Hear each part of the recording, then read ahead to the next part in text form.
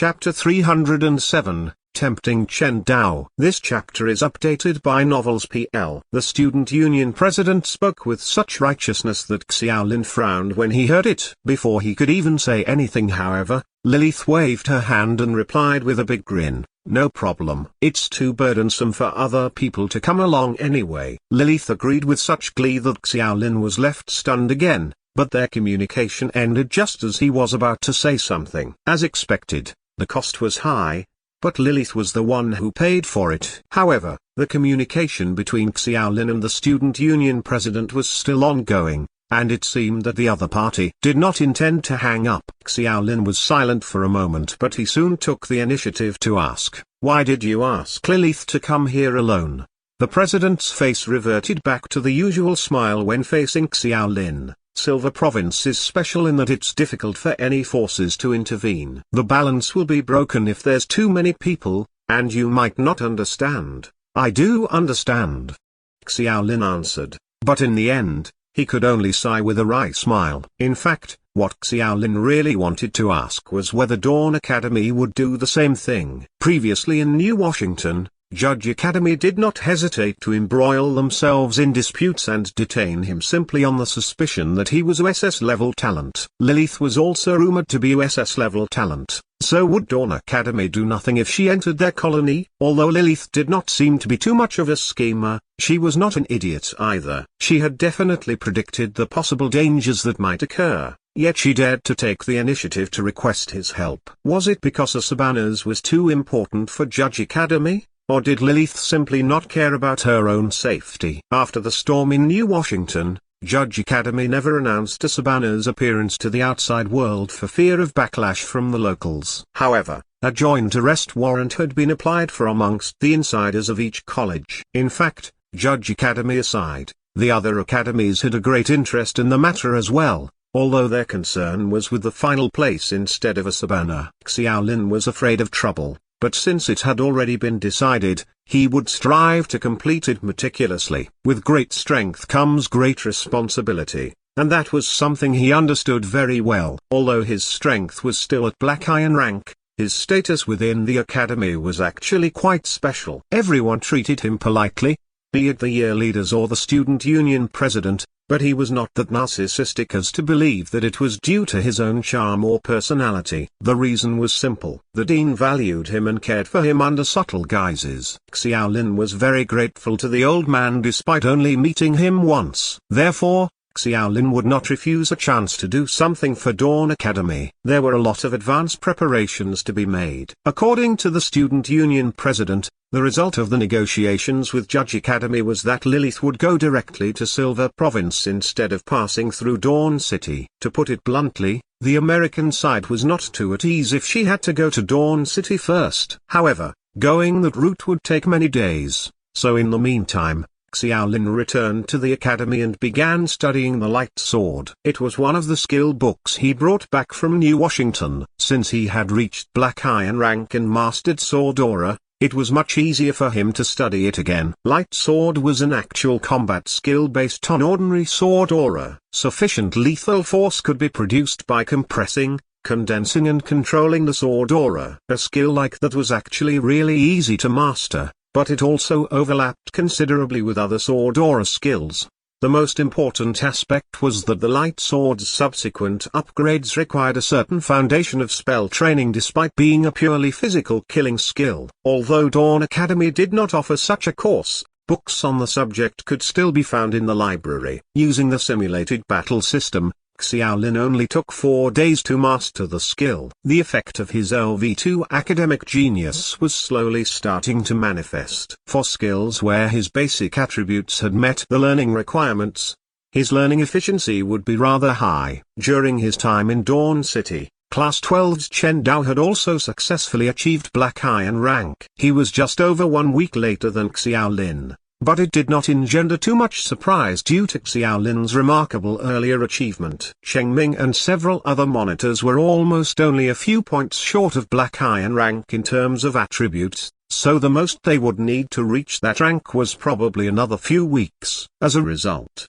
Even the senior students were discussing how awesome the freshmen were. As far as the speed of getting to Black Iron rank was concerned, the present batch of freshmen were undoubtedly the best Dawn Academy had ever seen. As expected, comparing yourself with someone else will only make you feel inferior. I was kinda happy at first, but then I heard you were going on a business trip to Planet Norma again. Why don't I have this kind of treatment? After returning from his light sword practice, Xiaolin would sit in the dormitory's lounge area and drink a cup of strong tea while reading the latest issue of Dawn Academy Evening News. He would occasionally run into Chen Dao and wondered why the latter suddenly enjoyed reading the newspaper recently. He finally understood why after noticing that the front page cover of the newspaper depicted a few lifelike elven beauties. Business trips are a pain and you might die. It isn't worth it even though you have a long lifespan. You're well aware that you lose 20 years of lifespan whenever you die in the New World. Xiaolin's trips to the New World had been public knowledge on the forum for quite some time already, as he had delegated Xiaoyu and Zifeng to deal with Class 7's daily affairs. Chen Dao did not begrudge the trips to the New World, but rather, because he wanted to see the beautiful women of various races. Xiaolin responded half-heartedly to him but had a sudden thought in his heart. He asked, "Do you really want to go to the New World?" "Hell yeah I do." Chen Dao nodded like a chicken pecking at rice. His eyes lit up immediately after realizing that Xiaolin's tone seemed to suggest that there was a way. Xiaolin had a serious look and solemnly patted Chen Dao's shoulder. He asked sternly, "I see you as someone with excellent aptitude and potential. There's an opportunity for us to defend our colonial territory there, so are you willing to shoulder the responsibility and take on this arduous yet glorious mission, huh?" Chen Dao was in a daze. Xiaolin let out a dry cough and said more directly, "Do you want to join the army?" "Join the army? We can go to the New World?" Chen Dao's focus was completely different from Xiaolin's. "You can. The military has special authority and isn't subject to school regulations. Moreover, the colonial army often needs to go out to perform tasks. The chances of encountering beautiful women of all ethnic groups are very high." Xiaolin felt like he was one of those weird old men waving a lollipop in front of some young girl, although on that occasion, it was not a young girl. "Okay. Then I'll join the army."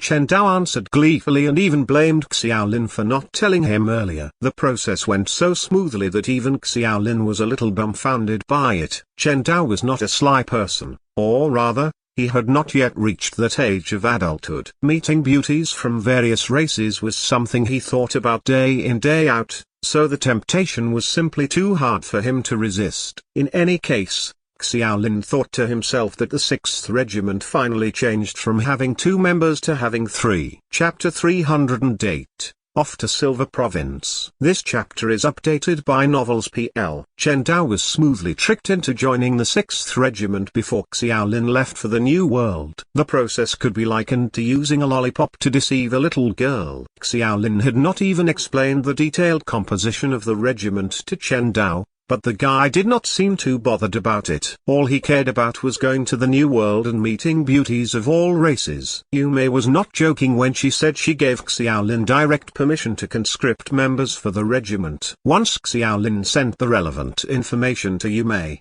he received a reply in just over half a day. However, it would take some time to settle the officer ID. Officer ID? Are you saying that the 6th Regiment will only consist of officers in the future? Would you want our rank in the military to be lower than that of the natives? Xiaolin suddenly had a realization. It probably signified that the regiment was some kind of a special army, one that was composed entirely of real elites. Chen Dao's officer ID was sent along with information about the Silver Province Yume mentioned earlier. Although she later learned that Xiaolin went there because of a diplomatic mission, she still repeatedly asked Xiaolin not to miss the opportunity to make money. Before her appointment as the major of the 6th Regiment, Yume used to work in the intelligence agency before, so the information sent over to Xiaolin came in thick stacks. All of them contained background information on Silver Province's various forces. To put it bluntly, it was to ensure that Xiaolin paid attention to those he could apply pressure to and those he should not provoke. During that period of time, the student union president brought Xiaolin to meet many people from the military. the Intelligence Agency, and the Foreign Affairs Department. According to the President's teasing words, Xiaolin was considered to have somewhat of a reputation, as even the President would not ordinarily have the opportunity to interact with those people. The college management and the colony itself belonged to two completely different administrative organizations, but because they often handled things with each other, the President was still relatively familiar with those people. Due to the diplomatically cooperative nature of the mission, many of those people had full of doubts and were even puzzled about Xiaolin. Although Dawn Academy had no interest in Esabana, the secrets hidden behind that high priest were so secretive that practically all the colleges viewed it with great curiosity. Had it not been for Lilith's unequivocal request for Xiaolin, those departments would never consider sending a rookie who had just been in the academy a few months into Silver Province. That kind of attitude was precisely why they were not that friendly when explaining specific matters, and the atmosphere only improved when the President was mediating beside Xiaolin. The mission was completely different from Xiaolin's previous assignment in New Washington. What he did in the past was nothing more than lending a little help, but the upcoming mission involved many interests, especially since the investigation was conducted secretly by Judge Academy and Dawn Academy. Other academies had so far not been privy to any news. Of course, Judge Academy was initially reluctant to bring along Dawn Academy, but their hands were tied because Xiaolin was someone who had actually met Esabana. Behind each department is a complicated mess of benefit-driven relationships. The dean has too many things to pay attention to, and there are some things even he can't manage. The President also patiently explained to Xiaolin in private. But you can rest assured, I brought this up with the dean and he'll make the arrangements. After preparations had been made, Xiaolin set out with a specially formed investigation team. That particular aspect left Xiaolin feeling a little uncomfortable, because although the so-called investigation team was said to assist in the investigation, it was quite certain that they were there for reasons of supervision and because they were concerned about him. There were 4 members in that special investigation team, namely Zhao Manqing of the Foreign Affairs Department, Qin Zuo of the Intelligence Agency, Ruan Fian from the military force, and lastly Xiaolin. Due to the secrecy of the operation, too large a group would easily attract the attention of other colleges. They disguised themselves as a merchant group entering Silver Province, hired a certain number of local natives, brought with them a few large carts of goods, then set off for Silver Province. The caravan's starting point was from the colony closest to Silver Province. They walked along the road for about 5 or 6 days and entered Silver Province's territory after crossing a rather low hill. The group did not talk much along the way and only had a few simple exchanges. Xiaolin was not familiar with them and the others were not well acquainted with among themselves either. When it comes to Esabana,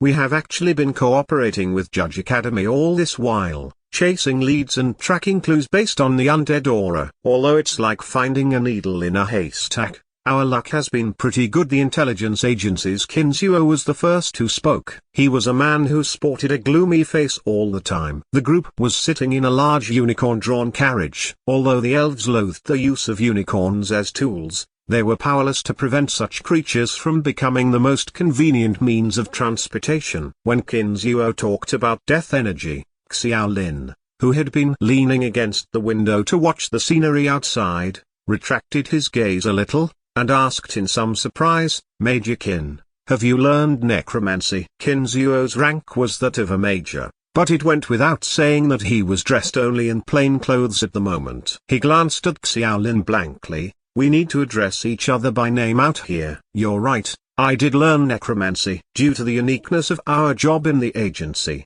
intelligence is of utmost importance. No intelligence can be more concrete in this world than that of a dead person. Qin Zuo's tone was cryptic, and although the other 2 people did not like him very much, Xiaolin's interest was piqued. He asked and listened carefully, as he had just learned about necromancy and was still very curious about that aspect. Unfortunately, Qin Zuo did not say much anymore, only that he did not learn necromancy when he was at Dawn Academy. In fact, it doesn't matter how the Judge Academy deals with that dead soul. Our military only wants to determine whether he had any contact with the orcs or the elves. Ruan Fian, from the military, was also a major and had silver level strength. He did not seem interested in the little excursion because he felt that the possibility of that happening was not very high. The only reason he followed along was because he was ordered to do so.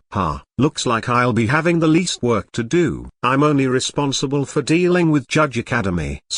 This mission is probably going to be a breeze, otherwise else it won't be just the few of us here. Zhao Manqing from the Foreign Affairs Department finally found a chance to interrupt. One could see that he was more easygoing than the others, and it must have been uncomfortable for him to keep quiet during the journey. The investigation team's original intention was simply to get the information they needed, and at the same time, supervise and ensure that Judge Academy did nothing out of the ordinary. As for Sabana, Judge Academy had the freedom to handle him as they saw fit. The news I received is that Xiaolin had been in contact with Sabana before, hence his participation in this operation. Now that you mention it, what kind of person is Sabana? As the conversation gradually opened up, they finally moved to Xiaolin. Although they had received information about Xiaolin before they came, it contained far too little data. When they asked for more, their query came back saying that they had no authority to view further details on Xiaolin. Chapter 309, Wildfire Town. This chapter is updated by Novels PL. Those three people accompanying him along were individuals of a certain influence and status, yet they were not even able to access a freshman's details.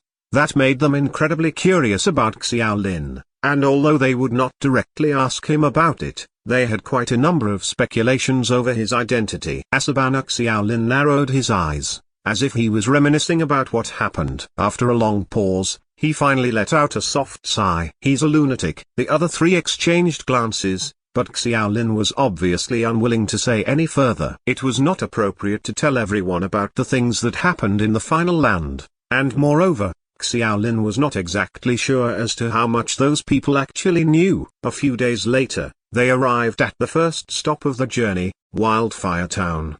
There was more than a dozen variously sized towns in the entire Silver Province, and the total population numbered over 1 million, making for quite a large area. Honest folk existed along with scumbags, and almost all races passed through there. The benefits of Star Metal were so tempting that even the elves could not resist it. Wildfire Town is a town that is close to the Dawn Academy's colonial area. It's not de facto under our jurisdiction, but the mayor here has our support.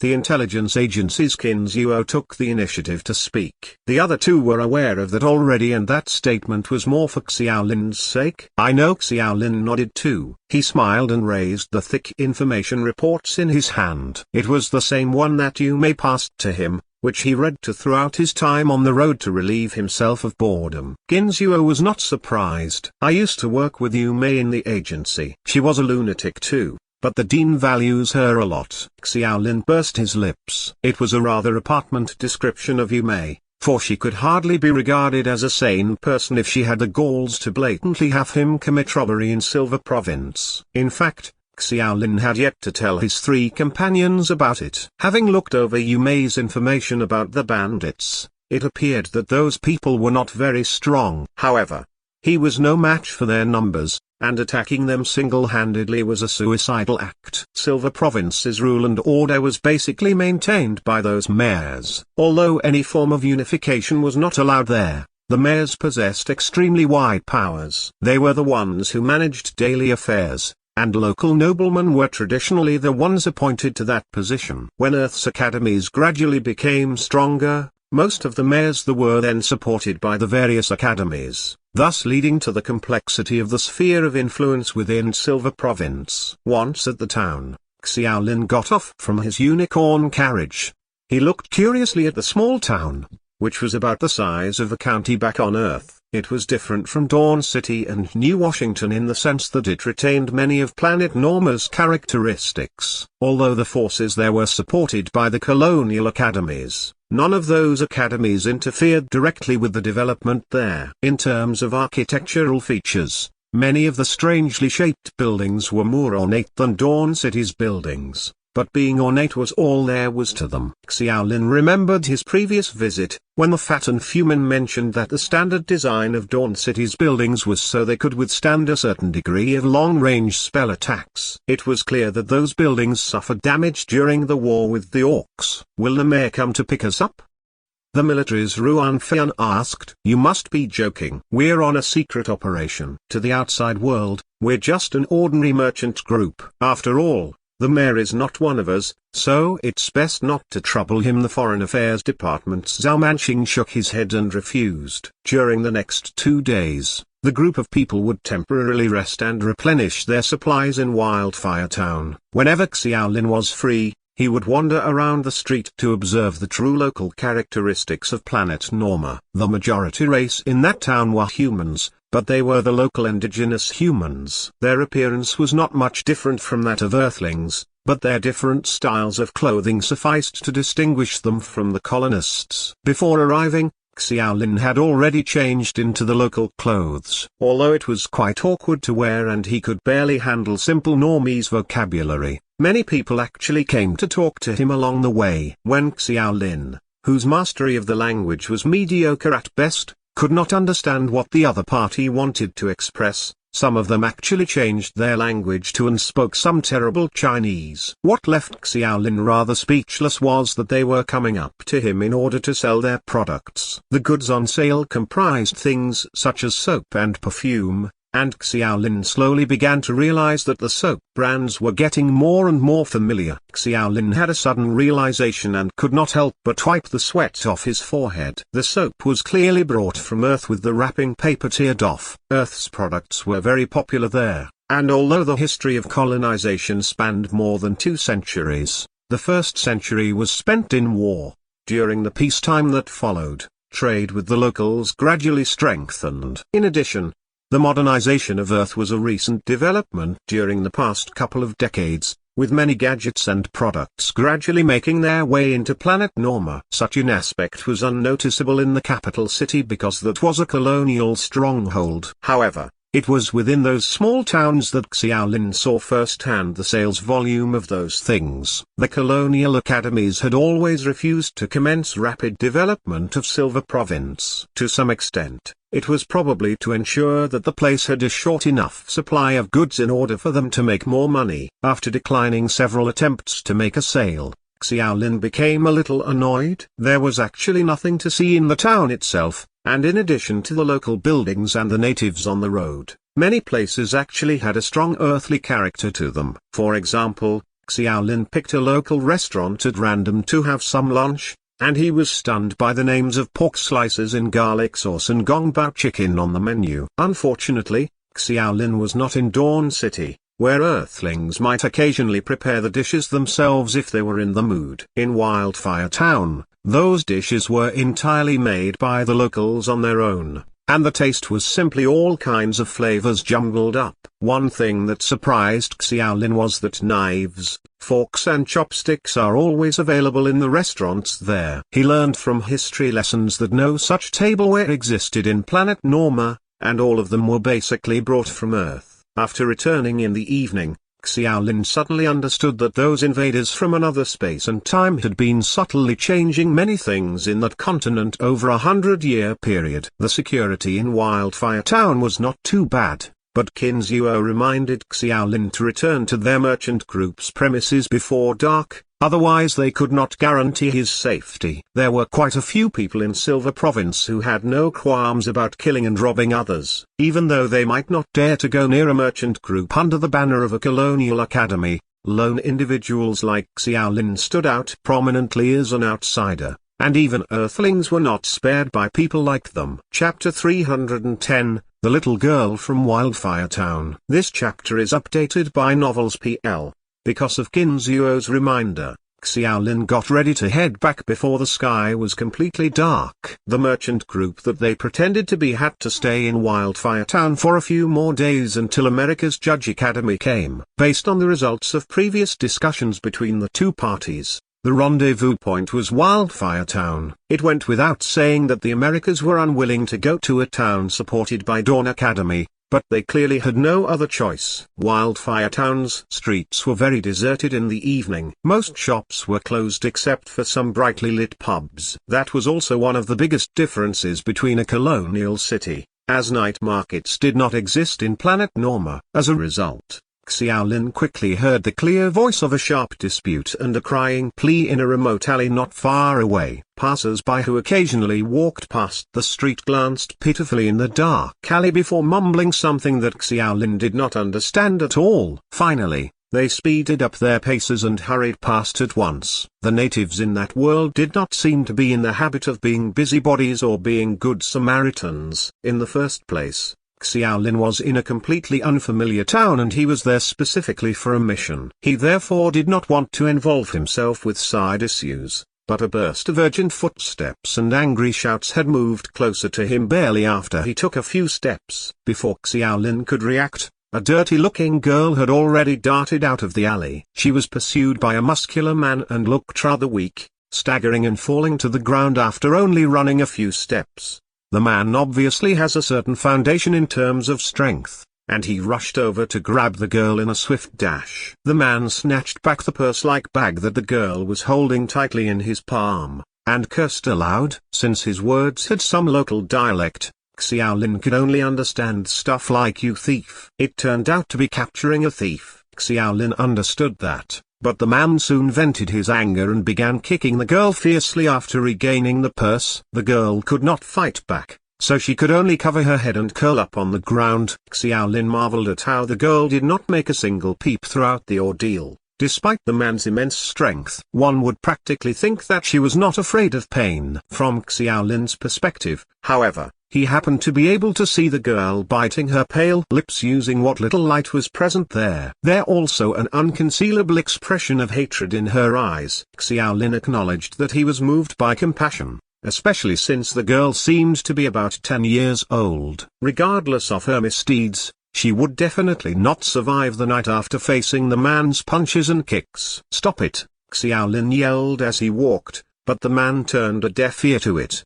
The man did not understand it, of course. Just like the crappy Chinese spoken by those peddlers on the street, Xiaolin's Normese was even crappier. Xiaolin repeated his words more slowly when he walked closer. On that occasion, he was sure that he spoke in proper language, but the man simply raised his head, glanced at him impatiently, and dropped a sentence that Xiaolin also understood. "Don't be nosy, you've taken back your stuff, so just let her go." Xiaolin patiently persuaded. "Talk nonsense again and I'll beat you up too." "Oh, well, forgive me then." Words seemed incapable of truly expressing one's intention in that world. Xiaolin nodded, then raised his fist and slammed it directly on the man's right cheek. The man was not a weak person, but he was caught off guard, and the attack only made him stagger a few steps back. However, the short amount of time was enough for Xiaolin to support the girl who fell on the ground. At that moment, he also realized that the girl had quite a delicate face, and the reason she looked rather thin was probably due to malnutrition. Her clothes were dirty and they were mixed with this mud and blood. She seemed to be a little confused, and the hatred in her eyes had not completely subsided yet. When she saw Xiaolin, she whispered a couple of indecipherable sentences. "Can you run?" Xiaolin asked. The girl kept silent and lowered her head slightly. Xiaolin discovered that her right foot was bare. It was autumn in Planet Norma, and the small town did not have flat roads like they did on Earth. Although the path was a street, there was still quite a lot of stones and gravel on the road. In the end, Xiaolin could only sigh. He saw the fierce man running over and picking the girl up by her legs. After taking a deep breath, he activated his miracle state instantly and converted all his attributes to agility. Then, he executed his phantom step, and within a few minutes, the muscular man was left far behind. It was only when Xiaolin approached the merchant group's residence that he deactivated the miracle state. He placed her down again only to find that she was looking at him with a weird look. Xiaolin could not help but blush. By his own admission, Xiaolin was actually feeling a bit overwhelmed. The normal routine for heroes who saved a damsel in distress would be to beat the bad guys away, but unfortunately, Xiaolin understood that there was a great difference in strength the moment he attacked and punched the man. If push came to shove, Xiaolin might still come out victorious if he relied on his talent and the miracle state, but Xiaolin's purpose of coming to Wildfire Town was not to fight or make trouble. As a result, there was no other alternative. Xiaolin could only choose to turn around and escape, though he was lucky that he could be confident in his speed. Being a thief is never the right thing to do, but it's the man was also in the wrong for beating you up like this. Since he had already rescued her, Xiaolin felt that it should end there. Nevertheless, he felt that he still had to educate her a little before he left. The girl continued to keep quiet and the puzzled look remained in her flickering eyes. Xiaolin thought she did not understand, so he repeated it twice in Chinese and Normese. Since Dawn Academy was Wildfire Town's benefactor, there were many Chinese-speaking locals there. The girl's blankness left Xiaolin feeling as though he was preaching to deaf ears. The language barrier was a problem indeed. He shoved his educational lectures back down his throat and waved his hand. Ahem, the point is, hurry home before that guy chases you, and don't steal stuff anymore. Xiaolin fished three $100 new dollars from his pocket and stuffed it into the girl's dirty little hand. She did not refuse, but the look in her eyes became even stranger. Xiaolin looked down at her little bare foot and showed 7 more $100 new dollars to her after mulling over it for a moment. When he wandered around Dawn City, he discovered he had quite the purchasing power. At the very least, the girl should be allowed to buy a pair of shoes, or so he thought. As a nouveau riche, he did not really care about the money. After doing all of that, Xiaolin turned around and left without even waiting for the girl to say a word of thanks. Deep down, he felt a certain sense of merit and accomplishment. Half an hour later, however, Xiaolin reached the entrance of the hotel where the merchant group was staying. Upon turning around, he smiled bitterly when he saw that the little girl had been following him, though she did so while deliberately keeping a certain distance. Chapter 311, A Guess. This chapter is updated by Novels PL. Xiaolin wanted to go straight into the hotel without turning around. He thought of leaving the girl to stand for as long as she could outside, but after feeling the coolness of the autumn weather, he eventually sighed and took the initiative to walk over. Like a frightened rabbit, she looked as though she wanted to find a shadowy corner to hide, but the cold froze her little reddish bare feet. Simply walking there was already unbearable enough for her, and after running for a couple of steps, she fell to the ground again. Xiaolin could only raise his hand helplessly to indicate that he came without any malice. He slowed down his footsteps and finally approached her despite her uncertain-looking gaze, carefully supporting her up. "If you want to thank me, you don't need to. Just hurry home." Although that was what he said, the sun had completely set by the time he walked to the hotel. The world of Norma has been some time since the double moon festival passed. There was only one half of the 2 moons left in the sky, and street lights were scarce in that small town too, making it almost pitch black. Xiaolin initially wanted to tell her that he might as well send her home by himself, but he also had to take into account his own strength. If he encountered danger at night, he might even have to explain his presence there. A resurrection tower stood tall in Wildfire Town, and it was Dawn Academy who provided it as support. In other words, that was the basic condition for all colonial academies to secretly foster their support of the various forces. Still, it was distressing to lose a 20-year lifespan. "Can you help me?" The little girl suddenly took the initiative to speak. Although her small dust and blood-covered face looked pitiful, her husky tone appeared very calm, and to Xiaolin's surprise, she spoke fluent Chinese. Although it was not uncommon in the locality, the difference in accent caused the Chinese spoken by many indigenous people to be rather awkward, although it was still possible to understand it. However, that girl was different. Her Chinese was almost the highest standard of Mandarin with incredibly accurate intonation. Their communication went incredibly well,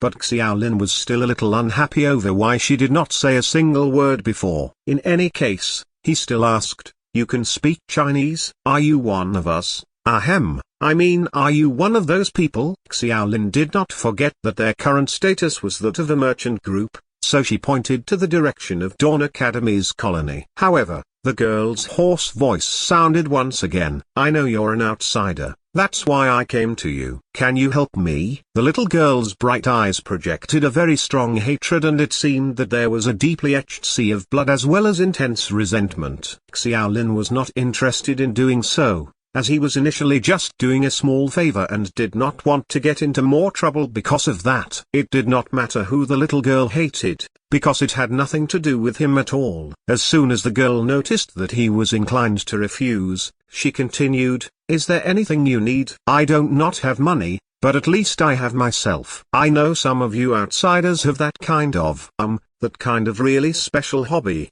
So I can promise to be your maid." The 10-year-old girl spoke extremely calmly in a very immature tone, as if the entire thing had nothing to do with her. Xiaolin's brows were furrowed even deeper. Did the colonists have special hobbies? He admitted that many people came to the New World with the mindset of pleasure, and a prime example was Enfumin. He believed that the fat man would be able to satisfy that kind of special hobby as long as he was willing to do so. That did not include Xiaolin though. Xiaolin stood up, with his expression already turning a little sour, and he said half-heartedly, "How about this? I'll get you a room for the hotel and you can stay here for the time being. I'll leave Wildfire Town in a few more days, and it's no use even if you follow us. I'm sorry, but we're just an ordinary merchant group. I can't be concerned with your affairs." Since the girl did not want any money, Xiaolin was too lazy to persuade further. He simply used the money to get a room from the innkeeper. New dollars were a common mode of currency throughout Silver Province. With the growing influence of the colony, the surrounding forces predisposed to the various colonies have gradually accepted that currency even though it had yet to be accepted universally in Planet Norma. The innkeeper was an old woman in her 40s. She seemed rather kind to Xiaolin, although it might be because the merchant group had brought her a lot of business those few days. She whispered and reminded, "It's probably your first time coming to Wildfire Town. I should remind you not to trust these vagrants in Silver Province." Although it was a kind reminder, the woman held the money Xiaolin handed over tightly in her palm. She probably would not refund his money even if Xiaolin took her up on her advice and changed his mind. The girl behind was undoubtedly disappointed, but she soon spoke again, changing instead to a pitifully mute tone with tears in her pupils. "Can I bring my mother here? Otherwise, she'll definitely sleep on the street tonight." That was how a 10-year-old ought to respond, but due to the contrast with her earlier composure, Xiaolin was stunned for some time before she shook his head with a bitter smile. Perhaps the innkeeper was right. She was not trustworthy at all, and he could not measure Planet Norma by the standards of similar aged girls on Earth. "Why don't I let a few people keep her company?" The innkeeper once again eagerly took the initiative to relieve Xiaolin of his worries. Of course, the main reason might be that Xiaolin allowed her to keep the remaining change as a tip when he paid for the room earlier. According to the intelligence agency's Qinzuo, the hotel was relatively reliable, so Xiaolin naturally chose to trust her. After handing her over, he went back to his room and headed straight to bed. There was nothing entertaining at night there, and everyone slept quite early as a result. At breakfast the next day, Xiaolin casually told the other three people about the incident. Zhao Manqing and Ruan Fian said nothing, but Qinzuo put down his chopsticks and asked in detail without changing his expression. After Xiaolin finished speaking, Qinzuo pondered for only a few minutes before saying in a certain tone, "That girl isn't a local." Ruan Fian chuckled, "You don't say?" "There are far too many wanderers like that in Planet Norma." Qinzuo did not care for Ruan Fian's teasing and continued with his analysis. "She should be quite a noble person, if nothing else. I believe she might even be a member of the Rosa Kingdom's noblemen, but I'm not sure whether she is royalty." Xiaolin ate a big mouthful of porridge and looked up in surprise. In fact, he really wanted to know whether Qinzuo actually knew that girl. "I don't know her." Qinzuo guessed what Xiaolin was going to say and continued, "Actually, the reason for my judgment is very simple. You said her Chinese is very fluent. We're all aware that the Normans speak terrible Chinese, but a few people have a natural gift, language-wise. Now that you mention it, she may actually be a member of the Rosa Kingdom. The language talents of that kingdom are spectacular. Any random person there would have mastered several languages. Oh, and by that, I mean Elvish, Orcish, and so on so forth. There are even some that understand Rajesh that the Foreign Affairs Department's Zhao Manqing knew of that as well. The Rosa Kingdom is having a civil war. Yuan Fian seemed quite knowledgeable about it too. After some thought, he added, and it seems that their country is about to be destroyed? God is always fair. They're blessed with an advantage in terms of language, but their physical fitness is inherently worse than everyone else and their military strength is vastly disproportionate to other militaries. Chapter 312, A Saban's Trail. This chapter is updated by Novels PL. Xiaolin listened in silence because they were more knowledgeable about the situation in Planet Norma. The Rosa Kingdom was some distance away from Dawn City and was located in the center of Planet Norma. Other than the language talents they mentioned earlier, the country was actually quite a pitiful one because wars and external circumstances could almost certainly destroy the small kingdom. Dawn Academy had dealings with the Rosa Kingdom before, though it was limited to academic research on language. Dawn Academy wanted to conduct in-depth research on the languages of certain races though the Rosa Kingdom, and based on what Qin Zuo knew, their royal family had some interest in Chinese and many of their members have learnt the language. So did that girl flee here? Beats me. Qin Zuo thought for a while and said, I'll go and see her later too. Aren't you afraid she's recognized you? If she really is a member of the royal family who came over and had contact with us back in the day, it's likely that she'd recognize us. Don't forget that our current operation is a secret one. The earliest contact was more than 20 years ago and she wasn't born yet. At breakfast, the few of them had a brief discussion and decided to meet the girl, although they would do so in their capacity as a merchant group. Unfortunately, when Xiaolin asked the innkeeper about her, he was told that they left as soon as the sun crept up the horizon. Aside from conveying her thanks, the innkeeper actually returned $1,000 to Xiaolin. She and her mother? They don't look like a mother and daughter to me. I heard them arguing in the room in the middle of the night. Before the sun came up, two people came in, quarreled with them, and finally left. Oh, and this money was paid by the other two people the innkeeper accounted to him. Although Qin Zuo seemed a bit disappointed, it was not a bad development because no further trouble would be incurred. Xiaolin treated it as a brief episode during his stay and no longer dwelled on it anymore. 2 days later, the merchant group finally welcomed the Judge Academy's delegation. The rendezvous point was carried out in a large manor nearby Wildfire Town. After paying a huge fee, the manor's owner generously made way for them. Anything was possible in Silver Province as long as one had enough money. There were no surprises with Xiaolin and Lilith's reunion. An exchange of nods from each other sufficed as a greeting, and the delegations on both sides seemed to be old acquaintances. Even the pleasantries were skipped. With freshly brewed coffee and strong tea,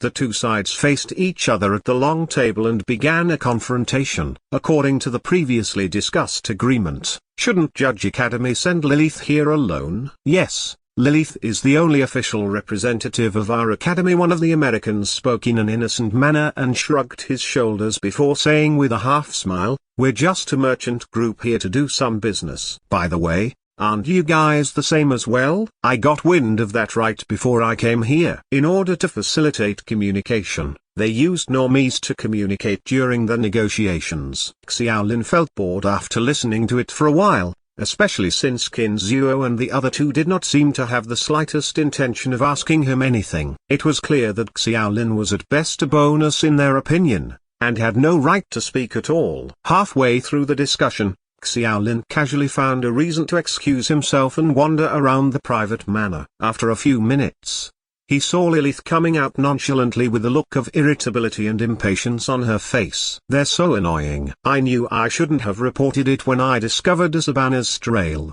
Lilith walked straight to Xiaolin and sat on the soft grass. She stretched her body lazily and her exquisite curves left Xiaolin ogling a little too much. As if the fatigue accumulated during the journey had not been relieved yet, Lilith laid down a little lazily and it was obvious she felt comfortable in Xiaolin's presence. She then slowly began to explain the entire story. About a month ago, Lilith was in charge of hunting down a group of bandits, because they repeatedly attacked the caravans near New Washington. The losses were not severe, but the incident itself drew the ire of Judge Academy. In addition, that period was still fresh from the aftermath of the Blood Moon incident.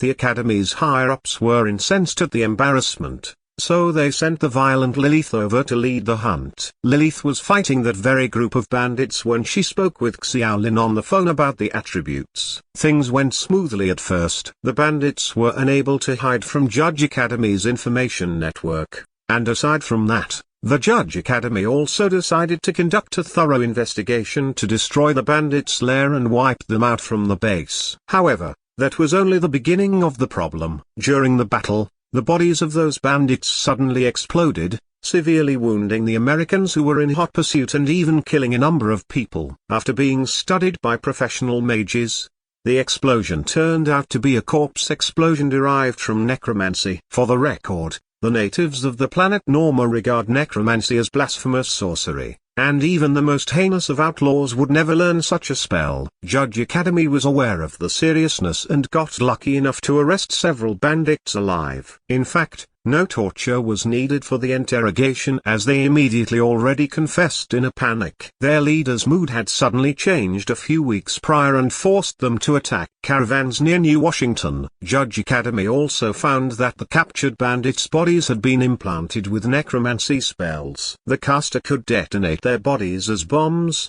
and that particular spell was more heinous than corpse explosions, as corpse explosions could only be used on corpses. However, the improved corpse explosion could detonate even a living person. After several investigations, Judge Academy finally shifted their target to a Savannah, who had escaped from the final land. The Academy learned that the gang of bandits had arrived in Silver Province, although their purpose for being there was as yet unknown. What left Xiaolin a little speechless was that Lilith subsequently expressed a strong dissatisfaction, because her purpose of looking for a Savannah was solely to fight with him. Back in the final land, a Savannah had made things miserable for Lilith and Xiaolin. A strong personality like Lilith could not possibly stifle the anger she was feeling. Nevertheless, Judge Academy was not prepared to let her have her way, and the joint operation was a compromise of sorts to accommodate Lilith. She was no idiot though, because roping Xiaolin in was equivalent to bringing in Dawn Academy's forces too. That way, the people who followed her along probably would not have much time to concern themselves with her. In other words, you wanted me to come along just so I can cover you in your fight? Xiaolin's lips twitched. As expected, Lilith was the only one who could think of such a powerful reason. Lilith replied sternly, "No, not my fight, it's our fight. A Savannah is very weak now, otherwise he won't be using bandits to harass us. We can finally avenge what happened to us in the final land." Chapter 313, A Crisis in the Making. This chapter is updated by Novels PL. Xiaolin was still a little concerned about a Savannah due to the third monthly exam. He believed that the dean shared a similar view on it. If the old undead soul really did crack the resurrection law, the colonists would face a great loss of support. Lilith had not considered any of that though, and their topic soon shifted to necromancy. She said with a bit of flair to Xiaolin that she was presently learning necromancy. Xiaolin's jaw dropped again, and he secretly smiled to himself. It was a coincidence indeed, though his necromantic meditation was not progressing that smoothly. Dawn Academy's unique independent space had no trace of death energy, which forced Xiaolin to put the meditation technique on hold for the time being. Still,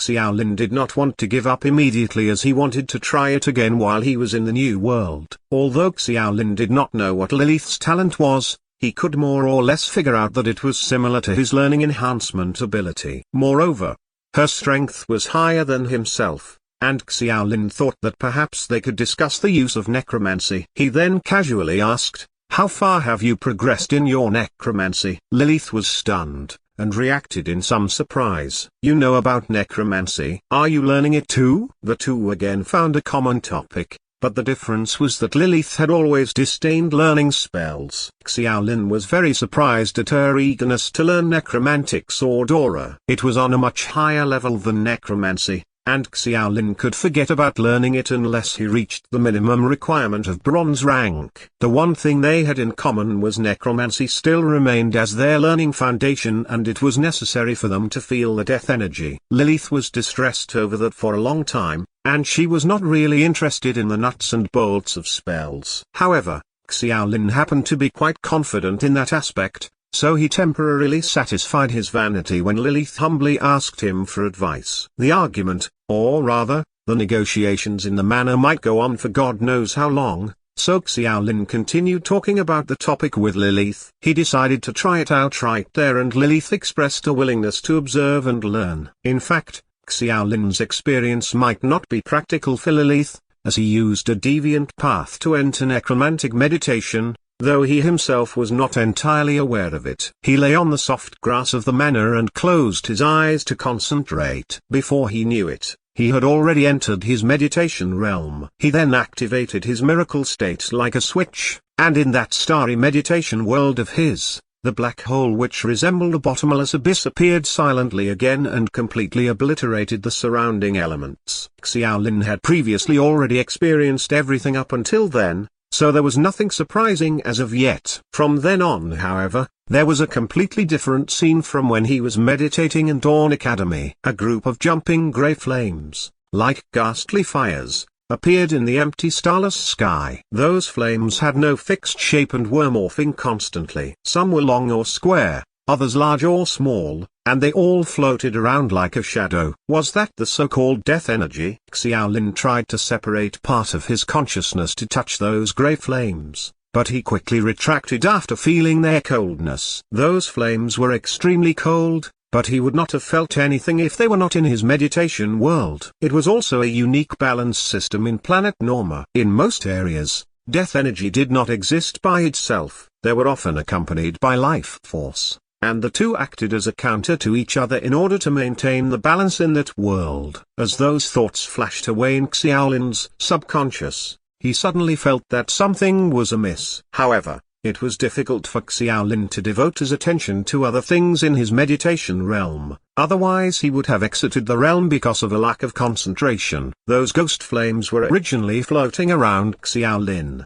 but Xiaolin soon felt that a light source had appeared in a nearby place. It had to be Lilith, who was also trying to perform necromantic meditation at the same time. He could distinctly sense that Lilith's attraction to death energy was far less than Xiaolin, which showed that her necromantic meditation was not better than his. Somehow that made Xiaolin feel rather content. According to the introduction of the meditation book Xiaolin read some time ago, the original necromancy meditation technique had been continuously improved through repeated perception of the death energy. For the moment, Xiaolin was only in the communicative state, as he and Lilith had not yet progressed too far in their meditative state. Once the meditation ended, Xiaolin opened his eyes and could not help but feel a shiver. It's cold. Lilith frowned too. Xiaolin raised his head. The sky that was still bright and clear before had turned gloomy at some point. It was the sign of a storm. Although it was strange that the weather would change that quickly, he got up and said, "It'll probably rain soon. Let's head back first." "Good idea. I hope they're done with it." Lilith was equally as uninterested in the arguments inside the house. The two of them walked together. But after only a few steps, a very strange thought flashed through Xiaolin's mind like a spark of lightning. When he was meditating earlier, he felt that something was not quite right. The grey flames which represented death energy seemed to be too abundant in his meditation world. He knew that death energy was the residual breath left by any creature after death. It was not inherently harmful, but there were no benefits if too much of it was gathered in one place. Hence the existence of natural energy to balance it. Although he had not been able to sense that natural energy, the unusual presence of death energy left Xiaolin with a nagging feeling of uneasiness. Xiaolin quickened his pace subconsciously, and Lilith also noticed the gloomy expression on his face. She raised her brows and waved her palm, drawing out a huge pitch-black scythe. As someone who possessed an SS-level talent, she had an impressive instinct for danger even though her necromantic meditation skills were inferior to Xiaolin. Slam. Upon opening the door to the temporary conference room, the messiness within caused Xiaolin's face to turn pale. The individuals from both Dawn Academy and Judge Academy had disappeared, with the tables and chairs scattered everywhere, while the drinks spilled all over the floor. Since the two of them were in a meditative state earlier, they probably failed to notice the abnormality there. One question still remained: what exactly happened? Lilith, who had been in the new world for many years and was more experienced than Xiaolin, calmly muttered, I think they're dead. Xiaolin came to his senses too. There was a resurrection tower in Wildfire Town, which meant that the body of anyone who died would quickly disappear as long as they were within the scope of that small town. After that, they would resurrect near the resurrection tower. No one seemed to be present in the house, but since they were the investigation team of both colleges respectively, it was impossible that they would leave Xiaolin and Lilith alone without informing the latter too. In that case, the most likely possibility was that they had died and resurrected again. Chapter 314, Meeting the High Priest Again. This chapter is updated by Novels PL. Head to the Resurrection Tower. Xiaolin and Lilith immediately made the same decision. No matter what happened, it would not be something they could handle if even the investigation team completely disappeared without a trace. Xiaolin knew for a fact that the three that had accompanied him were at least silver ranked. The sky was rapidly darkening, and Xiaolin felt that something was odd about the dark clouds. They looked like condensed gases, and were even expanding at a constant fast pace. Xiaolin remembered that the clouds were only above the courtyard before he went inside, and it did not even take a few minutes for it to expand so much. Those aren't clouds, they're death energy. Xiaolin suddenly realized it. The dense, mist-like clouds were actually the physical representation of death energy. Back when he was reading books related to necromancy in the library, Xiaolin had found out that if death energy condensed to the degree that it could oppress the balance of other natural energies, it would start being visible to the naked eye. However, that sort of phenomenon only happened in ancient cemeteries or intense battlefields. The blood-red skies in the Final Lands was actually a form of death energy as well. But it made absolutely no sense for so much death energy to be here. A savannah. Lilith suddenly said in a low voice. Xiaolin smiled bitterly, still deep in thought. I know there's no way this has anything to do with that old fart, it's just that. It's a savannah. Lilith exclaimed impatiently. Xiaolin suddenly snapped back to reality, looking where Lilith was pointing. About 100 meters away from them, a shirtless man was standing imposingly in front of them. On his face was a strained smile that looked uglier than crying. It was not the first time Xiaolin had seen that strange smile, so he immediately understood that that person had definitely been possessed, and it was by a savannah. I can't believe I actually found you two here, but no matter, you're too late to stop it. The man slowly slurred. It was human speech, but the coarse and arrogant tone was unmistakable. What are you here for?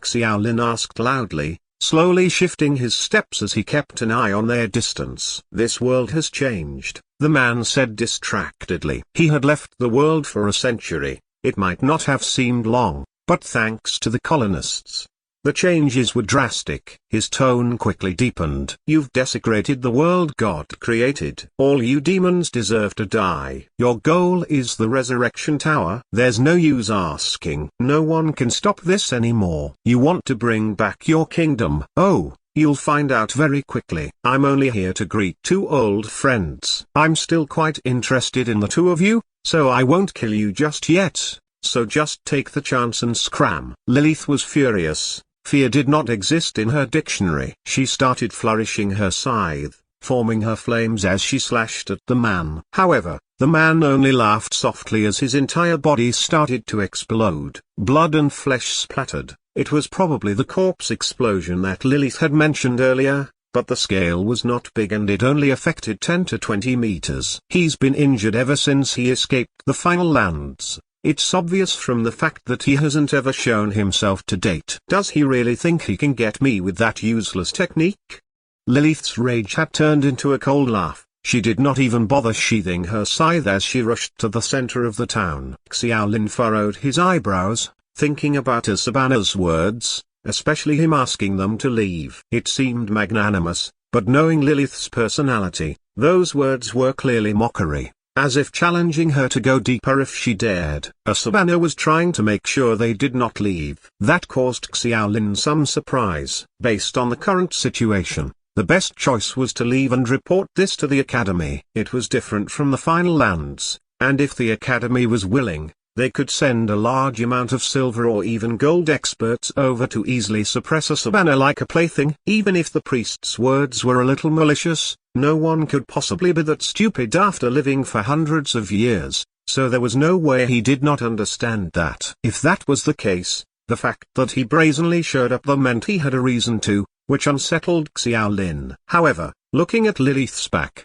Xiaolin could only shake his head as he smiled bitterly, retrieving his holy soul sword and following closely behind her. Lilith and himself were already friends. Even if they ignored what happened in the final lands, she had helped him in New Washington, and Xiaolin was not willing to abandon his friends. Lilith might not seem to have cared, but she revealed a slight smile when Xiaolin followed her. Glancing at his sword, she said surprisingly, "There's an aura of death on your sword." "Oh, you can feel it?" Yes, Lilith merely acknowledged it, not explaining any further. Xiaolin knew her necromancy was not as good as his, but to be able to feel the soul in the sword without it being released spoke volumes about her perception. Xiaolin somewhat explained how the sword worked, wanting to brag a little, since necromantic weapons were quite rare. However, Lilith poured cold water on him. "I suggest not summoning the warrior if we fight later." Xiaolin gaped, asking, "You're worried it'll be controlled by a Sabana?" "Yes,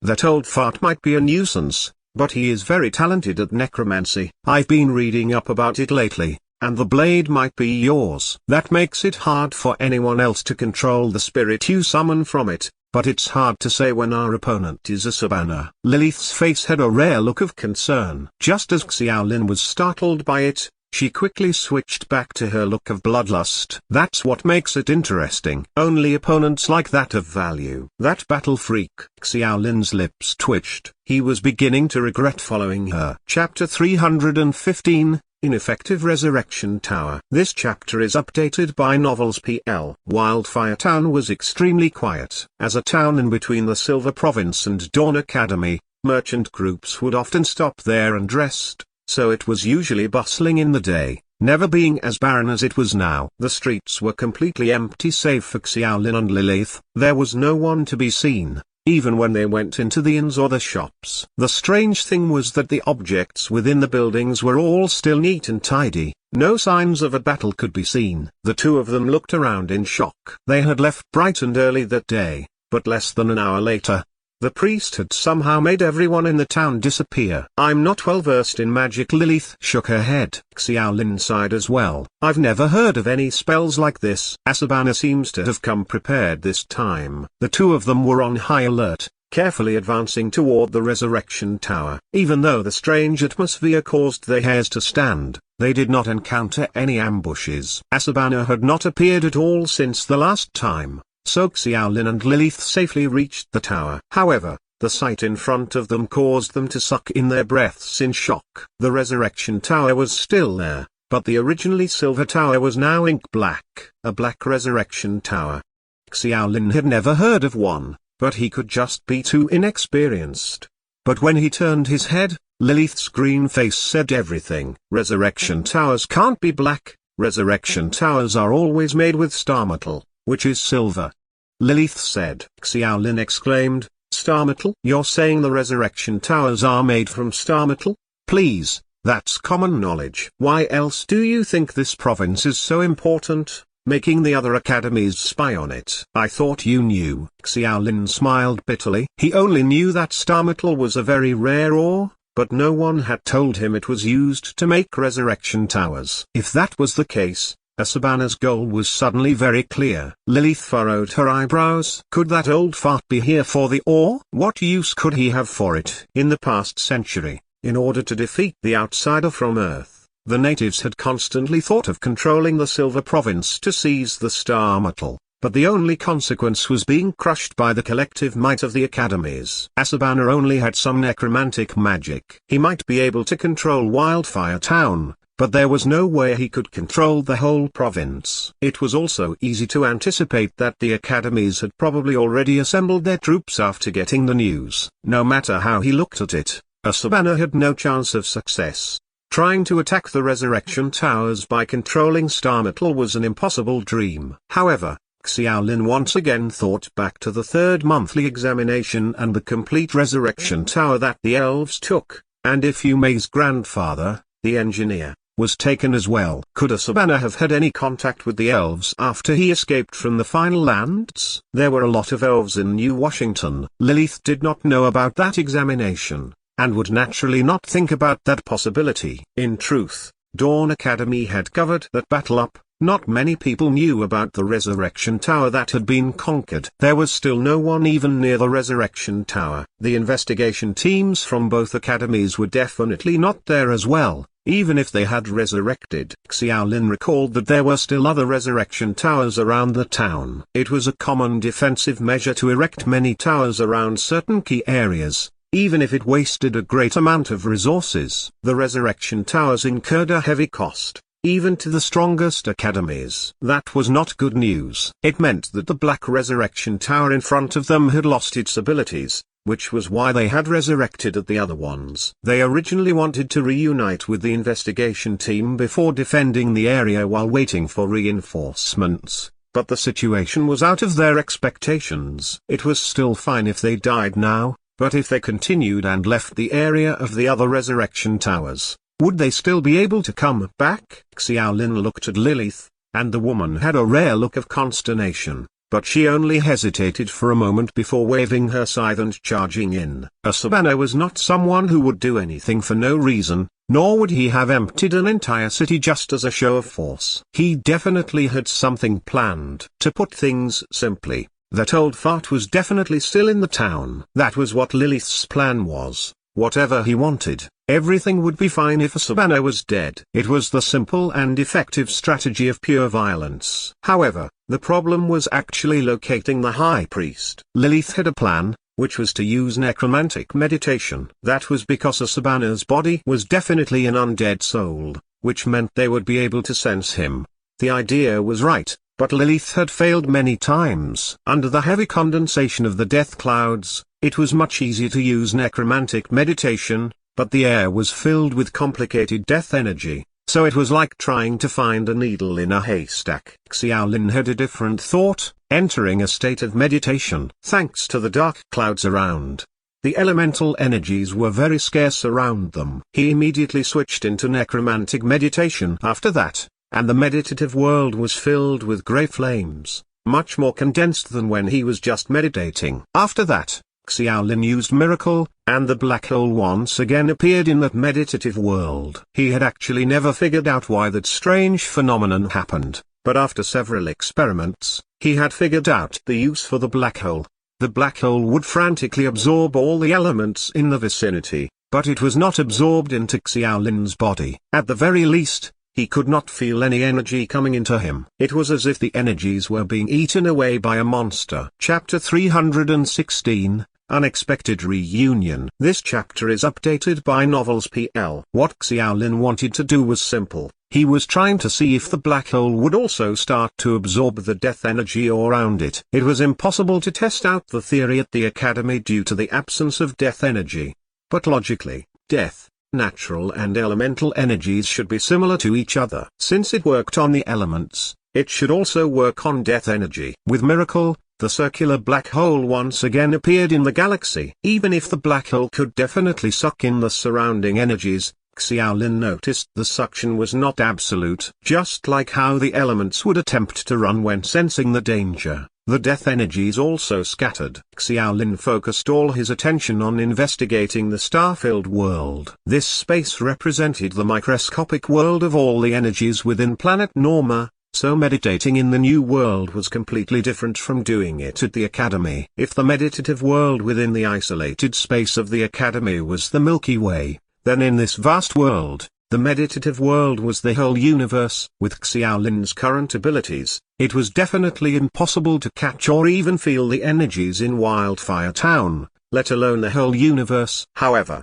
under Miracle, his mental strength had increased, and thanks to the black hole, he did not actually need to feel it. He only had to focus his attention on the mass that did not flee like the other death energies to get a location. In that space, there were only 3 flames that did not run. One was nearby, and Xiaolin was familiar with it since it was the soul in his sword. Another mass of grey flames was also very close, only a few hundred meters away. The last flame was constantly moving, but seemed to be voluntarily heading toward them. I found it. Xiaolin opened his eyes, running toward that flame a few hundred meters away from them. Lilith followed closely behind, not asking Xiaolin how he did it. Are you sure it's a Sabana? No.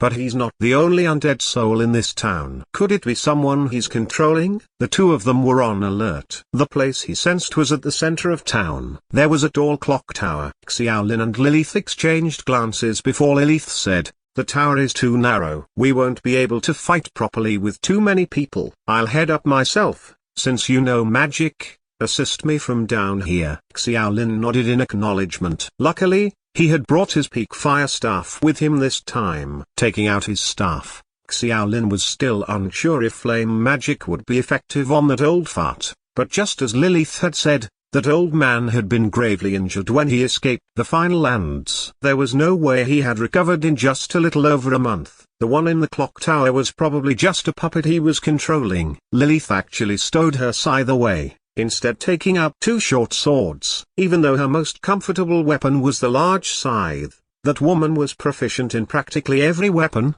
so short swords were no big deal to her. She waved the swords around before a surge of wind formed around her feet, increasing her agility as she dashed up the stairs. After a few seconds, Xiaolin heard a terrified but clear voice from the top of the tower. "No, don't kill me. I'm not a bad guy. Help me." It was a female voice, and it started off with Mandarin before quickly noticing something was off and rapidly switching to English. It seemed to be proficient in both languages. Xiaolin gaped for a few seconds, a disbelieving look on his face before quickly activating his phantom steps. He dashed up the tower as he shouted, "Stay your blade." After a few minutes, Xiaolin and Lilith stood atop the tower, and a timid girl stood next to them. Lilith might have been a battle maniac, but she would never harm a defenseless girl, so the girl only received a bit of a fright, but she was not injured. However, Lilith never dropped her guard, and she did not put away her swords. She looked at Xiaolin with a half-suspicious gaze, her unspoken question clear. Xiaolin had said he felt a mass of death energy, but the tower only had a little girl not even 10 years old. Could Xiaolin's necromantic meditation have been off, or was there something wrong with the girl? Xiaolin had a headache as well. Looking at the shivering girl, he sighed and said, 2 days ago you left without saying anything, but I can't believe I found you here. Are you going to give me an explanation? It was the girl Xiaolin had saved 2 days ago. Xiaolin never expected they would meet again now.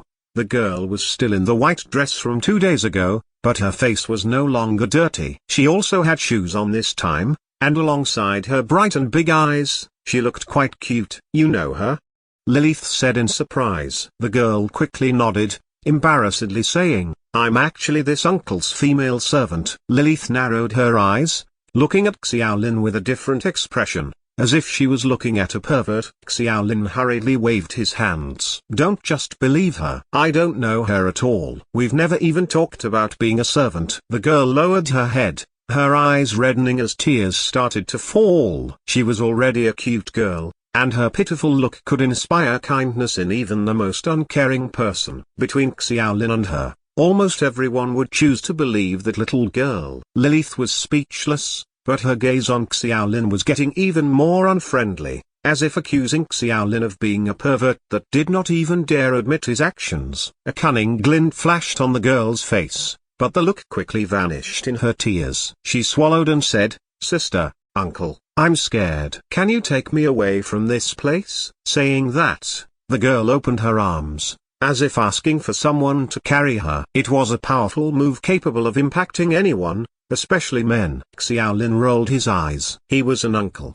But Lilith was just a sister? Lilith had already walked over with a smile on her face, putting the two swords back into her spatial ring before reaching her arms out toward the girl, motioning to put the girl in her embrace. However, when her hands touched the girl's shoulders, the girl suddenly felt a cold chill on her neck. As she looked back, her pupils constricted. Lilith had somehow retrieved her scythe and was aiming it at the girl's throat. Chapter 317, IBEA. This chapter is updated by Novels PL. These little tricks won't work on me. I won't fall for your looks like that big pervert. Xiaolin had been nodding along, but he could not help but reject, "Hey, Who's a big pervert? There's definitely something wrong with that girl. How could you believe her? Lilith looked at him. I never said it was you. Why are you defending yourself? Xiaolin's eyebrows twitched again. He hurriedly switched the topic to that girl. He knelt down, trying to inject kindness into his voice as he said, "You don't have to be scared. We're not looking to harm you. There are just some things we want to know." The tears had yet to dry from the girl's face,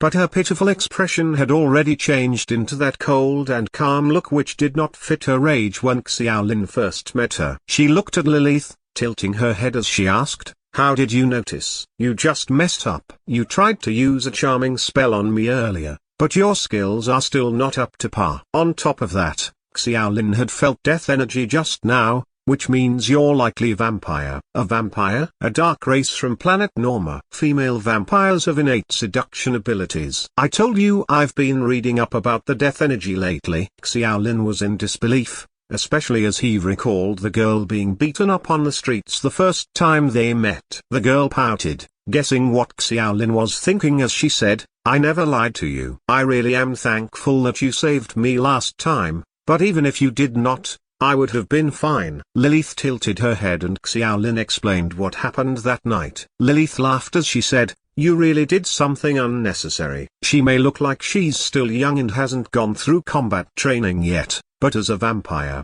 how could a beating do anything to her? The girl had graciously admitted that she was a vampire. Dark races were not very welcome on planet Norma. Xiaolin's history classes had not explained much about them. However, it was different from how necromancers were treated. The natives just hated dark races at the most, but most countries would still allow dark races to live with them. "You came from the Rosa Kingdom?" Xiaolin asked. "That's right. I didn't know that the Rosa Kingdom allowed dark races to stay." The Lilith quickly saw through it. She was a lot more familiar with planet Norma than Xiaolin. The girl's eyes once again turned red, but Xiaolin had already been dulled to the rapid changes in her expressions, and calmly waited to see what she had to say. A long story followed. The girl's name was Ibea. She was the love child of one of the royal princesses. The princess had fallen in love with a vampire, but the kingdom did not tolerate the existence of dark races, so the romance was killed off in its infancy. However, the princess was very stubborn, forcing herself to give birth to the child. She fell ill not long after that, and the child became a source of humiliation for the royalty. The Rosa Kingdom did not acknowledge Ibea's existence, and cruelly chased her out. Ibea had been raised by a loyal servant of the princess during her childhood. There was a large war in the Rosa Kingdom in recent years, and the servant had lost his life in the chaos. So Ibea had no choice but to live a wandering life. Ibea had only been 8 then, and she was extremely cute at that. Roaming the lands by herself was obviously very turbulent. She did not even leave the Rosa Kingdom before she was kidnapped by a group of adventurers. From what she said, Ibea had been extremely scared at that point, not even daring to think of what might happen. She had tried to escape, but she was no match for those adventurers. She would be harshly beaten up every time she tried to escape, and she eventually could not take it anymore, choosing to take her own life. She woke up a few days after her corpse was thrown into the wilderness. It was from then on that she realized what her vampire blood could do, which marked the true start of her wandering life as she learned to use it to her advantage. She lived a life of crime, and every time someone caught her, she would just commit suicide. Regular injuries did nothing to her body. After that, she learned another one of her racial talents, seduction. The uses were not clear, and it only worked on weak-willed people, but that was enough. Xiaolin silently summarized her life of wandering as just swindling and stealing. Xiaolin smiled bitterly, saying to Lilith, "I'm not familiar with dark races. How do you kill a vampire? Silver weapons? A holy cross? Sunlight? Garlic?" Lilith said impatiently, "You watch too many movies. Real vampires aren't afraid of all that.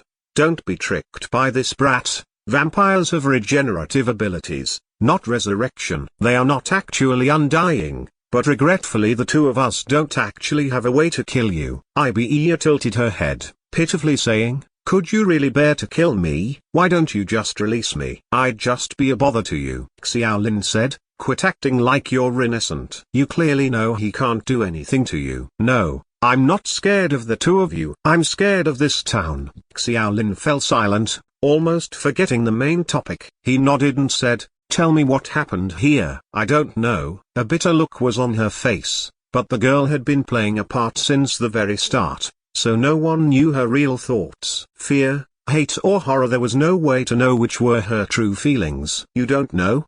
Lilith raised her eyebrows, her scythe still in hand as she said unkindly, I might not be able to kill you, but as long as I'm willing, I can make sure you stay here, unmoving. Chapter 318, Vampire. This chapter is updated by Novels PL. Even if you do that, I still don't know anything. Ibeia did not seem to be faking it this time. From Xiaolin's patient questioning, they found out that Ibeia had planned on staying a few days after leaving the inn before she left Wildfire Town, but she suddenly felt a surge of danger in the morning. She had planned on leaving, but she fainted halfway through, and the town was empty the moment she woke up. You suddenly fainted? Lilith narrowed her eyes, obviously not believing such a vague explanation. Ibeia cried as she said, I only felt a strange energy starting to surge in the town before I lost consciousness. I really don't know what happened. Why didn't you leave after that? Xiaolin asked. I'm afraid that's probably not possible anymore. Did you two not notice? The whole town has been enveloped by death energy. It's just like a cage we won't be able to escape. Any living person would rapidly approach death if they entered. Xiaolin and Lilith exchanged a look, both of them still refusing to completely believe the girl. It was fine if they wanted to leave. The most that would happen was that they would lose 20 years of their lifespan and they would be back in Dawn territory. There were many holes in what Ibeia said, or rather, she vaguely rushed past many parts. Xiaolin even wanted to ask what revenge the girl was talking about that night, but she did not bring it up at all.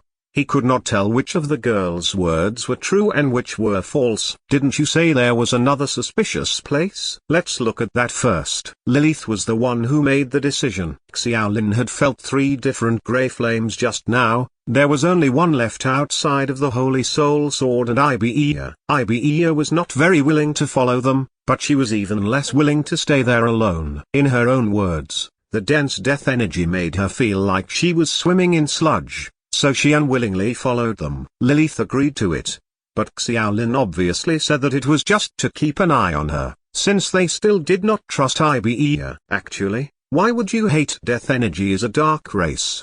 Xiaolin asked curiously. Uncle, vampires are different from the undead.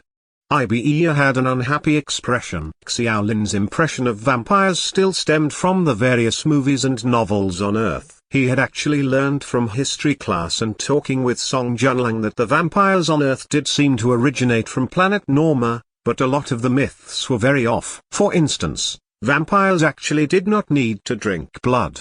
They just needed to absorb large amounts of protein, which blood was rich in. In truth, any substitutes were perfectly fine as well. Another example was that the fear of holy crosses was just an Earth-created myth. Vampires also did suffer from lower battle capabilities under sunlight, but they could absolutely function normally otherwise. Vampires were not actually evil creatures either, so Ibeia was not horrified when she learned about her bloodline, merely adapting to the new conditions. There were very few vampires on planet Norma, but most of them were extremely strong, which was a far cry from this weak little girl. However, Ibeia explained that it was because she was too young. 10 years old was basically an infant compared to the long ages of most vampires, so Ibeia practically had no combat ability. Are you afraid of death energy? Ibeia frantically nodded. The horror in her eyes did not seem fake this time. Lilith said meaningfully, to necromancers, vampires make for very good materials. So you should hide far away later and keep your distance from us. I know. Uncle will definitely protect me, right? Xiaolin looked at the big-eyed girl and said with some annoyance, I'm not sure what rank a spell charm is, but I hope you don't use it on me. Relax. My spell doesn't work on you. Ibeia consoled confidently. How do you know that? I tried to use it on you that night, but it had no effect. Ibeia quickly stopped herself when she realized she said too much. Lilith's gaze once again shot to Xiaolin, her thoughts obvious. "You freaking pervert." Xiaolin felt like he was never going to clear his name. They were not that far away from the third grey flame, and they quickly stopped outside a regular-looking house. It was very close, based on Xiaolin's perception, but they carefully checked the inside of the house, not noticing anything out of place. "Could there be a room underground?" Xiaolin asked. "I've already checked, I could not find any entrances to the underground." Lilith shook her head. "The two of you really are outsiders. Don't you know that our underground rooms are never built inside our houses?" Looking at the two of their frantic expressions, Ibea smiled off from the side. Lilith raised her tone. "Why didn't you say that earlier?" "You didn't ask." "I'm so sorry." Lilith's rage had led to Ibea hurriedly covering her head in fear. Xiaolin could not help but shake his head at Lilith. Even though they knew she was faking it, her cute and pitiful face had too great of an impact, and Lilith could not release her anger. "Then tell us, where are the underground rooms?" Xiaolin asked. It was fortunate that they had brought Ibea along, or they would have wasted a lot of time. Lilith and himself were still not that familiar with the natives. Ibea hesitated. "I think it's better if we hide. I'm feeling a large amount of evil death energy gathering here. It's not a good sign." "Do you even need to say that? We obviously feel it as well," Lilith said rudely. "If you're really afraid, you just need to give us the directions and we'll go alone." Thanks to Lilith's earlier explanations, Xiaolin could more or less understand Ibea's fear. Chapter 319, Dark Shadow Underground. This chapter is updated by Novels PL. Ibea was understandably unwilling to follow them, staying where she was after giving the two of them directions. Xiaolin and Lilith headed toward a small forest to the east of the house carefully. The underground room was at the edge of the forest. The wooden door was covered in grass, and they would probably not have noticed it if not for Ibea's reminders. The closer they got, the more dense death energy they started to feel in the air. It was obvious that there was something going on down there. Lilith immediately opened the wooden door, and her scythe appeared in her hand as she shot out flames towards the underground. Bang! The flames traveled along the underground room, and ripples could be heard from their vibrations as the flames seemed to have destroyed a pile of pots and bottles. A wave of heat could be felt from the entrance, causing Xiaolin to wipe away some sweat.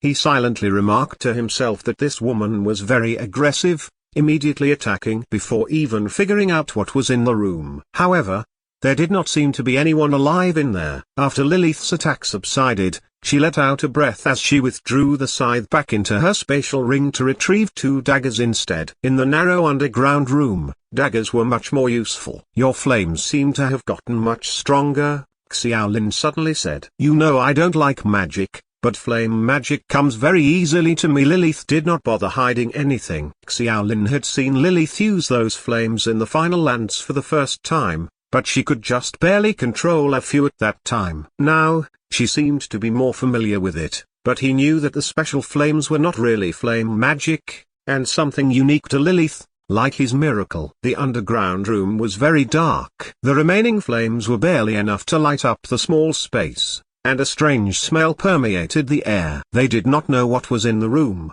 but even Lilith had a difficult expression on her face. It looked like she wanted to vomit, but was trying to hold it in. Xiaolin felt like laughing, but the urge to vomit quickly suppressed that. It was only as big as 2 rooms down there, and extremely messy. On the floor were various smashed-up bottles and strangely colored liquids. Xiaolin quickly figured out where the smell came from as he found a pile of red flesh-like objects in a corner. After checking it out, Xiaolin almost vomited out his dinner from last night.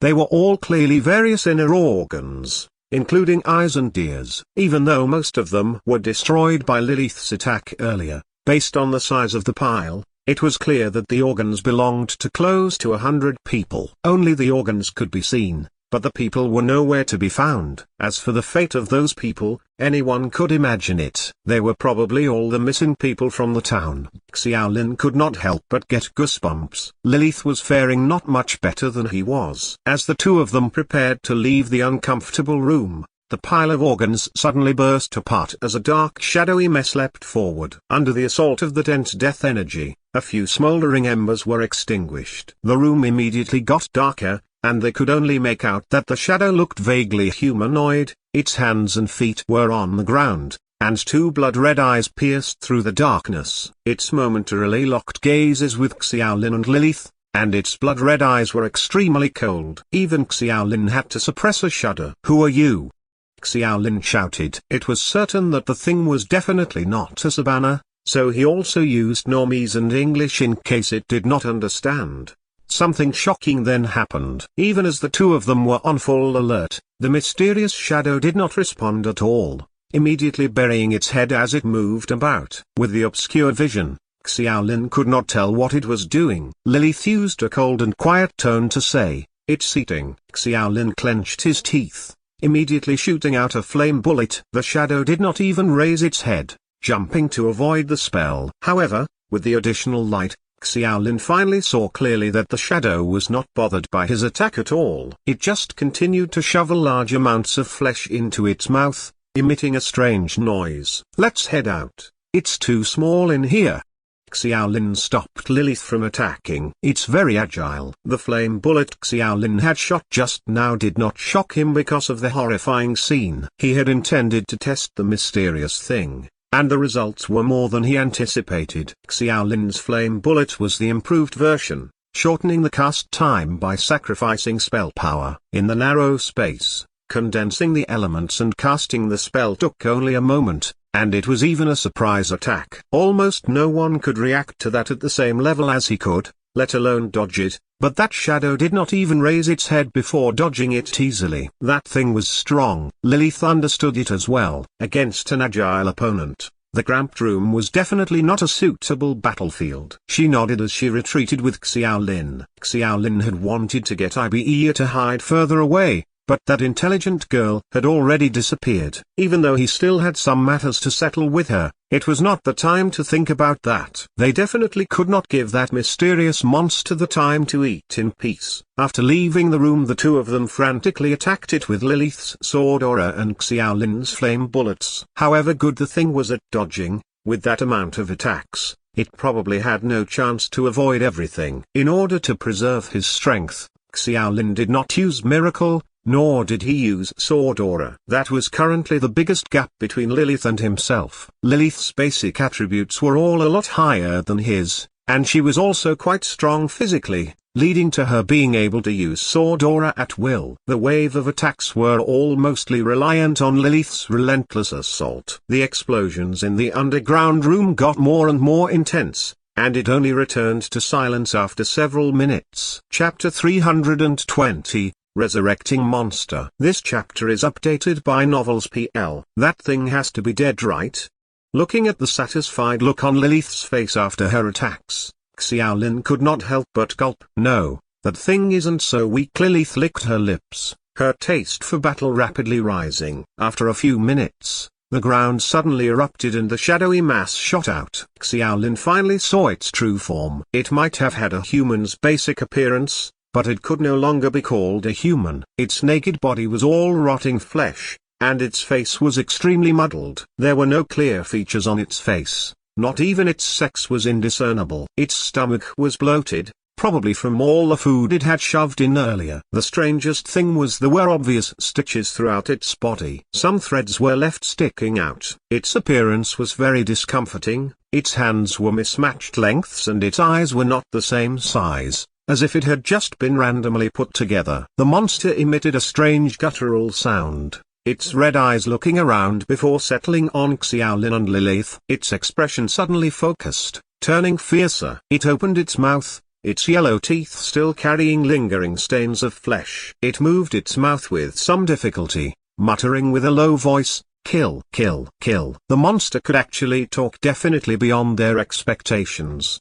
The third cloud of death energy that Xiaolin had felt earlier had to be from this monster, which meant it was undead. However, undead should not have any sentience, only able to be controlled by the necromancer, which was a Sabana. He did not have time to think about it as the monster started to attack. It was as fast as lightning. Xiaolin's eyes widened. He was only distracted for just a moment, but the rotting stench was already right in front of him. He did not even have time to activate Miracle before using Phantom Steps. but he was still hit by the creature's fist. A black wound appeared on his arm. Lilith's attack closely followed, but the monster's reflexes were extremely quick, and managed to easily dodge. Lilith had already switched back to her scythe, and her range of attack was a lot wider. She noticed how abnormal the monster's movements were as well. Xiaolin took the change to retreat to the back. The sword aura that came out from the scythe formed a net in the air, completely capturing the monster within. That was a skill unique to Lilith,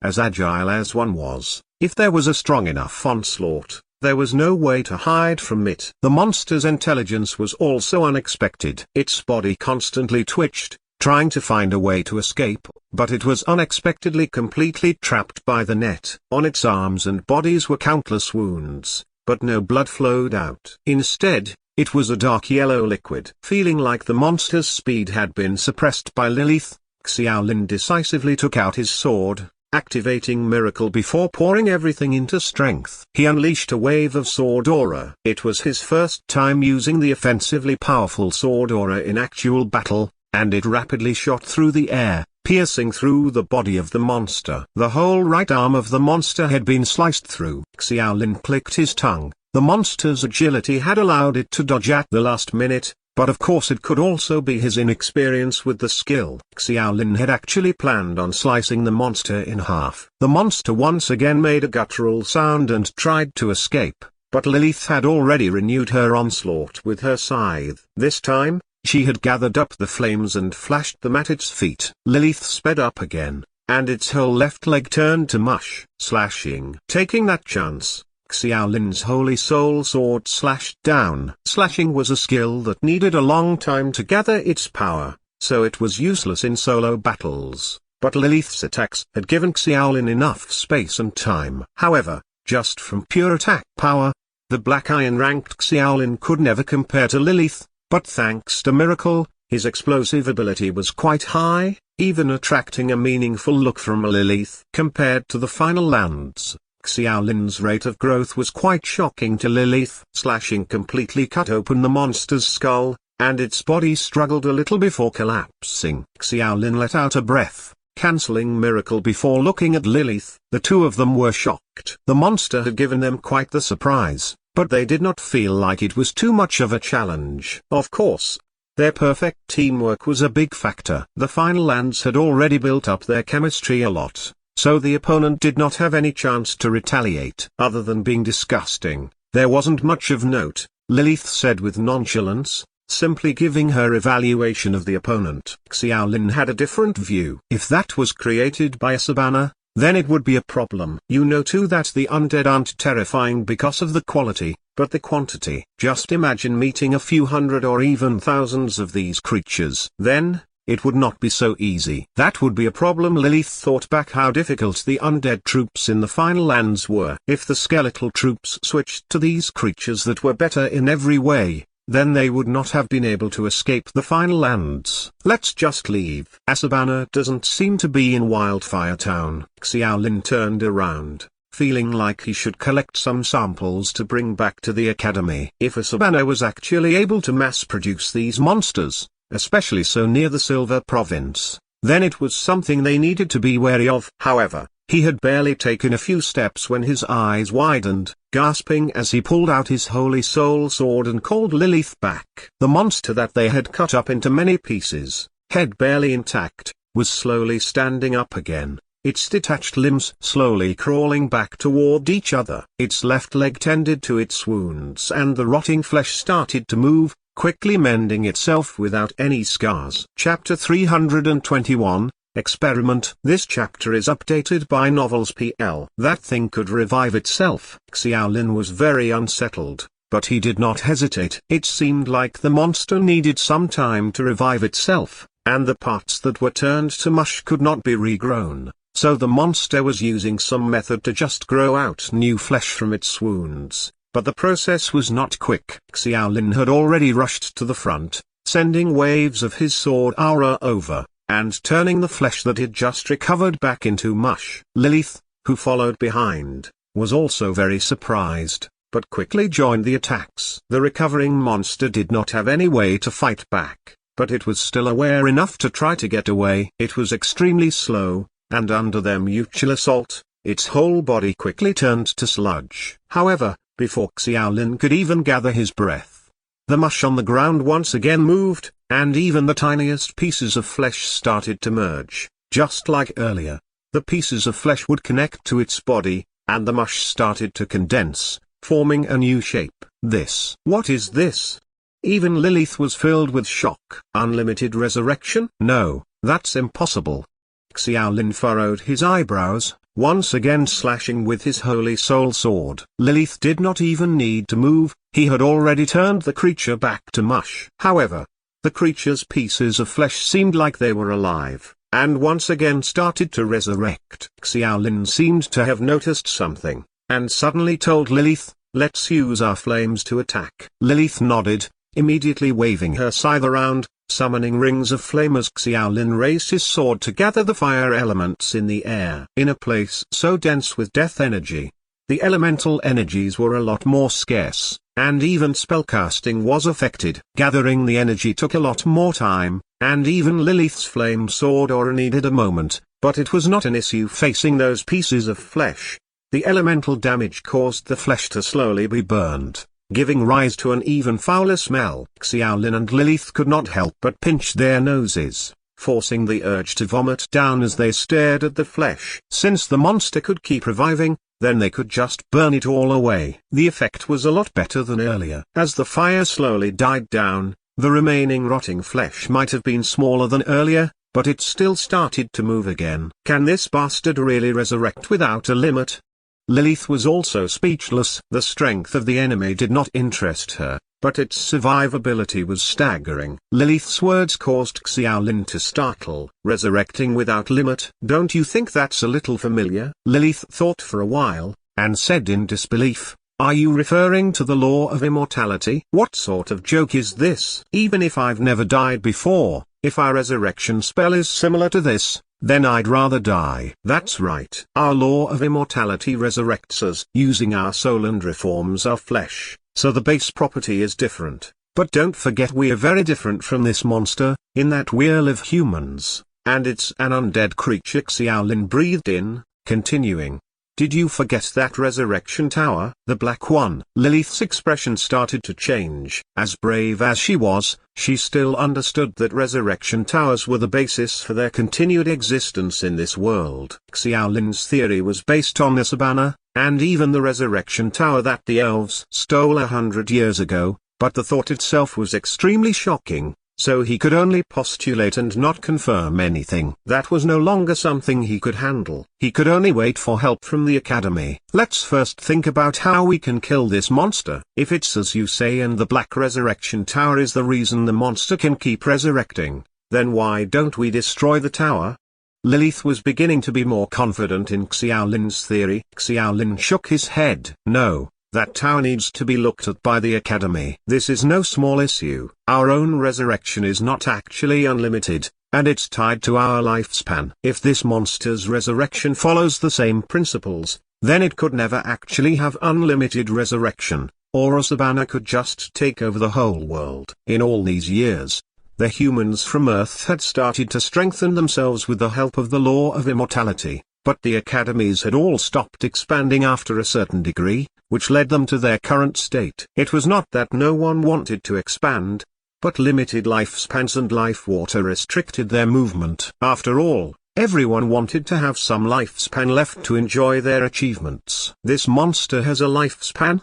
Lilith said suspiciously. I don't know. I'm just guessing. Ahem. Let's just try it out. Let's see how much this thing can take. So Lilith once again started her assault, while Xiaolin stood at the side to record how many attacks had happened, the speed of which the flesh would move after, and other data. As for why Xiaolin was in charge of such an annoying task, it was because Lilith felt like he was not strong enough, and there was no point for the two of them to work together for this. It was fine. Xiaolin was a little unhappy, but he could not deny that he was not as strong as Lilith. He decided to just conserve his strength, and Lilith did not seem to be at all interested in recording information anyway. After that, they started to perform various experiments. Under Xiaolin's urging, Lilith even took out a few different weapons to try. It was a pity they only had fire elemental attacks, or they could have tested the effects of other elements. Just as Xiaolin guessed, the monster could not resurrect perpetually. Every time it was cut down, the flesh's movement would get slowly, signifying the loss of lifespan. It took a total of 21 assaults before the flesh stopped moving. It rapidly turned black and turned to dust in the air. It's finally done. Lilith was a little tired, but the main thing was that she was extremely bored. Chapter 322. Night Lodging. This chapter is updated by Novels PL. In a dark room, a man who had a face full of scars opened his eyes. The muscles on his face were twisted but solid. Looking at the dark sky outside, he stared for a long time before saying impassionately, "It's finally over." Dead? Sitting in front of him was a man in black robes. His voice was magnetic, filled with curiosity. "That's right. I placed a necromantic eye nearby, and saw the whole fight. This result is pretty good. My theory is more or less a success. I just need to improve some things. To be honest, your so-called first experiment isn't satisfactory. Your intent isn't the same as ours. If it's just an undead of this level, I don't think it's worth anything." "Ah, relax. I said it was only the first experiment," the scarred man said. "Don't forget, this is very close to the colonist territories. We won't accompany you if you're planning on playing with fire. We still don't have the ability to fight them," the black-robed man said. "It's been so many years. I can't believe you're still so weak. I will leave if you keep on with this pointless slander. You really can't take a joke. Just relax. I've long since completed my preparations." "Ah, those people aren't completely united. I don't even need to do anything, and their internal struggles will win us enough time. Just trust me for the next step." "I hope that's true." Xiaolin and Lilith did not relax after exterminating the monster. Even if Xiaolin had entered the meditative world to make sure there were no more points of suspicion, they still did not relax and investigated their surroundings before finally giving themselves a moment of peace. Ibe returned as well, brushing aside any attempts to ask where she was. Xiaolin and Lilith did not press her either, but Ibe said after that, "I forgot to tell you, I noticed a necromantic eye on the clock tower in the middle of town while you were fighting." Xiaolin's eyes widened. There were quite a few basic necromancy spells in the library, and part of it was the necromantic eye. To put it simply, it was like a modern-day camera. With it, the user could observe everything that was happening in town. Who had used it? The answer was clear. Xiaolin and Lilith both muttered, "A Sabana." What was he looking at? Xiaolin did not feel like he had that much power, so he probably was just observing the monster. More accurately, a Sabana just needed something to test out his new toy, while Xiaolin and Lilith happened to be the best choices. "A Sabana? Do you mean the last high priest of the ancient Thunder Kingdom? Wasn't he killed off by all of you ages ago? Is he still alive?" Ibe was suddenly interested, and asked curiously, but the two of them did not answer her. The necromantic eye had quickly been noticed in the tower. It was a white eyeball, as big as a fist. It had been cultivated with a specialized necromancy spell, but did not have any other capabilities other than observation, so Xiaolin quickly destroyed it with a flame bullet. Just as Ibe had said, Wildfire Town had been completely surrounded by a grey mist, which was condensed death energy. Without any special protection, even the bronze-ranked Lilith would be sent straight to the nearest resurrection tower. The countless bones surrounding the mists were the best proof. The three of them thus decided to rest in the somewhat safe town for the night. Because they were worried that there might be undead or sneak attacks in the houses, they found a few blankets and bed sheets before setting up camp in the plaza. They were still worried, since destroying the necromantic eye was basically telling a Sabana they knew. No one knew if that old fart would turn up. Food was also a problem since they did not dare touch anything contaminated by the dense death energies, save for Ibe. Even though she hated death energy, it was actually not that harmful to her. Looking at Ibe happily munching on a loaf of bread, Xiaolin could only salivate while staring. But thankfully starving for a day or two was not a big deal. If the investigation team is at the resurrection towers nearby, then they should be here by tomorrow. Lilith said it was not a problem. The night was very boring. Being a normal man, Xiaoling staying with two girls could be something filled with intrigue and excitement. Something would already have happened if it was a romance movie. However, under the terrifying atmosphere,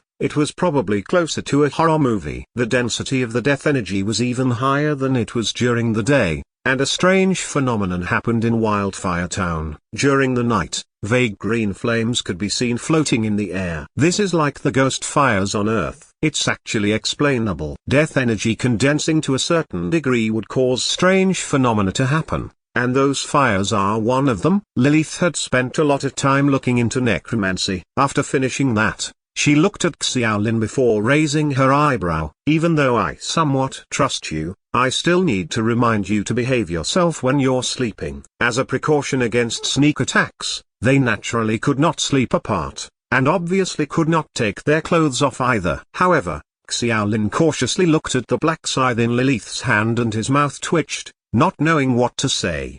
Who the hell slept holding a scythe? Xiaolin said exasperatedly. Relax. I'll make sure to keep my distance. I'd be in trouble if you suddenly had a bad dream. Oh Lilith, I trust you don't sleepwalk. Ibeia did not have any problems at all. As a vampire she actually did not sleep for a few days. However, it was like Lilith had said to Xiaolin in private.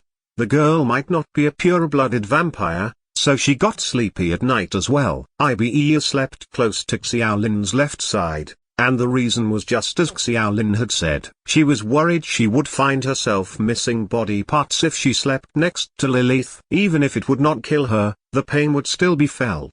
The little girl told Xiaolin some stories about Asabana.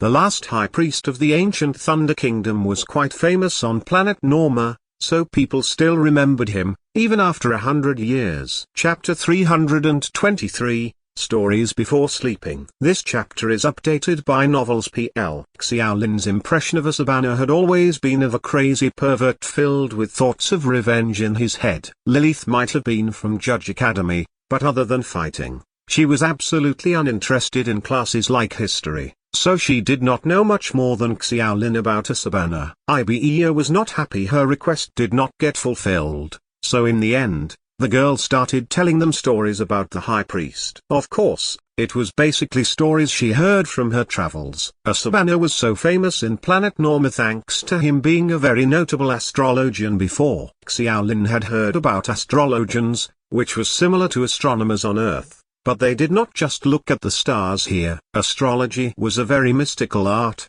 and could even be used to cast spells. It is said that the High Priest could even observe over 10,000 stars at his peak. Ibeia's words were filled with admiration and reverence. The girl seemed to be sincere this time. Even though Xiaolin did not know what was admirable about that old fart, he quickly realized Ibeia only admired his astrology skills. Over 10,000 stars?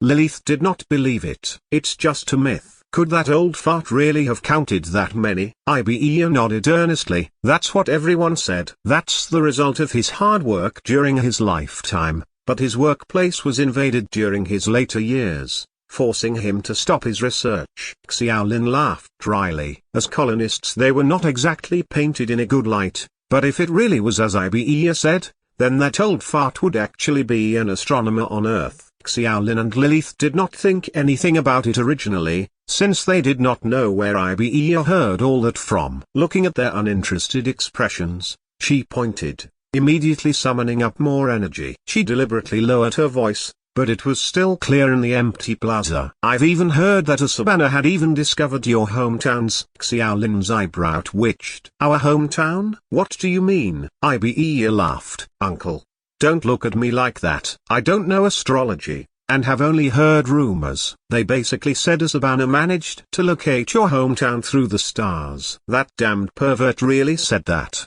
It's just a load of nonsense to trick naive girls like you.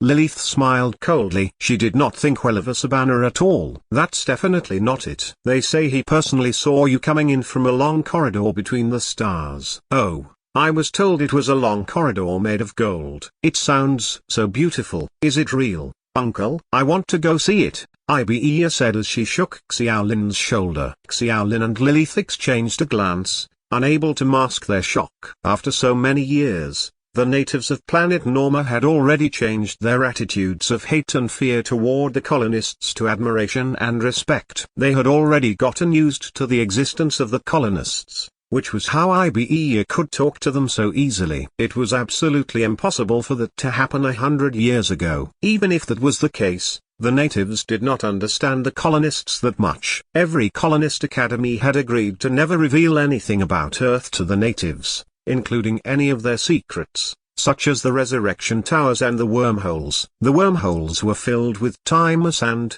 and every time the interspatial carriage moved, the sand would materialize. Looking at it from afar, would it not look like a golden corridor? It was impossible to make that comparison without personally having sat in an interspatial carriage, and the wormholes were one of their greatest secrets, never exposed to the natives in all their history. Xiaolin would obviously not admit it in front of Ibeea. He told her it was just nonsense and to not believe it. However, he still asked Ibeea where she heard it.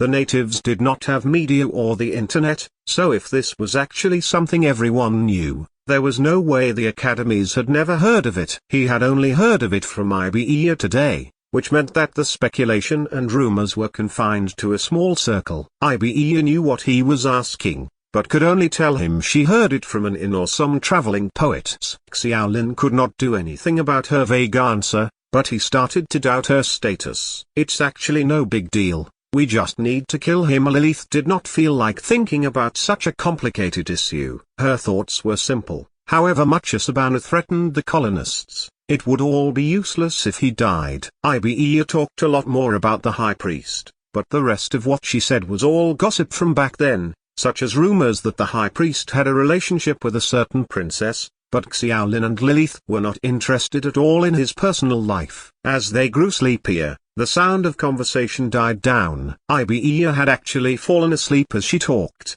and the light sound of snoring could be heard. Xiaolin felt like his arm was a bit itchy, and when he turned around, he noticed the girl had taken his arm as a pillow, hugging it tightly as she slept against him. Ibeea looked quite cute sleeping. As a vampire, Ibeea had an innate charm, and her cute and lively nature had merged with that seductive allure. She was going to be a nation-destroying beauty in the future. Xiaolin said that in his heart, but he was just admiring her. However, Xiaolin suddenly felt a sharp gaze. Turning around, Lilith soundlessly mouthed, "Freaking pervert." He was innocent. Xiaolin could not say anything, turning his gaze toward the sky. The occasional green lights flickering in the skies really affected his mood to sleep. To his left were Ibeea's trembling eyebrows as she slept. In order to not be a pervert, he could not help but turn to the right, but there, he saw Lilith's black scythe. There was no way he could sleep. Chapter 324,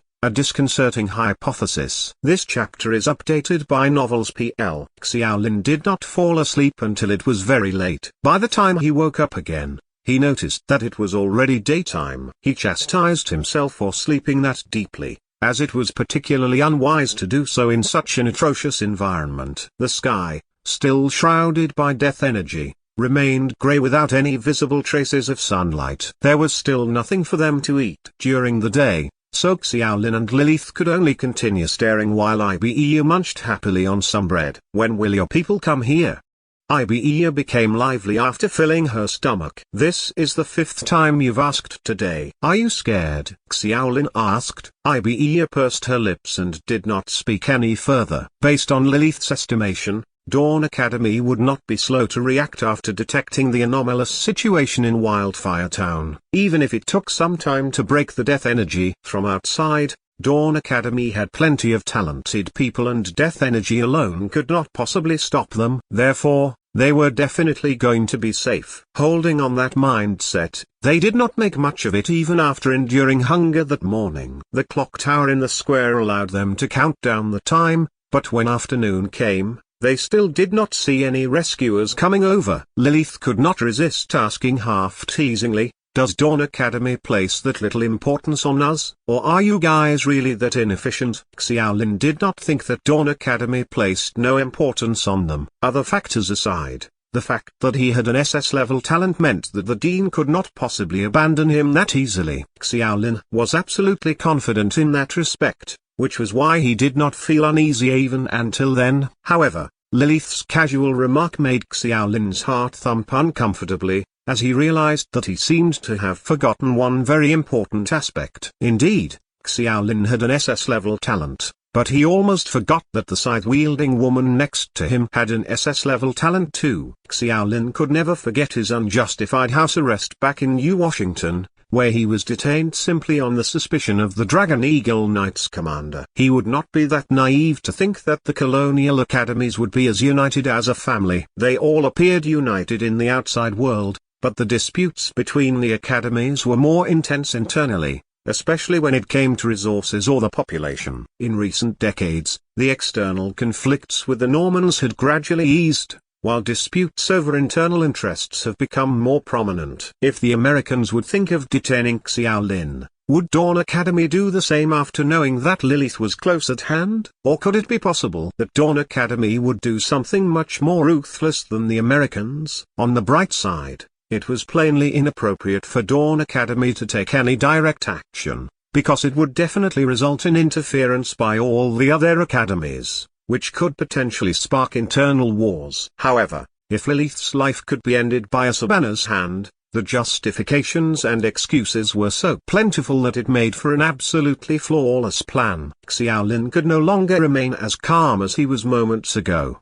The more he thought about it, the more he felt that the possibility was very high. That Dawn Academy was able to stand tall for more than 2 centuries was a sign that the higher-ups who controlled the academy were no saints. That was the reason for Xiaolin's surprise and hesitation when the student union president proposed for Lilith to come alone. Xiaolin did not want Lilith to come over and risk her life, but it was unfortunate that the woman inherently enjoyed the fun of taking risks. He was already mentally prepared for all of that. But the one thing he found unacceptable was that Dawn Academy did not send a rescue team even after so much time had passed. Their hidden intention was clearly to kill him along with Lilith. If Xiaolin speculated along the worst possible lines, he was even able to think up a perfect excuse for Dawn Academy. How can Judge Academy suspect that we did this on purpose when we lost our own SS level 2? The nearby Resurrection Tower would be even easier to deal with. Xiaolin already knew from the 3rd monthly exam that the Resurrection Tower was not indestructible, and the blame could logically be placed on Isabana, the old acquaintance of Judge Academy. Without the Resurrection Tower, Xiaolin and Lilith could only become wandering souls. Resurrection was no longer possible despite the existence of the resurrection law. Was it a good deal to exchange Xiaolin for Lilith? Xiaolin did not want to think about such a thing and continued to convince himself that the dean would not do something like that. Lilith still appeared rather indifferent, although she might have also sensed such an intention but kept it to herself instead of expressing them. The calmest person was still Ibea. Contaminated food and water had no effect on her, but her intelligence was very advanced for her age. She could more or less see that Xiaolin and Lilith were almost given up, so she kindly gave a suggestion. If nothing else works, why not come and join my family, and become a vampire? Lilith narrowed her eyes. Do you just need to bite us? Xiaolin was purely curious. Talking was better than thinking mindlessly to himself. Bite? Why do I need to bite you? I don't eat humans, uncle. Ibea said aggrievedly. Xiaolin cleared his throat a few times and ignored Lilith rolling her eyes. He realized that he had been misled by movies on Earth again, so waved his hand and said, just kidding. Don't mind me, you can just explain it. It's actually very simple. I can use my blood to transform your physique. It's completely unnecessary to do something as horrible as biting other people. So you don't need to bite me, but I would have to bite you? Xiaolin teased. Lilith then rolled her eyes at him again, as if to say, you sick pervert. Lilith questioned skeptically. It can't be that simple. If it was, the number of vampires would have increased everywhere, but as far as I know, your race is actually very scarce in number. You do know that, don't you? Ibea pursed her lips. Of course I do. The blood which has transformative properties derives from lifeblood, and it takes a huge toll on the body. Although the lifeblood of each vampire can be regenerated, the cycle is extremely long, up to decades or even centuries. But you're only a little vampire. Does that mean you have to transform someone else, then have that person transform another person? Xiaolin teased. Of course not. Our lifeblood needs sufficient time, and I barely managed to save enough of my lifeblood to transform others. Lilith could not help but smile. Then just let this perv transform. I'm not interested in becoming a vampire. Neither do I. I prefer being human. Xiaolin spread out his palms helplessly. Although that was what he said, an inevitable thought flashed through his mind. If Dawn Academy really wanted to abandon him and Lilith, and if the dense death energy continued to linger in the air for a long time, perhaps becoming a vampire was a good alternative to starving to death there. Chapter 325. An Odd Tunnel. This chapter is updated by Novels PL. The uneasy atmosphere gradually intensified, and aside from the occasional chat, Xiaolin and the others kept silent the entire day. Lilith had probably been able to guess what Dawn Academy wanted to do, and based on her reasoning, Xiaolin was implicated purely because of her. Even though she did not set aside her ego, her tone was somewhat apologetic. Xiaolin remembered that he had read similar information about how people could last up to 3 days without drinking water or eating. Although Lilith mentioned that their physique was better than that of Earthling after reaching the Black Iron rank, it only lasted for 2 to 3 days. Death was all but certain if they could not get food and water in time. Meanwhile, Ibe seemed even more enthusiastic about recommending Xiaolin to become a vampire. So much so that she strived to promote the advantages of the vampire race. Although Xiaolin had no interest in becoming a non-human entity, he had to consider such a possibility if something really could not be done. It was evening when there was finally a development. Rather than someone coming in to rescue them or the thick fog showing signs of dissipating, they found a secret passage in the basement where the monster appeared earlier. Neither Xiaolin and Lilith wanted to go near that place, as it was in ruins after the monster was annihilated, along with the reeking stench of rotting flesh and internal organs. However, Ibe returned there again and seemed to ignore everything. She had been afraid of the undead earlier, but her fear and disgust had been forgotten after the monster died. She said that she was looking for something to use there, and Xiaolin wondered if she wanted to find some meat to roast for them to eat. What a sick joke that would be. Xiaolin did his best to hold back a desire to vomit. He somewhat guessed that the organs were probably from the townspeople of Wildfire Town. All things aside, he would rather die than eat human flesh. Ibe spent more than 2 hours getting busy before coming back. Instead of bringing back human flesh, she brought back some surprising news. The two of them quickly followed her to have a careful look, and they pinched their noses to endure stench. Xiaolin found that the basement's ruins seemed to have traces of being cleaned up, but none of them touched anything since they left the day before. Ibe said that she visited just to pass the time, but it was obviously a half-hearted answer from her. Xiaolin pondered while looking at Ibe, and he later noticed that Lilith was in deep thought too. When Ibe turned around again, their expression reverted immediately to calmness. "Come and have a look. Come here and look. It's here."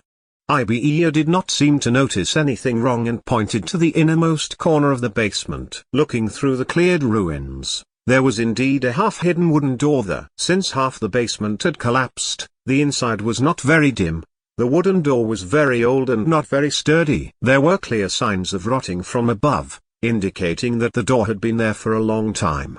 Their previous day's fight with the monster probably led the doors to become loose, with the door joints being completely broken off too. Xiaolin casually conjured up a flame bomb and blasted the door open. Behind the wooden door was a deep, narrow tunnel. There are a few magic lamps hanging at the entrance of the tunnel, but the innermost areas were still dark. In Planet Norma, magic lamps were one of the more practical lighting tools, as they used energy ores to release energy in the form of a light source. However, such magic lamps were an exclusive item of nobility. Of course, the nobility being referred to were the nobles among Planet Norma's natives.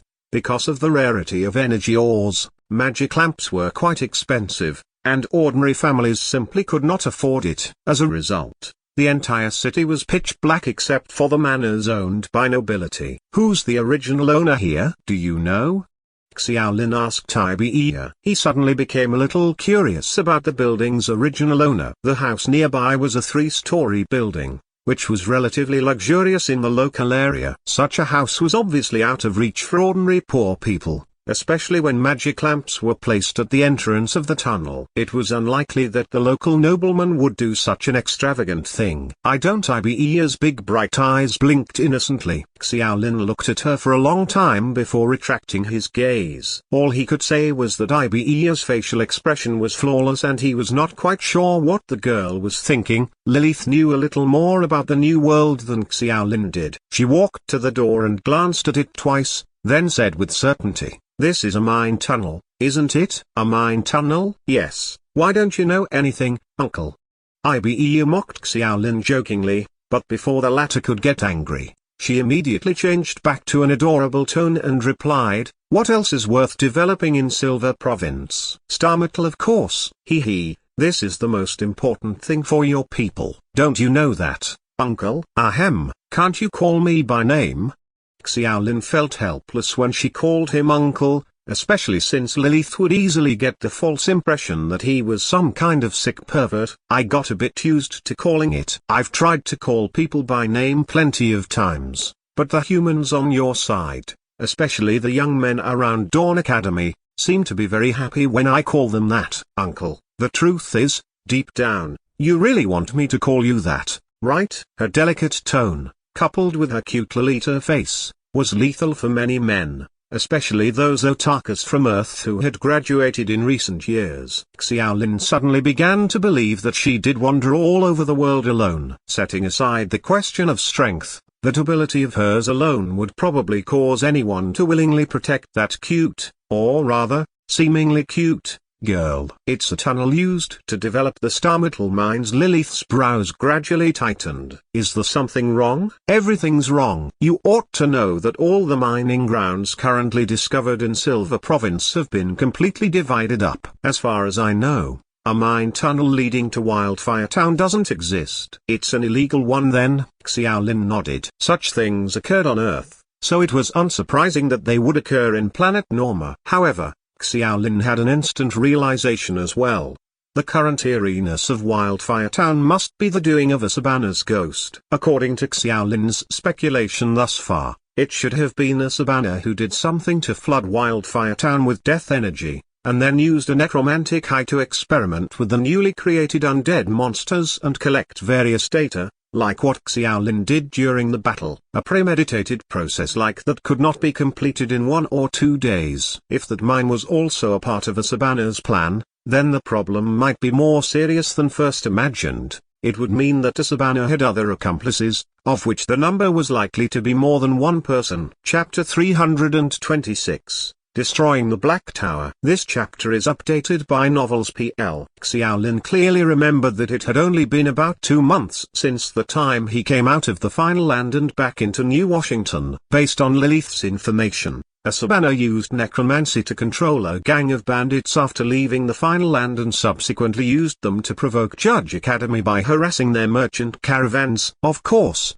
a Sabana would not do such pointless acts for no reason. Xiaolin guessed that it was probably to buy some time. As to the question of what a Sabana was trying to buy time for, Xiaolin felt that they might get the answer soon enough. The mine tunnel was now their last hope, but before leaving, Xiaolin suggested that he and Lilith return to the town square to try and find ways to destroy the strange Black Resurrection Tower. Xiaolin initially planned to leave a complete Resurrection Tower for future people to come in and research, but in the present situation, he was likely to become Dawn Academy's abandoned boy. Even though he still believed that the dean would never make such a decision, it was still very difficult to quell the resentment in his chest. He felt that he had to do something to vent his anger out. Since they wanted to leave him to his death, Xiaolin felt that there was no need to leave the complete Resurrection Tower behind. In any case, the current Black Tower was completely unable to resurrect the colonists too. Destroying a Resurrection Tower was no small feat. The design of a Resurrection Tower was to prevent ordinary Black Iron or Bronze rank individuals from destroying it on a whim. However,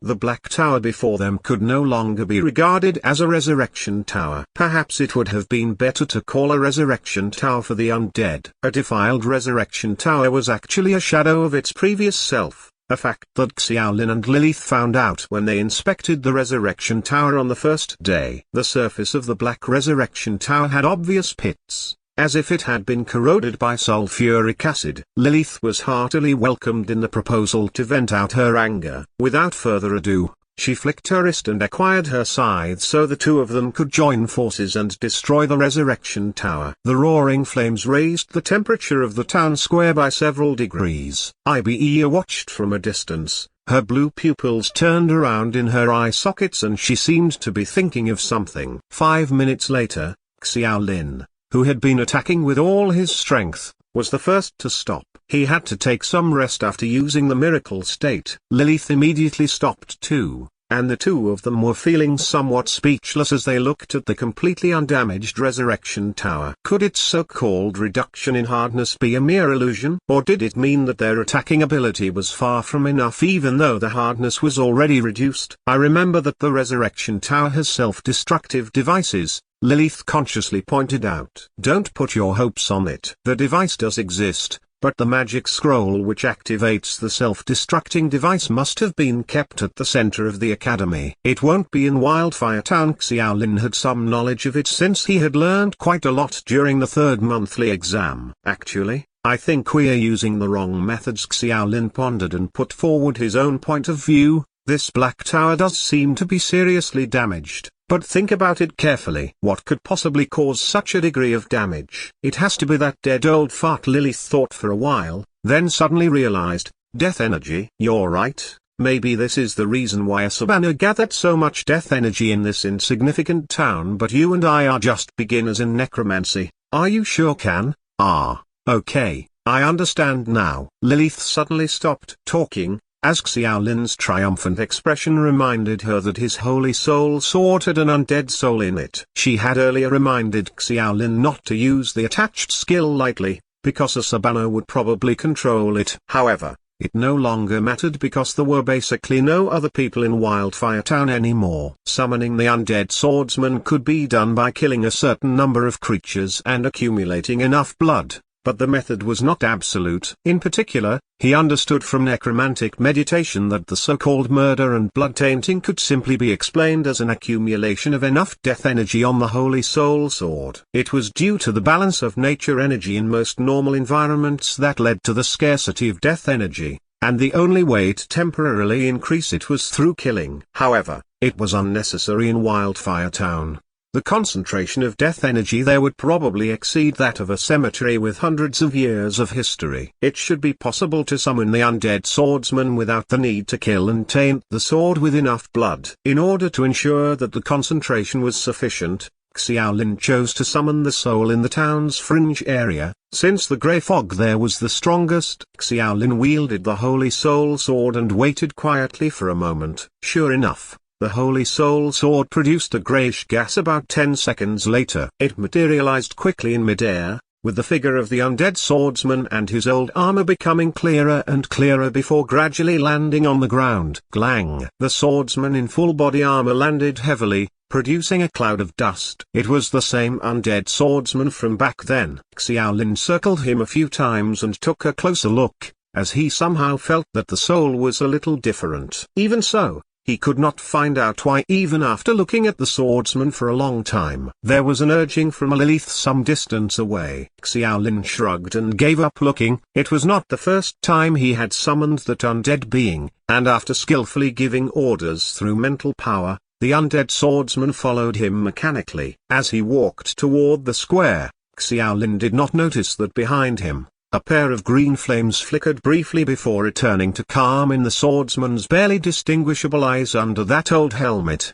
The undead swordsman's strength was not that strong, and undead creatures themselves had no thoughts, which made its actions seem like a rigid machine. Despite being quite useful as a human shield of sorts, it was still difficult to rely on its combat power. However, since it's an undead creature, its own attacks will be accompanied by undead aura. At the very least, the effects of its attack on the Resurrection Tower will probably be better than either of us. Xiaolin mentally issued an attack command as he made that remark. The swordsman dragged the huge sword and walked forward slowly. He raised it up high, then swung it toward the center of the resurrection tower. Glang! A crisp impact sound was heard. The undead swordsman was slightly shaken back a few steps by the rebound force coming from the hilt, but there were finally traces of a crack on the surface of the resurrection tower. 1 strike, 2 strikes, 3 strikes. The uninterrupted attack lasted for more than 10 minutes, but Xiaolin noticed the numerous gaps in the undead swordsman's weapon and could not help but feel frightened again by the hardness of the resurrection tower. That was the extent of it, however, and a dull cracking sound was heard right after the sword's last strike. The whole resurrection tower began cracking from the center, and countless cracks began spreading out to all directions. The tower was about to crash in the blink of an eye, as the cracks had reached deep into the Black Tower, causing the entire structure to be fragmented. Xiaolin took advantage of the situation and lightly produced a flame bomb. Following the burst of flames, the Black Tower collapsed. Chapter 327, Going Through the Mine Tunnel. This chapter is updated by Novels PL. The second the Black Resurrection Tower was destroyed, the entire Wildfire Town seemed to undergo a slight fluctuation. Xiaolin immediately frowned, and he felt that something in his body was drawn away along with Black Tower's collapse. Lilith seemed to feel the same way and she nodded at him. Xiaolin understood in an instant. That strange feeling probably meant that he was no longer within the scope of the Resurrection Tower. Earthlings who obtained the Resurrection Law possessed a thread-like connection with the Resurrection Tower. Once the structure disappeared, the connection would also be severed, and the change was a noticeable one. It basically verified Xiaolin's previous underlying concern. Sure enough, the other resurrection tower closest to that place had also been deliberately destroyed, and the purpose is to bury Lilith there. After destroying the Black Resurrection Tower, they came back to the mine in the basement. Xiaolin and Lilith each took a magic lamp from the door and explored the depths of the mine tunnel under the dim yellow light. The air inside was not very good, but the airtightness of the mine tunnel prevented death energy from coming in. They walked and observed that there were many wheels and footsteps on the wet ground. It was clear that someone had entered and exited the just recently, which meant that there was a functional exit on the other side of the mine. Of course, it was inevitable that they would consider various other possibilities. For example, there might be more monsters that could resurrect, just like what happened a day ago. Or perhaps Isabana himself might engage them in battle. On the other hand, Xiaolin and Lilith's physical strengths would have dropped after going 2 days without food or drink. Most importantly, they were not within the scope of the Resurrection Tower at that moment, so it did matter how much lifespan they still had, because their life would end if they were killed. Neither could not afford to die, and it would be ridiculous for them to claim that they were not nervous at all. Xiaolin did not retract the undead swordsman but continued to have him lead the way instead. If they encountered a possible attack, the swordsman would be there to cushion them like a human shield. However, Xiaolin was well aware that his mental energy would continue being used up the longer the undead swordsman stayed outside. In any case, their hopes of survival caused them to gradually quicken their pace. The mine tunnel was longer than expected, proving that it could not have been completed in a short time. No one knew how many years ago that place was dug out. The deeper they went, the fewer the presence of magic lamps. The light was not very strong when they relied on the lamps that the three of them hold. In addition, the mine tunnel was twisted and extremely narrow. Encountering an enemy there would be very troublesome, so their pace once again slowed down. 2 hours later, Lilith, who was still in the mine tunnel, could not but break the silence. We should have already left the Wildfire Town area, right? Although she deliberately lowered her voice, it still reverberated in the mine for quite some time. So far, they did not encounter any monsters or enemies, so the mine was either abandoned, or the miners had left after nightfall. Xiaolin nodded. We might be a bit slow, but Wildfire Town isn't that big. Where are we going if we're leaving Wildfire Town? Xiaolin was not very familiar with Silver Province. Based on the initial plan, they were supposed to rest in Wildfire Town and rendezvous with Judge Academy's people before departing. Neither of those people had the final say on where they were supposed to go, but that was also a silver lining. Leaving Wildfire Town was equivalent to leaving the confinement of that thick fog. Lilith knew nothing about what lies beyond the exit, but she was quite sure that it would not be any of the presently known mines. The fact that someone dared to secretly mine star metal in Silver Province under the noses of many colonial colleges was an incident that surprised her even more than a Savannah. Half an hour later,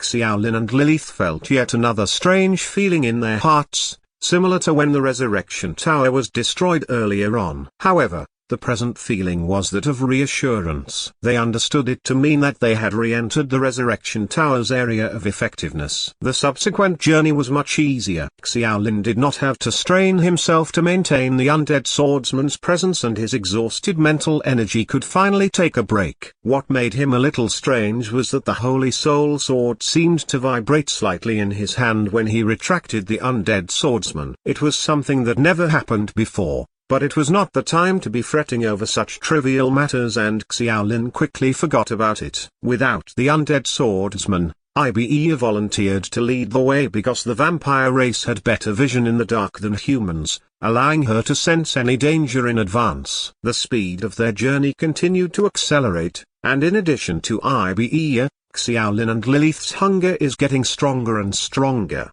At that point, it was probably nightfall outside of the mine tunnel, which meant that they had gone 2 whole days without eating or drinking. The mine tunnel that they were originally wary about was slowly becoming a point of annoyance at that moment. They could not wait to see the light at the exit. On the way, Ibe continued to explain more benefits of becoming a vampire to Xiaolin, making Xiaolin feel as though she had the potential to become a multi-level marketing sales girl. With Ibe as the intermediary along the way, the other two did not feel too bored. About 2 more hours later, Xiaolin clearly heard the sound of strong wind, and the mine tunnel gradually became bigger. Surprised and delighted, he quickened his pace again. After another quarter of an hour, their eyes suddenly lit up, with the starry double moon sky appearing right before their eyes. Xiaolin took a breath of fresh air and his lungs felt unusually refreshed. If he had not considered the fact that they were not entirely safe yet, he would have loved to yell into the sky a couple of times. The journey lasted more than 4 hours, and because the second half of the journey was done at a quicker pace, the entire journey added up to nearly half a day. Such a long-distanced mine tunnel left them wondering what the original purpose of developing it was. I think we're in the southern part of Silver Province now, Lilith estimated based on the distance and time. They were located in the depths of a valley, surrounded by stretches of mountains that had lush jungles on top of them. There clearly seemed to be an absence of towns nearby, and according to Lilith's understanding, the entire southern region of Silver Province was surrounded by mountains. Going past those mountains, one would then enter into the central area of Silver Province, where a large basin was situated. It was also the main area that was rich in star metal. The three of them advanced slowly and vigilantly through the valleys. At the foot of the mountains were a number of mining tools lying around. Several huge crucibles were also present on the empty ground not far away. However, some of the crucibles had fallen to the ground and the remaining contents were completely solidified, signifying that they had been abandoned there. Despite that, it appeared as though they had not been left behind for too long, perhaps maybe a few weeks or a few months. Chapter 328, Mining Ground. This chapter is updated by Novels PL. So this is the mining ground for star metal. It's incredible. This mountain range had been searched through long ago and it should be impossible to find any more star metal here. Lilith walked over and sighed while opening her palms. In it were a few broken rocks. Xiaolin took them and looked closely with the aid of the magic lamp. They were just ordinary rocks, but there were grains finer than sand mixed on the rock's surface. Those particles glowed faintly in a silver-gray light just like stars shining in the night sky. Is this star metal? It's pretty, but doesn't seem like a lot. Xiaolin threw the rock aside. Very few silver particles were present in those fist-sized stones. Yes, star metal is very scarce in quantity and so far, it has only been found in Silver Province. Although the current reserves are still plentiful, they'll be used up sooner or later. By then, Lilith suddenly remembered that the little vampire Ibe was right next to her. She wanted to say that their resurrection tower would not be able to be built if that happened, but she thought better of saying those stuff in front of the natives. Xiaolin also understood what Lilith meant, but it was not up to them to think about the future. He turned and looked warily at Ibe next to him. The little vampire had a look of utter innocence and curiousness. Xiaolin thought about it and passed her the rock in his hand. "Thank you, uncle."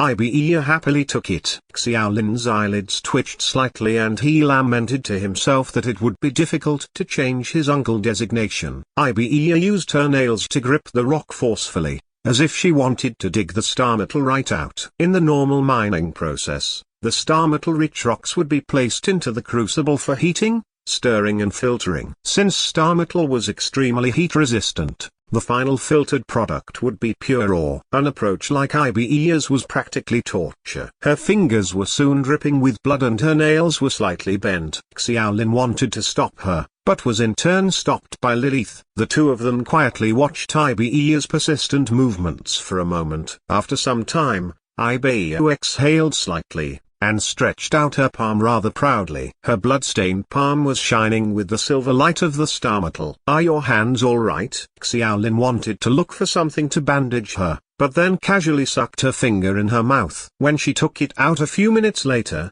the wound had healed more than half. The healing ability was so powerful that it startled Xiaolin, and Lilith was frowning pensively too. The group continued to explore the valley again, and a few stone houses were present at the exit. There was nothing in the house except for basic daily utensils. Xiaolin was elated because they finally found water and food there. From there on, the death energy seemed to be confined to the area within Wildfire Town. There was no sign of contamination and he could eat it with confidence. What left Xiaolin feeling a little concerned was a half-covered pot of soup on the kitchen stove that had long since dried up. It seemed that the owner there had no choice but to leave it behind and depart the area in a hurry, so much so that they could not care less for the food on the fire. It had turned inedible, but there was a lot of dried meat and bread around. Xiaolin ate a piece of bread and drank a few mouthfuls of water, but he still felt unsatisfied. He licked his lips after seeing the dried meat,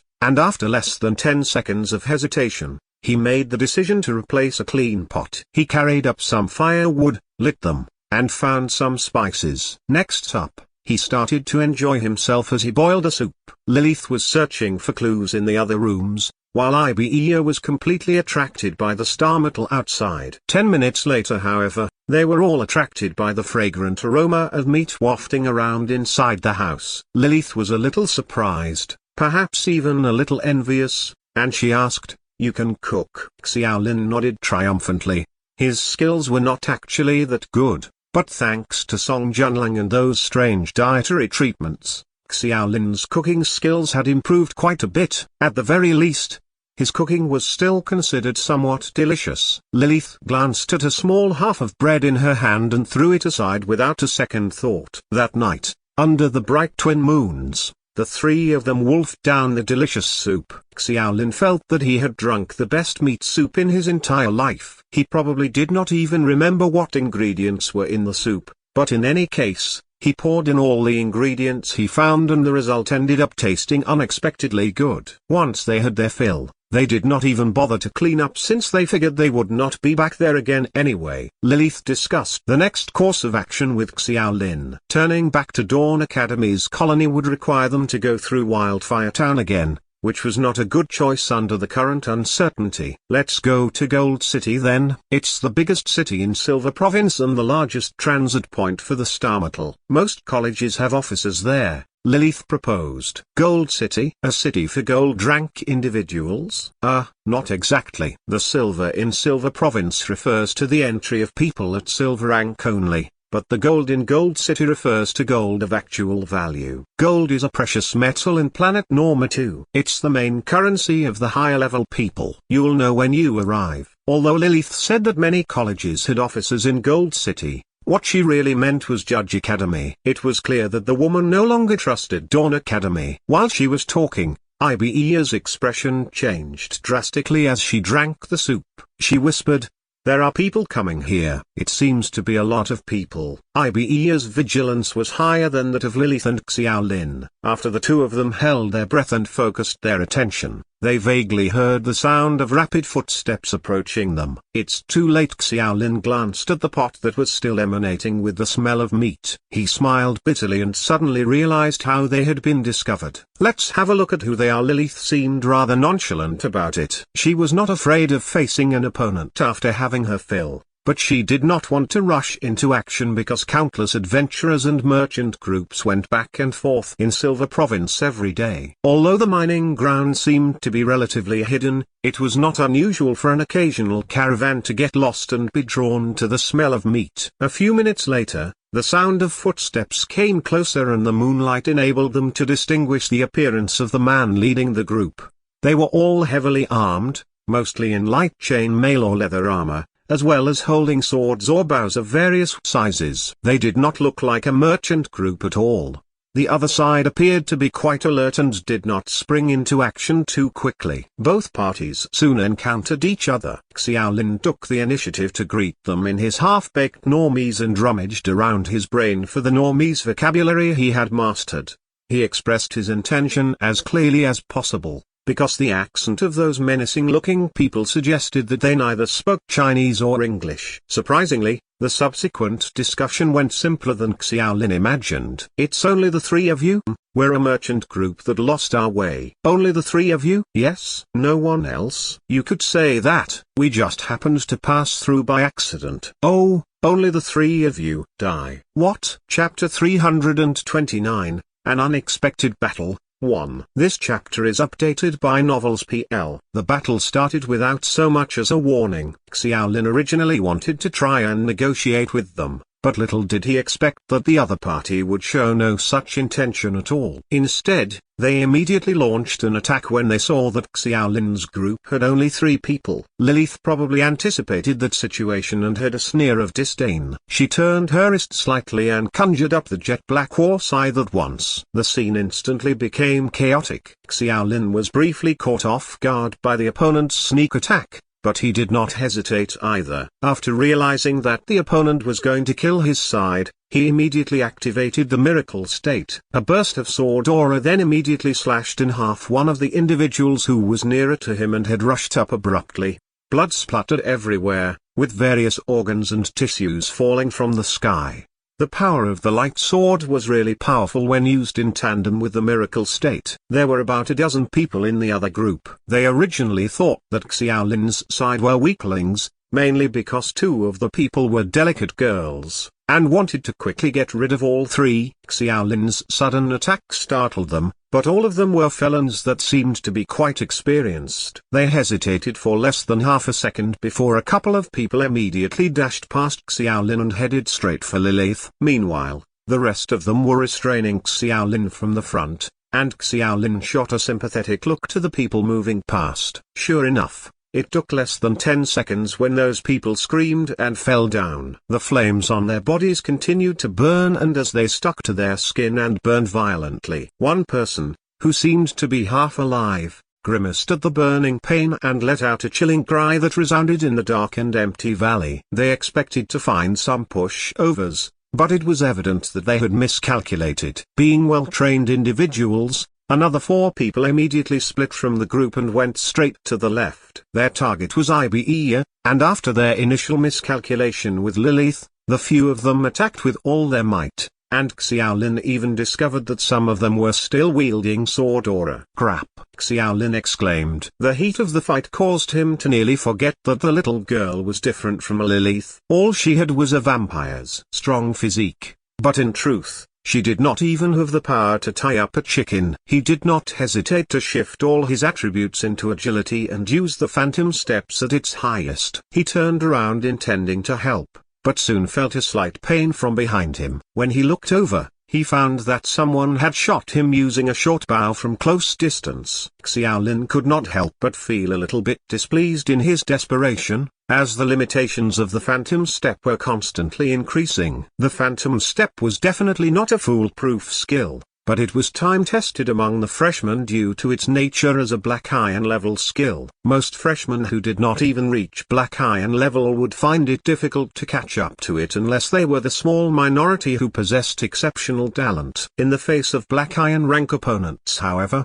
the role of Phantom Step was reduced tremendously. The problem was not very prominent during the third monthly exam because the orcs they faced were not known for their speed and skill. However, the limitations of the Phantom Step were finally laid bare once again. The strength of that group was not very strong, and Xiaolin had an absolute advantage in the miracle state during brief weapon clashes. However, his defensive ability was very low when facing a longer range attack. It hurt. Xiaolin gritted his teeth. He originally thought that he would not need to fight since he had powerful companions within the investigation team assigned for the journey. As a result, he only brought the essential weapons and did not wear any armor. After all, it was very uncomfortable to wear heavy armor constantly. Luckily for him, however, the arrow did not hit a vital point and merely struck him below the shoulder. Xiaolin reached back and pulled it out, causing blood to begin spurting immediately. It did not concern him that much though,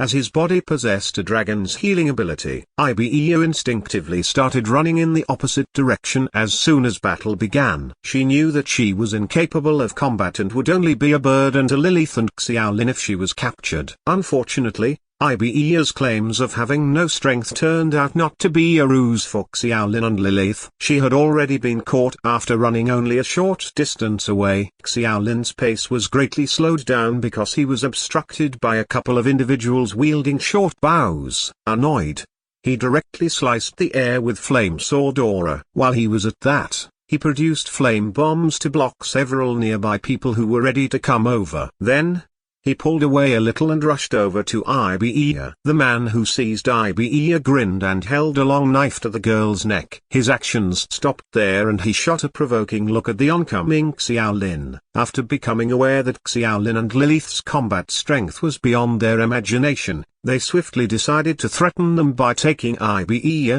the weakest of them all, as hostage. The man mumbled something, but his accent was too heavy and Xiaolin could not understand what those words meant. The situation put him in a tight spot. He had known Ibu for just a few days and she was a very mysterious girl, even to the extent that he and Lilith were secretly wary of her throughout the entire time. In any case, Xiaolin could no longer bear to act any slower when he saw the adorable girl's trembling pupils and tear-stained delicate face. He shouted in some terrible Normese, "Let her go. You want to fight? I'll fight. Why involve a child?" The man said something in reply and then stretched out his dirty hand to forcefully stroke Ibu's face. He then put on a goading expression for Xiaolin. Xiaolin saw red and Lilith was occupied with the others. Although the battle situation was extremely favorable for Lilith, the other party had considerable experience. When they realized that it was pointless to fight the crazy woman from the front, they deliberately distanced themselves and nimbly avoided her scythe's attack range. Ibu originally had a horrified look, but as soon as the man touched her face humiliatingly, a ruthless look suddenly appeared in her eyes and she moved her head forward to the blade, causing it to cut through her neck. Although the man was shocked and quickly retracted the knife, it was already too little too late. A torrent of blood gushes out, dyeing Ibu's white dress red. She used so much force that the sharp blade nearly cut off her entire head. Her kind fell down like a kite on a snapped string. She no longer moved, and the expression on her face remained frozen on her final smile. Ibu. Xiaolin was utterly enraged. Whatever the circumstances might be, Xiaolin could never accept the fact that such a cute and lovely girl had died before his eyes. The man opposite was still stunned and stared blankly at the dripping blood on his hands. He probably did not believe that the girl actually had such courage. "I'll kill you." Xiaolin felt something blooming in his body. The next moment, his entire body rushed towards the man like a meteor. Chapter 330,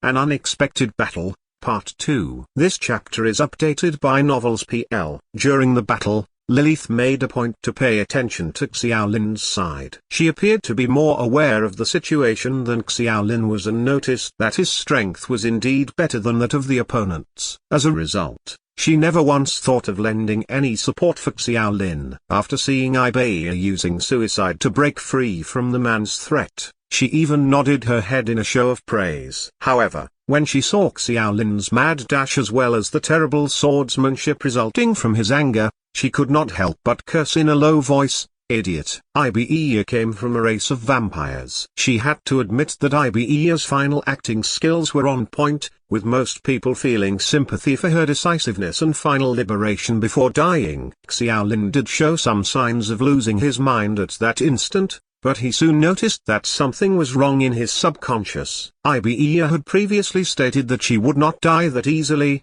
but when he wanted to calm down the anger in his heart, he was horrified to discover that his anger seemed to have a life of its own, desperately trying to erupt on its own beyond his control. Xiaolin had not yet deactivated his miracle, and after an instant of anger, his speed was once again elevated to a higher level due to the miracle state's properties. His phantom-like speed left the opponent with no time to react at all. Glang! Xiaolin's holy soul sword had already slashed through the body of the man who had grabbed Ibeya. The light sword's wave tore the man's body in half instantaneously, killing him on the spot. The other two people next to him quickly evaded and placed their guards up after a brief horror. Their reaction was quick, and they distanced themselves by more than 10 meters in just a few seconds. However, Xiaolin's next move was even more shocking.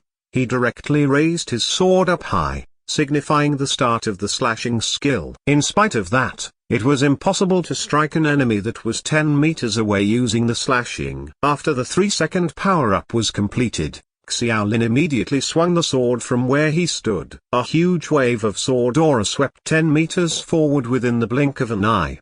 The next second, the man's body was crushed by the sword aura. Mangled and mutilated, he fell onto the ground and was no longer able to stand up. A fusion attack of slashing and wave sword aura.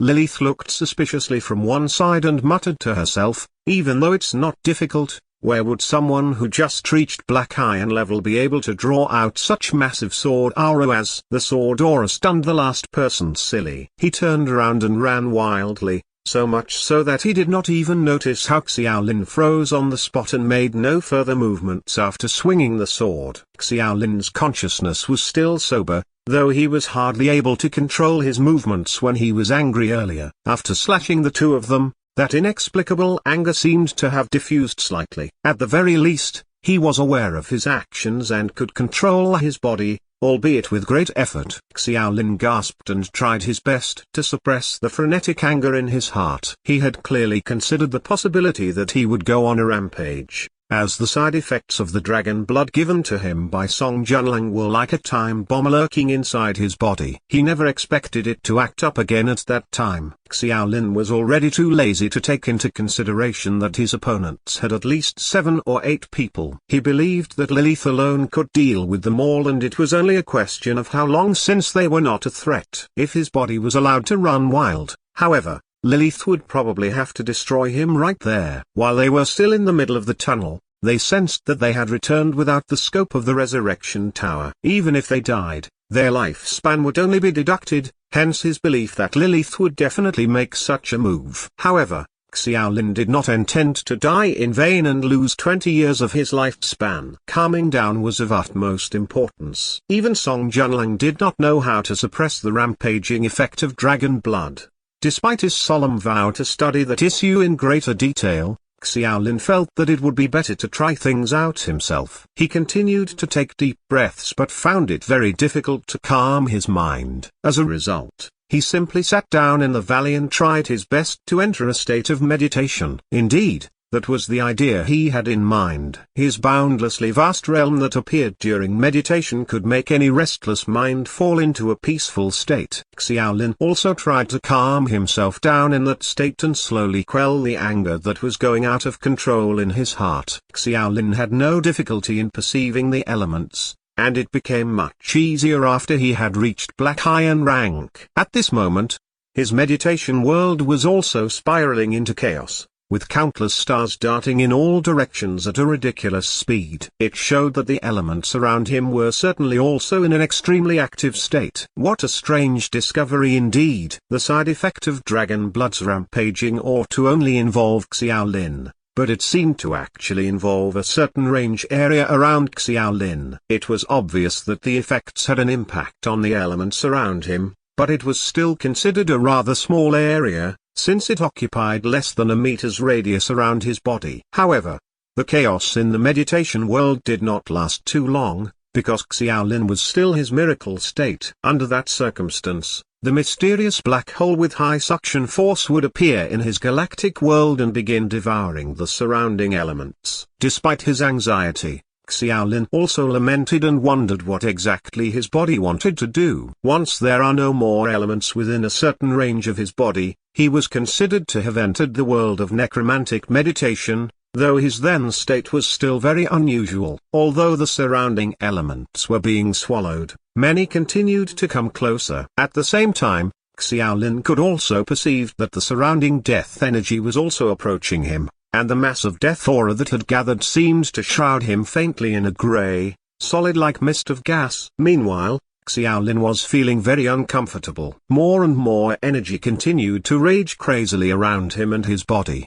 He did not know whether he could survive if that continued. He needed to drain and discharge all that energy, whether it was the elemental energy or death energy. Xiaolin then thought of something that might allow him to achieve that goal. He suddenly opened his eyes, exited his meditation world, and eagerly drew out his Holy Soul Sword. 2 consecutive kills caused bloodstains to appear on the Holy Soul Sword's blade, but it had not reached an adequate level yet. Fortunately, his brief meditation had allowed him to gather a lot of death energy and his summoning proved to be a success. Indeed, the fully armored undead swordsman had appeared beside him. "Lilith, I'll leave you to deal with those people. Don't let them disturb me." Xiaolin turned around and ordered loudly. He then put his palm on the swordsman's armor, and when he closed his eyes again, he gradually felt the death energy starting to gather on the undead being beside him. Death energy had no consciousness, yet it also possessed the most basic of intellects. Their inherent nature was to gather towards similar energy or around it, which explained why places like cemeteries had such a high concentration of death energy. Chapter 331, A Suppressed Rampage. This chapter is updated by Novels PL. The battle was still ongoing, and although the other side still had a dozen people standing and therefore possessed a numerical advantage,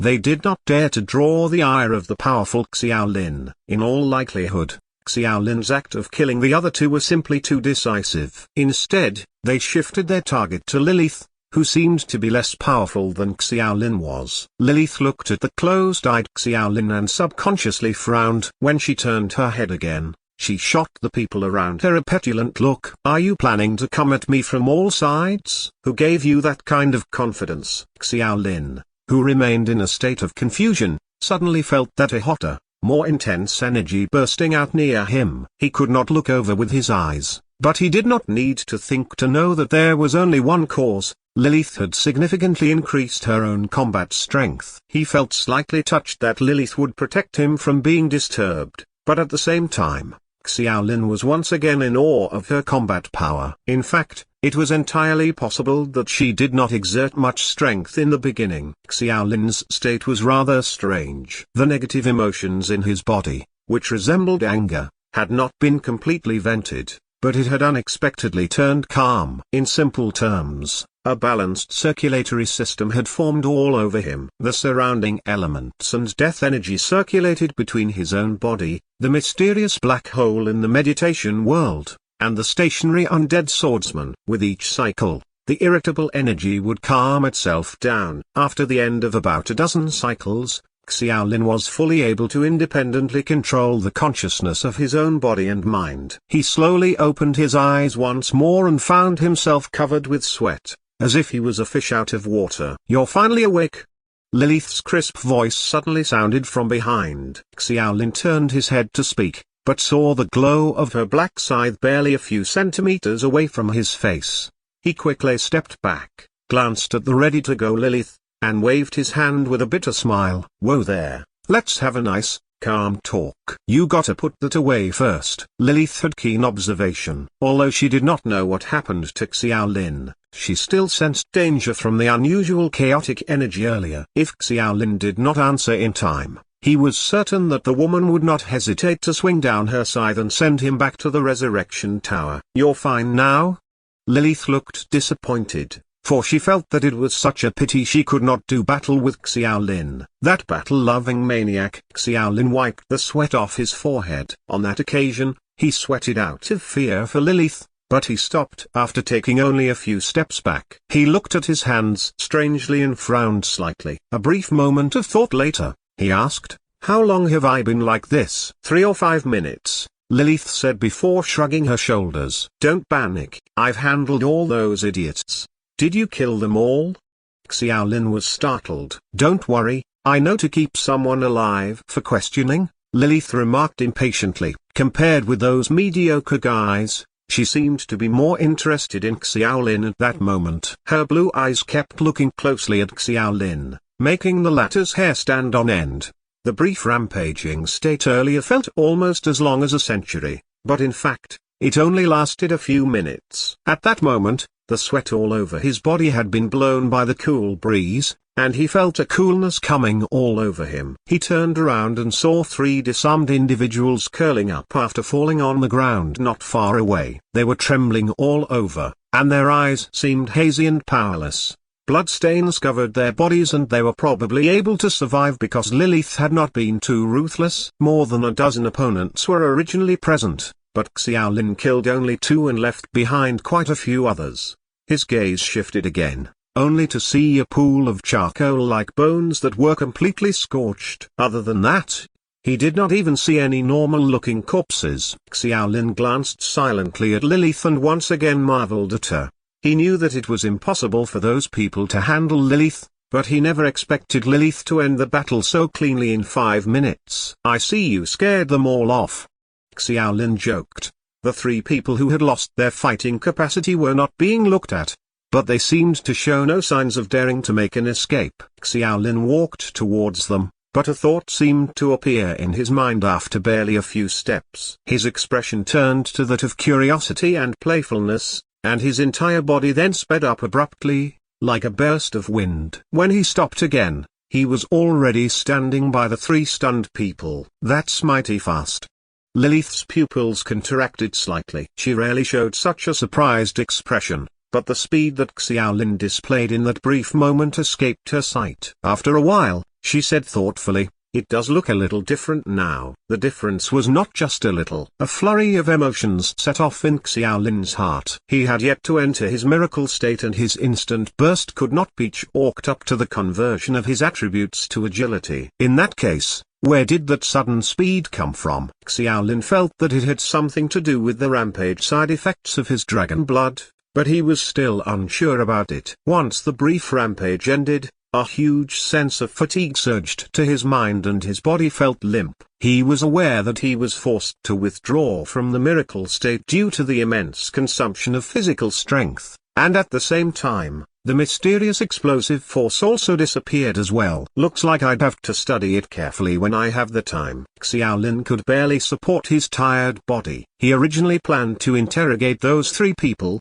but it looked like he had to rest first. Besides, nothing useful could be gained from the time being judging from how stunned and silly looking their expressions were. By the way, how is Ibeia?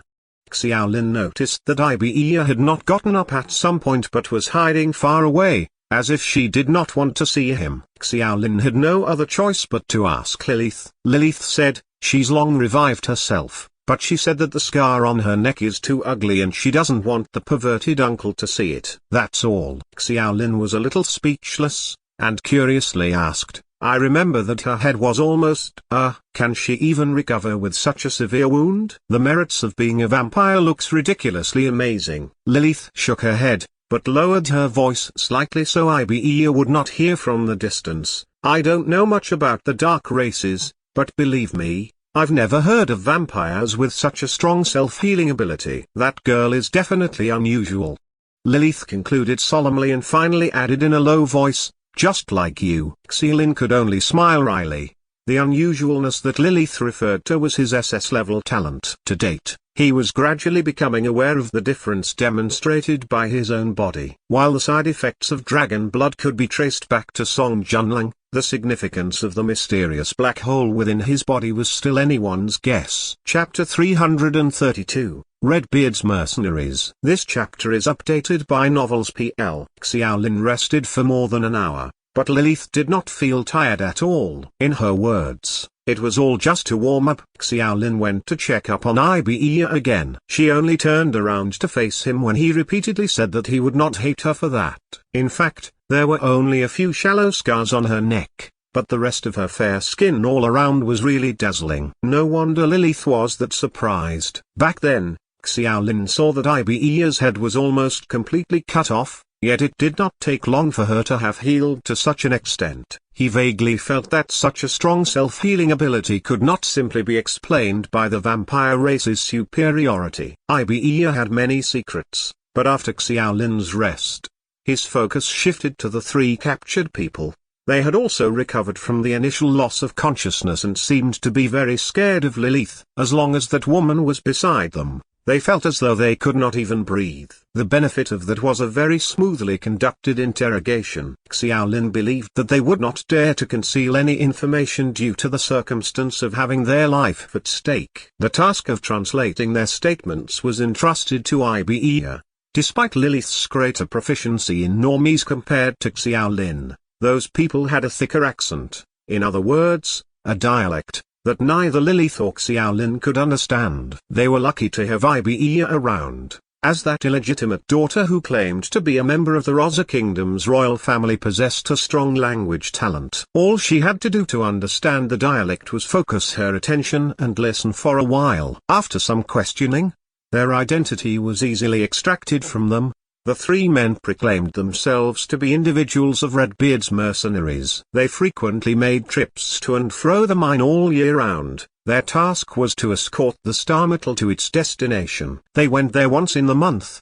But on that particular trip, they discovered that the mine had been abandoned. When their search came empty-handed, they planned to leave the place. It just so happened that Xiaolin's group suddenly appeared, and it was obvious that malicious thoughts surfaced in their mind when they laid eyes on Lilith and Ibe. The reason for the fight was very simple, but in Ibe's words, such fights were but a normal occurrence for Redbeard's mercenaries. Since they had targeted Ibe to satisfy their pleasures of the flesh, Ibe was filled with righteous indignation and spilled all the information she knew about them. Although they were called a mercenary group, they actually started off as bandits who made quite a reputation for themselves around the area. About a year or two ago, their leader, who claimed to be Redbeard, was recruited by someone from a merchant group and soon became their private mercenaries. Such incidents were not at all uncommon in Silver Province. Many thieves or bandits often choose to attach themselves to a certain force in order to prevent themselves from being annihilated. However, it is relatively rare for them to be so attached to a certain merchant group, just like how Redbeard's mercenaries did. However, Redbeard's mercenaries could no longer change their fate after being recruited. Whenever they saw any weaker merchant groups during an escorting assignment, they often took advantage of the situation and robbed them, gaining infamy as a result. Except for the merchant group that recruited them, they basically had no contact with other people. Lilith's appearance seemed rather solemn after hearing their answers. This star metal had been operating as usual for several years already, and preliminary observations suggest that the metal's contents were not that high. It was not difficult to imagine how much of star metal ores had been lost after such a long time. Colonizers had a great demand for star metal, and Normans of all races knew that very well. Although they were powerless to stop the colonizers, there was no guarantee that the locals would remain similarly idle in private. As for the origin of the merchant group with which Redbeard's mercenaries were associated with, all three individuals shook their heads. Lilith's repeated threats elicited no answers and they simply claimed to play a minor role in everything. They escorted the ores purely to get money since the merchant group was quite generous when it came to paying them a commission. What else do you want to know? Ibe asked. Lilith shook her head. She already found the topographic map of the surrounding from those people, but all three clearly knew nothing about the information she wanted, such as a sabana, for example. Then dispose of them, Ibea suggested eagerly, and Chinese color drained from the face of all three captives, and even though they did not understand Chinese, they could easily guess from that little girl's gleeful look that things would not be ending well for them. It is a bit troublesome to bring them along, Lilith said vaguely. They would be going straight to Gold City after leaving the valley, making it incredibly inconvenient to have 3 additional prisoners on the road. However, she still shot Xiaolin an unsure gaze. Xiaolin had a contemplative look and suddenly said, "Redbeard. What a familiar name." Lilith originally wanted to listen to what he said. He thought that Xiaolin was going to say something, but she could only roll her eyes after hearing what he said. She felt that she and Ibea had been preaching to deaf ears, but as soon as she was about to get up and settle everything herself, Xiaolin came to stop her. "I think I've read about Redbeard's mercenaries before I came here." "Oh wait, it should be the Redbeard bandits." Xiaolin pulled Lilith to the side and chatted in a low voice. Lilith nodded. "I've heard of Redbeard too. It's normal that you'd know a bit about them, seeing as they have something of a reputation." No, I'm not talking about the publicly known stuff. I'm talking about their wealth." Xiaolin thought for a while and concluded, "I think I know where their wealth is hidden." Lilith's eyes widened. Even if those bandits had turned a new leaf, the wealth accumulated from their past looting would certainly be a staggering amount. Therefore, the larger the band of thieves, the more concealed their hidden lair was. Some of the more qualified people would even set up various specially arranged traps in their lairs, and oftentimes it was only their leader and a small number of people who would know about it. Xiaolin happened to be aware of Redbeard's lair. If memory served him right, their location was not too far from the because Redbeard used to be active in the vicinity, hence the reason why that merchant group chose them as the guardian of the mine. Yu Mei had previously given him a lot of information regarding those bandits before he left. That madwoman wanted him to rob those places should he have a chance of doing so. That would be their way of raising military funds for the 6th Regiment. Xiaolin did not think too much of it initially, but the chance now seemed to have presented itself before him. Xiaolin knew the approximate location, but he did not have a clue as to how to reach there. That was where Redbeard's mercenaries came in. They would be the ones to point him in the right direction. "What do you think?" Xiaolin asked. "It's interesting, but first things first, let's come to an agreement on how to divide it." Lilith was a fearless person and Xiaolin's proposal undoubtedly whetted her appetite. The two hit it off on the spot and quickly started talking about sharing the spoils. 50-50 split, Xiaolin said decisively. "Ahem. Did you forget that we have a third person here?" "Oh, Ibea. Well, she isn't an adult yet. She has no right to share the spoils." Sick pervert. Chapter 333. Heading to Silverlight Lake. This chapter is updated by Novels PL. Based on the information given by Major Yu Mei, the Redbeard bandits had a long history spanning about 40 to 50 years, since its leader, Redbeard himself, was a very cunning man who escaped several attacks and accumulated a lot of wealth at the same time. After Redbeard grew older, he probably wanted to spend his old age in peace and secretly hid all his accumulated wealth. He then sought help from a wealthy merchant group and transformed himself into a mercenary group. Dawn Academy is closest to Silver Province, so it's not surprising that you were able to get this kind of information. Lilith did not find it too surprising that Xiaolin knew all that. There are plenty of thieves and robbers in Silver Province and repeated prohibition did nothing to stop them. The wealth they accumulated is not a small amount either, but few people dare to plot against them. "Do you know why?" Lilith asked. "Because of the balance. Local gangsters are above the law, and even though colonial academies like ours maintain local law and order, there will always be situations that force you to turn a blind eye." Lilith nodded and said, "Yes, it's because of that balance, all right, but it's pointless. Don't you think the world is a lot less fun because of that?" The corner of Xiaolin's mouth twitched slightly. Lilith sighed dispiritedly. "I have no interest in colonial rule or anything, and especially not the kind of sick perverted fetishes you guys have. I just want to fight with more and more strong individuals. I want to feel what it's like to experience the power of epic or even legend rank. Xiaolin was dumbfounded for a moment. Lilith's interest was purely in the pursuit of a higher level of strength. Of course, the vast majority of humans came to the New World because they craved for power. But the strength they had was nothing more than a means to end. Lilith was different though. Her pursuits were pure and she did everything simply for the sake of strength. What about you? Lilith asked casually. What's your reason for coming to the New World? Xiaolin fell silent again. He initially opened his mouth to say that it was to colonize a foreign land, but that was the Academy's goal, not his. Speaking of that, few people had the chance to regret things when they were forced to enroll in the Academy at the beginning. It went without saying that everyone sought profits. After truly realizing the infinite opportunities in the New World, few would want to return to Earth and continue to live an ordinary life. Xiaolin sighed because he realized that he was probably one of those people. I knew it. Sick pervert.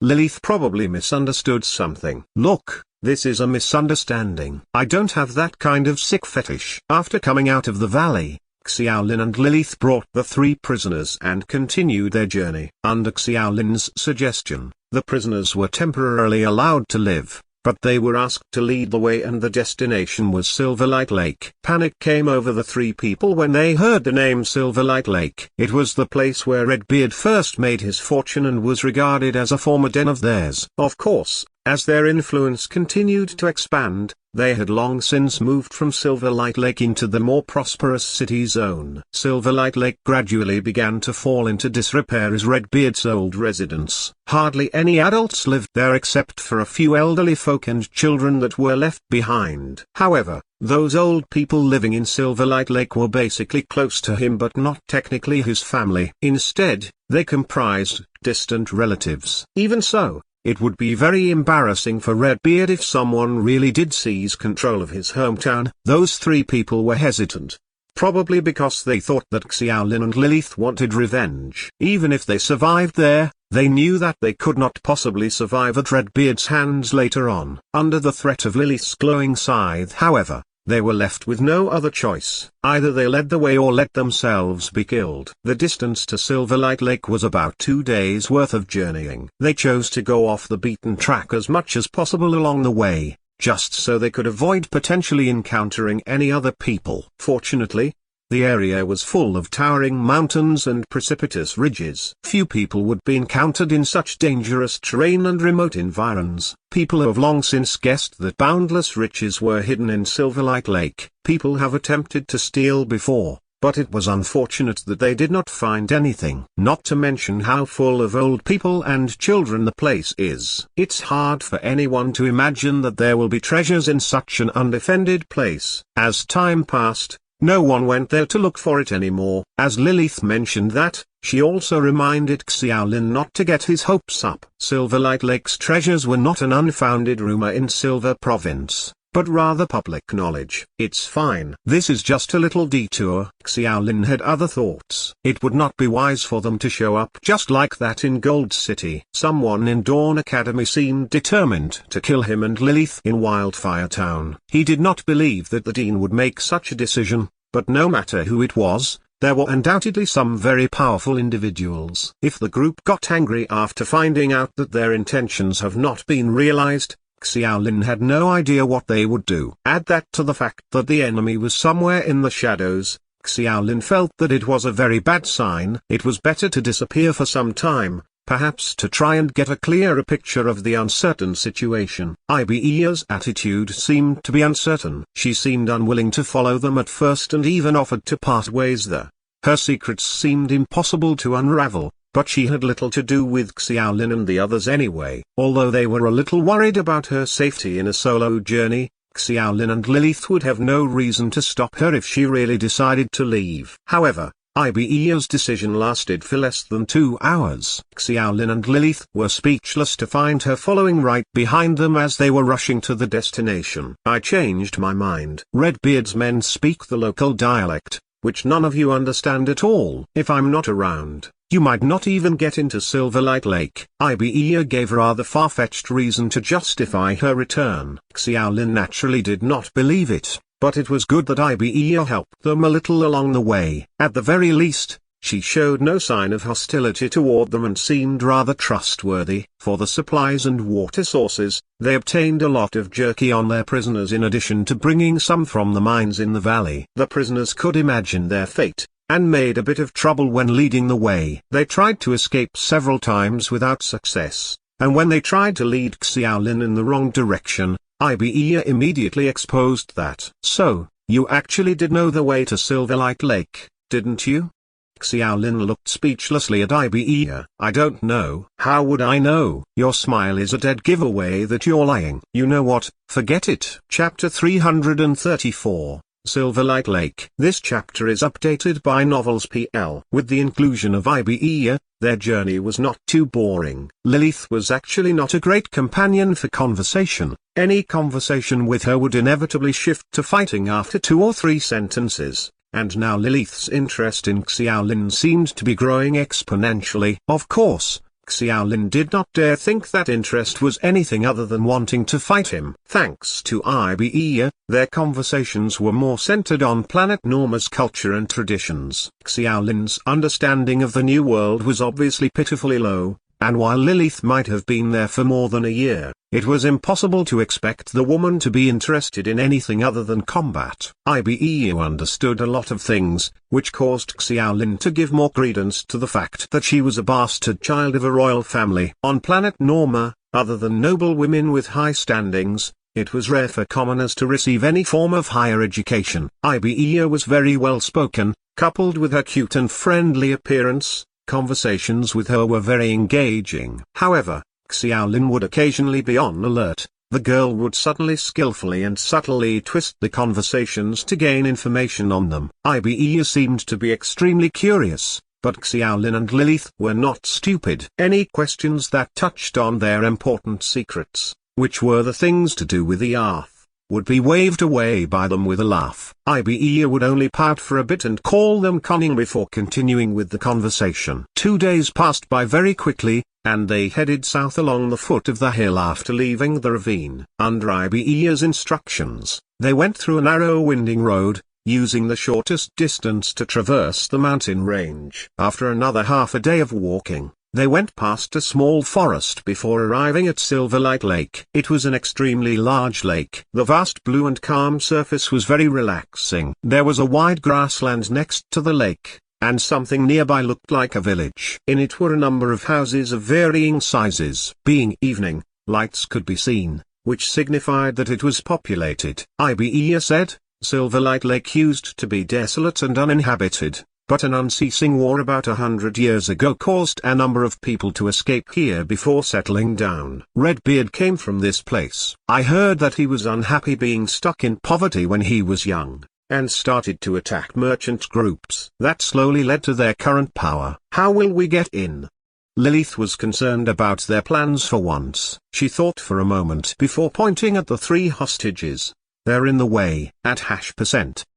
The hostages seemed to have sensed Lilith's unkind gaze before quickly saying a few words. Ibe smiled as she translated. Lilith, your expression really scared them. They said that they were willing to lead us into the village and will be very accommodating. Xiaolin and Lilith discussed for a bit before deciding to keep them temporarily. Finding the treasure in Silverlight Lake was not going to be something that could be done in a day or 2. And they would probably need the help of someone familiar with Redbeard. Even if Lilith did not completely believe the 3 of them, with the current situation, keeping them around was better than killing them. Walking around the lake, they did not encounter any difficulties walking into the village. However, they still drew a lot of curious and alerted gazes. They could see quite a few kids playing around in the narrow streets. It was just as they heard. There were only kids and old people left here. It seems like Redbeard doesn't treat his own people well, Xiaolin said. Redbeard is a cruel person. I heard that those who came looking for Redbeard's treasure would always torture the villagers here,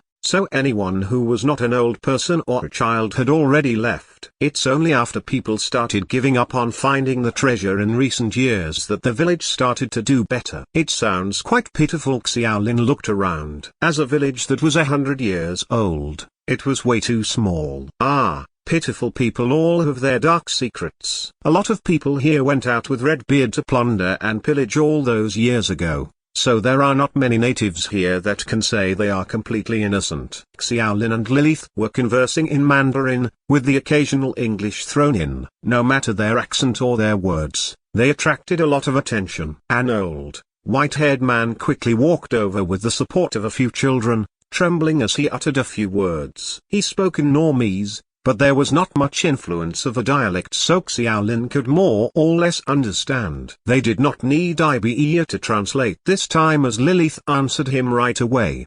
The old man was the oldest person in the village, and was in charge of it as well. However, looking at the state of the village, there was not much meaning to being the village leader. The old man was undoubtedly shocked at the appearance of Xiaolin and Lilith, asking them if they were here for the treasure. Almost anyone who came here had that goal in mind. Xiaolin was about to say something when Lilith responded, "We came from that side, and just passed by to look at the scenery in Silverlight Lake. Nothing will happen if you don't disturb us." Outsiders? Dawn Academy. Xiaolin heard the words Dawn Academy in the old man's words. Everything then became very simple after that. The old man's expression became very humble and even more respectful. He immediately arranged a place for them to stay. Outside, especially in our territories, our statuses are quite special. As long as they are natives who aren't publicly against us, they will often be quite subservient, Lilith said expressionlessly. Xiaolin sighed. He now understood that they were called outsiders when out of their own territories. The academies had long since turned into an overbearing existence to them, but Xiaolin had a very complicated feeling when he had to take up that role. The 3 released hostages also had a room arranged for them. They were initially afraid that the hostages would run, but it seemed like the 3 of them had a drastic change of attitudes after realizing they would not be killed, trying various ways to curry favor. Xiaolin had seen through their intentions. They want a piece of the pie. We can still use them for now. We'll talk after we find the treasure. Lilith did not care. Killing the 3 of them would not be difficult. After settling down, they started to research the treasure. The first thing was to determine if the treasure really did exist in Silverlight Lake. The myths and rumors in the outside world had always been without substance, and more people started to believe it was not true in recent years. However, Xiaolin had faith in Yu Mei's report. Chapter 335, Legend of Silverlight Lake. This chapter is updated by Novels PL. According to Yu Mei's information, Redbeard's treasure really was near Silverlight Lake, but there was no accurate location. That night, Xiaolin and Lilith discussed for a long time, but failed to reach any notable conclusions. They had a lot of speculations, such as it being somewhere close to the village or deep in Silverlight Lake. However, it was not the first time someone came seeking treasure there. Since no one had found it yet, where it was hidden would not be so simple. It's a pity we lost the report in Wildfire Town, Xiaolin said regretfully. He did not expect it would be useful when they left, but thankfully his memory was quite good. I took a look at Silverlight Lake during the day. It's a freshwater lake, Lilith said. Freshwater? Xiaolin paused, quickly saying, I saw a documentary. Lakes would usually be saltwater lakes if they were completely sealed off, while they would be freshwater lakes if they were connected to other bodies of water. Although I don't know if the rule applies to planet Norma, but if Silverlight Lake is a freshwater lake, the majority of the natural rules in planet Norma were similar to those on Earth, which was one of the reasons everyone fought so hard to colonize the place. If that was the case, it was possible that Silverlight Lake was connected to somewhere else underwater. The 2 of them were quite adept underwater, and according to the native villagers, there were no threatening aquatic creatures nearby. Silverlight Lake was not that deep either, so their safety was quite assured. The next day, Xiaolin went over to the side of the lake after some preparations. The lake glimmered, clear enough that even they could see the bottom. Not far away, some villagers were looking over, their status as outsiders having already been spread throughout the village. Xiaolin could feel their respectful gazes. No one dared to move closer. A few children wanted to run over to look at Xiaolin, as if he was an alien, but were stopped by their elders. Lilith and Ibea were in charge of keeping watch at the shore while Xiaolin was in charge of investigating underwater. The water was very cool, but thanks to his improved constitution after entering Black Iron rank, the temperature did not feel like much. The clear lake water allowed Xiaolin to see everything with ease, but Xiaolin did not find anything after a few dives. Silverlight Lake was very large, but there were not that many spots that could hide treasure or underwater passages that could potentially lead to other bodies of water. After a whole day of detailed investigating, Xiaolin was freezing, but they did not have too many findings. Returning to the village in the evening, one of the three prisoners looked for Xiaolin after some hesitation. With Ibe's translation, the man told him he possibly knew something about the treasure, but was not sure if it would be of use. That man had a reasonable ranking among Redbeard's troops, and occasionally had the chance to meet Redbeard himself.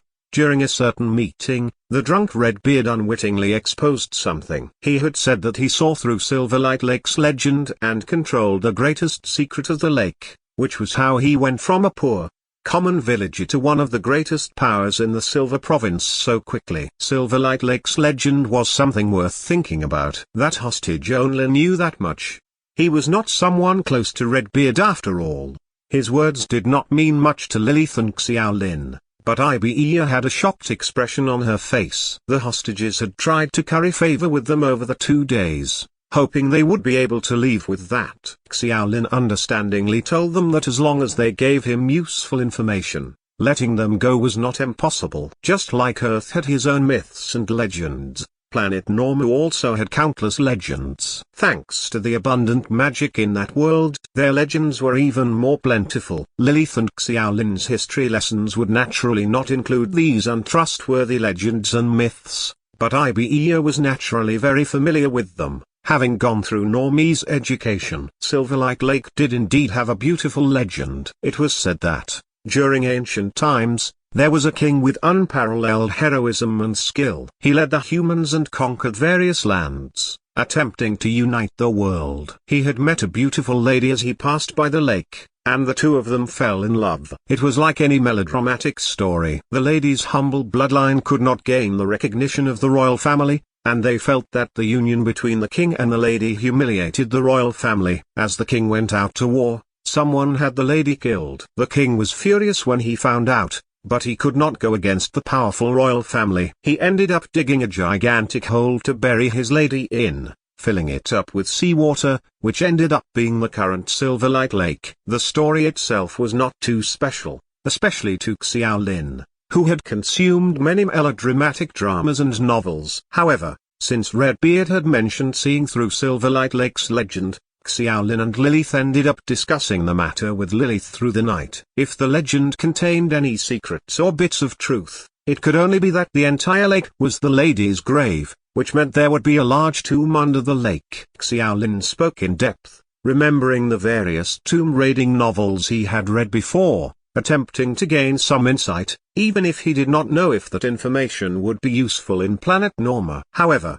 Ibe poured cold water over him and the girl shook her head with a strange look on her face. What tomb? There aren't any ancient tombs. I know you outsiders like to bury your dead in coffins and whatnot, but it used to be a taboo in our world. Our lives were all given by God, so it should naturally return to God after we die. Being one with nature is the best burial. Lilith understood as she listened. So, even if the legend is true, that lady was only buried in the ground by the king, so there is no grave, not even a coffin. Xiaolin smiled bitterly. After so many years, I doubt even the skeleton is still there. Even if it was, in such a large lake with so much plant life, it would be no trivial matter to find it. Chapter 336, Nighttime Stalker. This chapter is updated by Novels PL. They were once again stuck. Even if Redbeard had really found where the lady was buried, the secret was not of any use. Xiaolin went more in depth,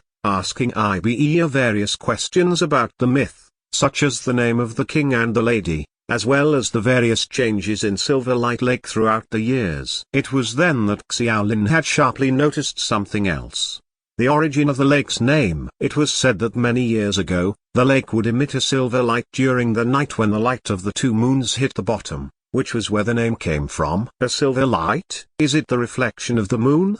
Xiaolin first tried to find a logical reason for it. But logic was not really all that useful in Planet Norma. Uncle, I'm just talking about the legends. In truth, no one living near the lake had ever seen this so-called silver light. Why don't we check it out tonight? Lilith said decisively. The weather had been quite good those few days. There were no clouds to be seen, and the moonlight was plentiful. Xiaolin agreed to her suggestion, and the three of them tidied up before heading straight to the lake. It was not yet that late, and Xiaolin estimated the time to be around 8 at night, but Planet Norma did not have much of a nightlife. The same went for the village. Everyone basically stayed in their houses after the sunset. That was why Xiaolin was immediately on high alert after noticing some strange movements behind them. Any native who would be outside during the night was probably following them. The village had a certain relationship with Redbeard. He might have dared to hide his treasure here, but no matter how confident he was that it would not be found, it was unlikely he would leave it unattended. There were definitely some people left around the village to take care of the treasure and prevent anyone from getting too close. Xiaolin was prepared for that, and shot a look at Lilith, alerting her. The one following them had an unclear identity,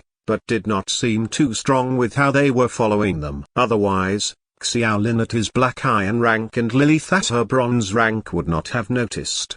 The two moons were crescent-shaped, and the white moonlight shone over the mirror-like surface of the lake. Some bugs would occasionally fly past, causing ripples on the surface. It was a very normal scene, with no silver light to be seen. Lilith was a little disappointed, and suddenly rushed backward toward the person following them. Her intense speed did not leave the person any time to react, and after a brief struggle, Lilith's threats could be heard before the night once again turned silent. The one following them was easily brought over by Lilith, but it was unexpectedly a young boy, his age closer to Ibe years. His gaze darted around as he faced Xiaolin and Lilith, fright evident on his face. I remember him, Xiaolin recalled. When we arrived, this boy seemed to have wanted to walk toward us, but a few old people stopped him. Was he the spy Redbeard left behind? Xiaolin found that hard to believe, but did not eliminate the possibility. However, this dumb-looking boy who could not even follow them properly definitely did not seem like the type.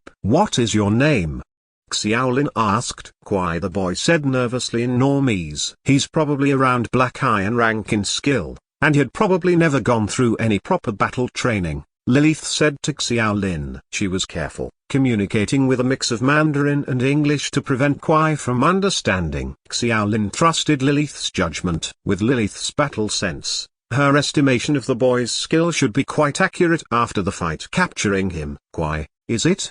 Xiaolin knelt down, trying to soften his tone. He could see that the boy was obviously afraid. He was trembling. He gently said, "You don't have to be scared. We won't do anything to you.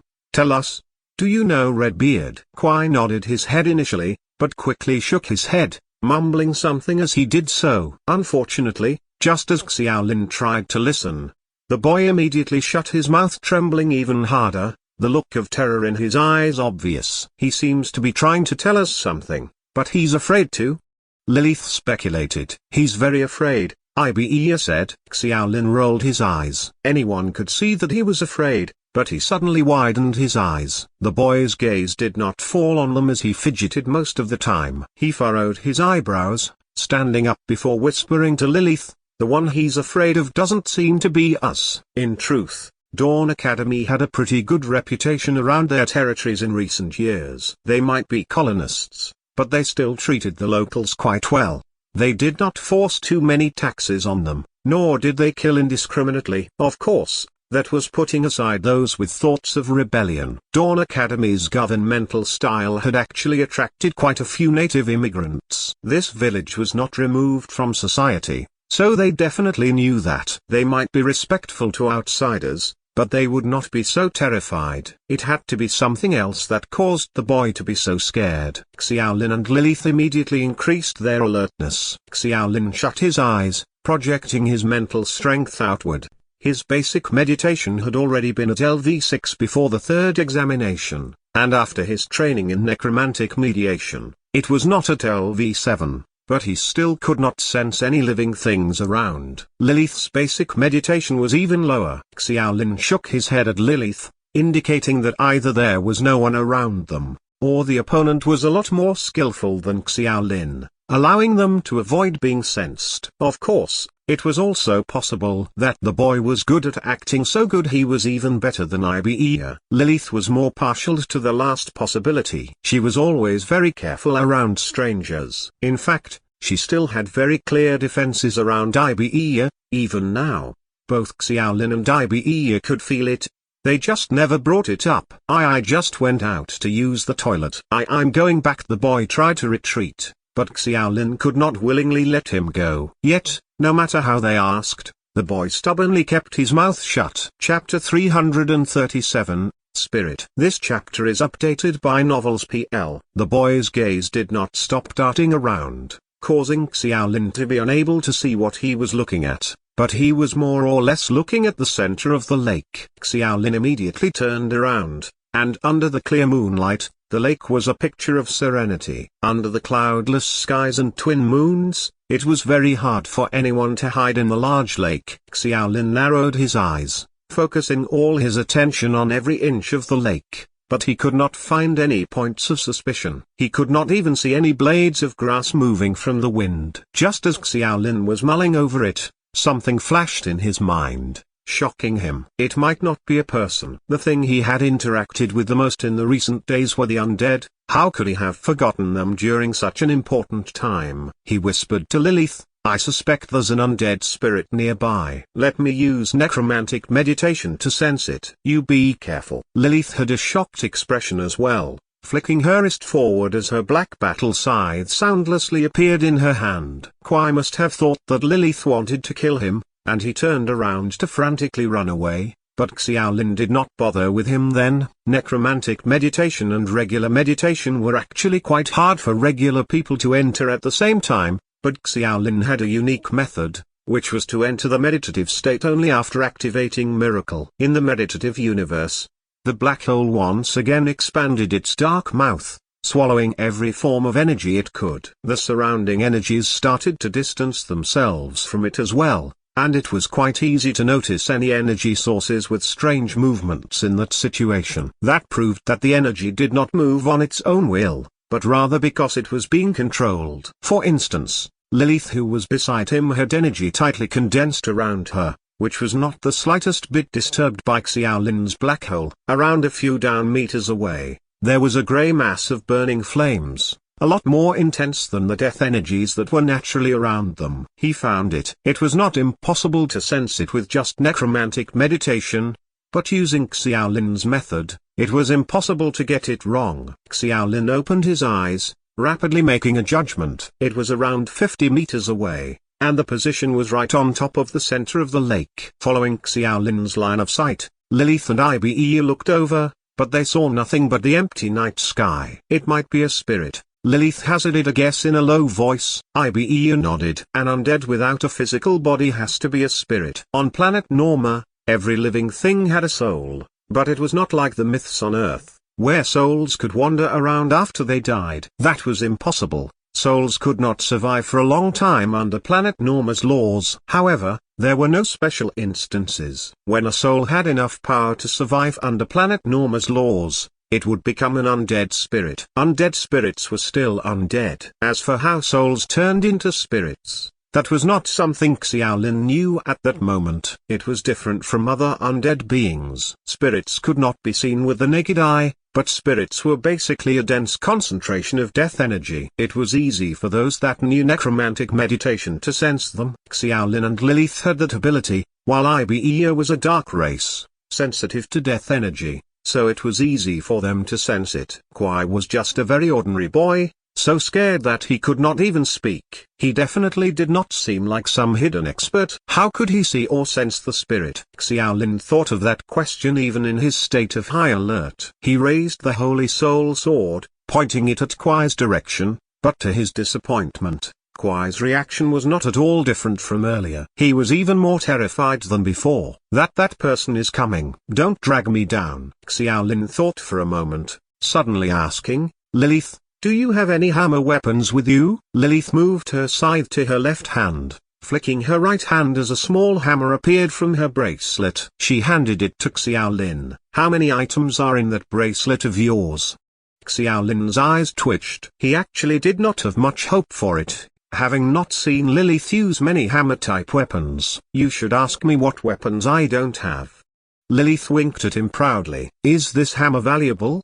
Xiaolin asked. I don't really use it, but it's a black iron rank weapon. How much is it? Around a few $100 new. Lilith was not very certain. She then asked, why are you asking this? It really was frustrating to compare to others. Xiaolin could not help but bitterly smile despite the circumstances. He took the battle hammer. With that weapon, everything would be much easier. The cheap price also caused him to let out a breath of relief. Holy light blessing. Xiaolin raised the hammer high as a vibrant light shot out from the head. Holy light blessing was a skill he had learnt in the final lands. Other than being able to cure some light wounds, it also dealt quite a bit of damage to the undead. However, Holy light blessing was still a basic skill with some drawbacks, such as needing to hit the undead with the face of a hammer. Xiaolin did not know of any method of flight, and wanted to try forcing the mysterious spirit over. The easiest way was to do what he was doing, throwing the hammer with the holy light on it. It caused a streak of white to appear in the night sky. Lilith could only gape,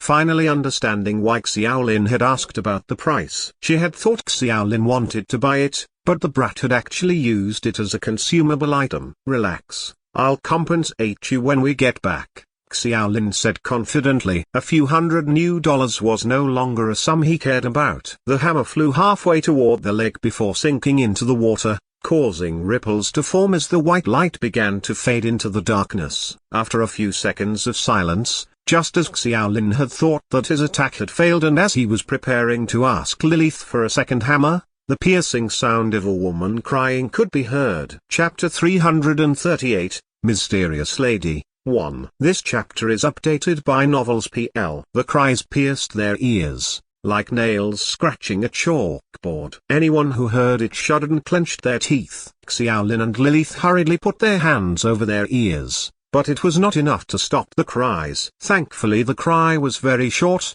lasting only a few seconds before ending. Xiaolin and Lilith felt like the energy had been drained out of them, and their heads were covered in sweat. They were quite well off compared to Kuai and Ibe. The two had collapsed unconscious on the ground. Xiaolin hurried over to check their breathing, sighing in relief as he found that they had just fainted. It's probably a spirit howl. Lilith had a dark look on her face. I've heard of this spell. It's a staple for spirits. It can cause very severe mental damage to those with insufficient will. Xiaolin and Lilith might have looked like they were not that affected, but their strength had drastically depleted as well to below half. The night returned to silence, but there was no movement within the village at all.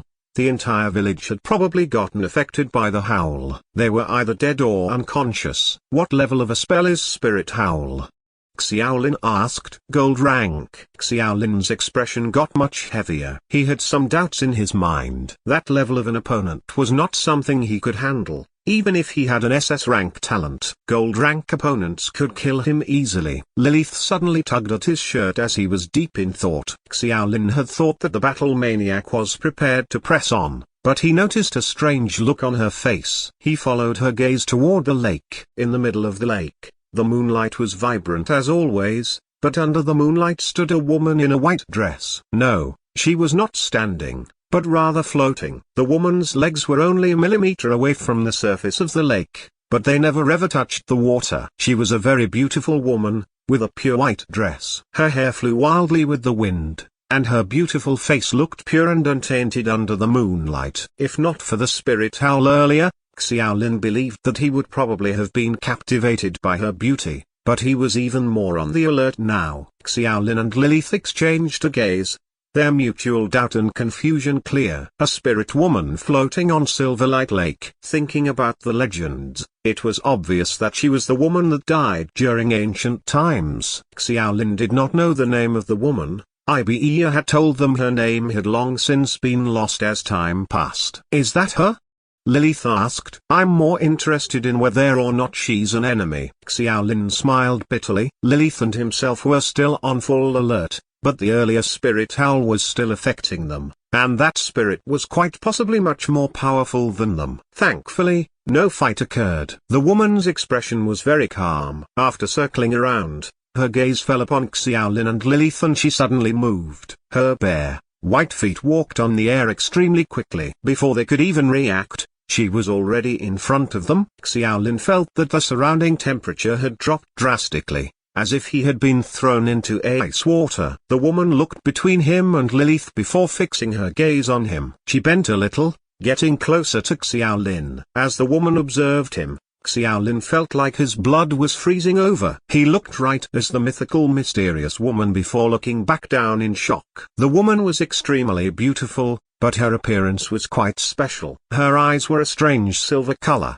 and based on Xiaolin's knowledge from his classes, there had never been a race with eyes of that color in the history of planet Norma. Next to her temples, there were two thin lines of different colors. Xiaolin had thought it was some form of makeup, but upon closer inspection the lines seemed to be a part of her flesh, completely merged into her skin. The strangest thing was her forehead. When the wind softly blew her hair up, it would reveal a strange, bulging object that moved. Xiaolin observed for a moment, before realizing something and retreating 2 steps in shock. It was an eye. There was a third eye on her forehead, but the eye was shut tight.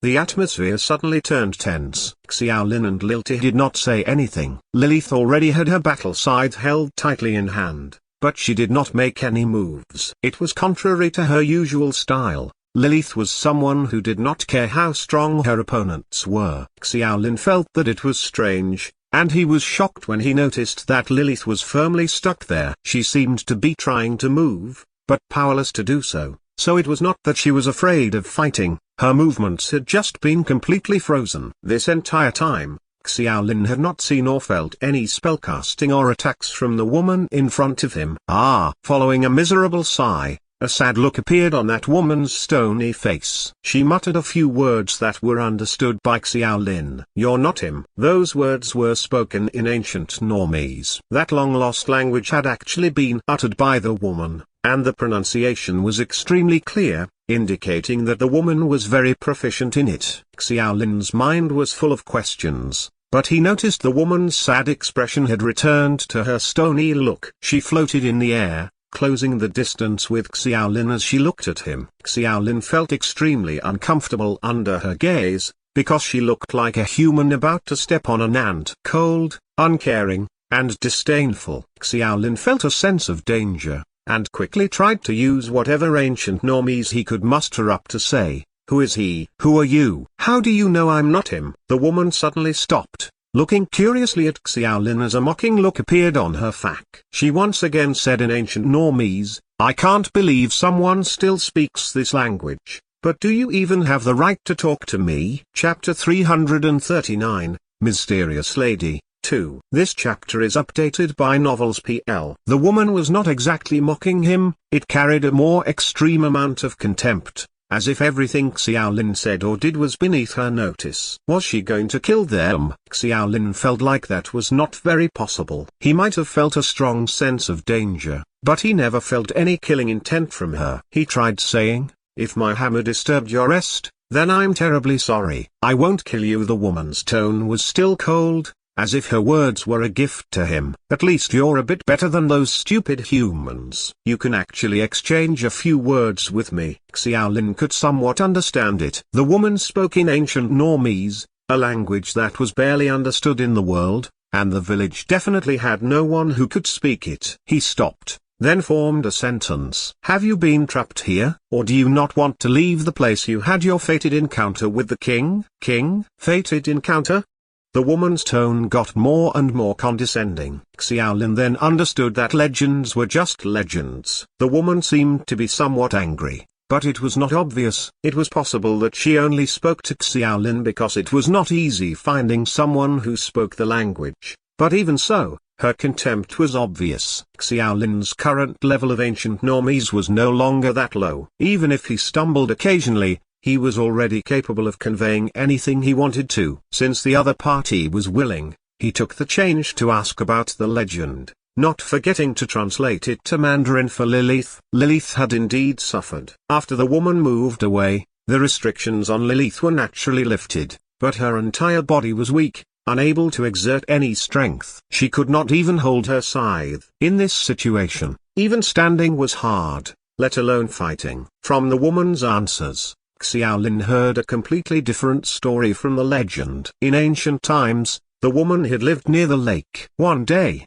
the king who had wanted to unite the world passed by, meeting the woman. The story was similar to the legends still, but in the woman's version, the king had tricked the woman. The fated encounter was something the king had fabricated. His goal was just the woman's abilities. Once the king used some method to steal the ability, he found a reason to leave for battle before ordering his royal family to kill the defenseless woman. The king did not even let the woman go after death, building the lake to forever trap her soul there. Xiaolin's expression was calm when he finished listening to the story. It was a story of betrayal. He had read a lot of those stories before. This version of the story made a lot more sense. How could a king with such lofty aspirations be tied down by personal relationships? The king overdid things, not even letting the woman go in death. However, Xiaolin's face looked to the woman like he felt it was a problem. The woman narrowed her eyes, and the temperature began to drop.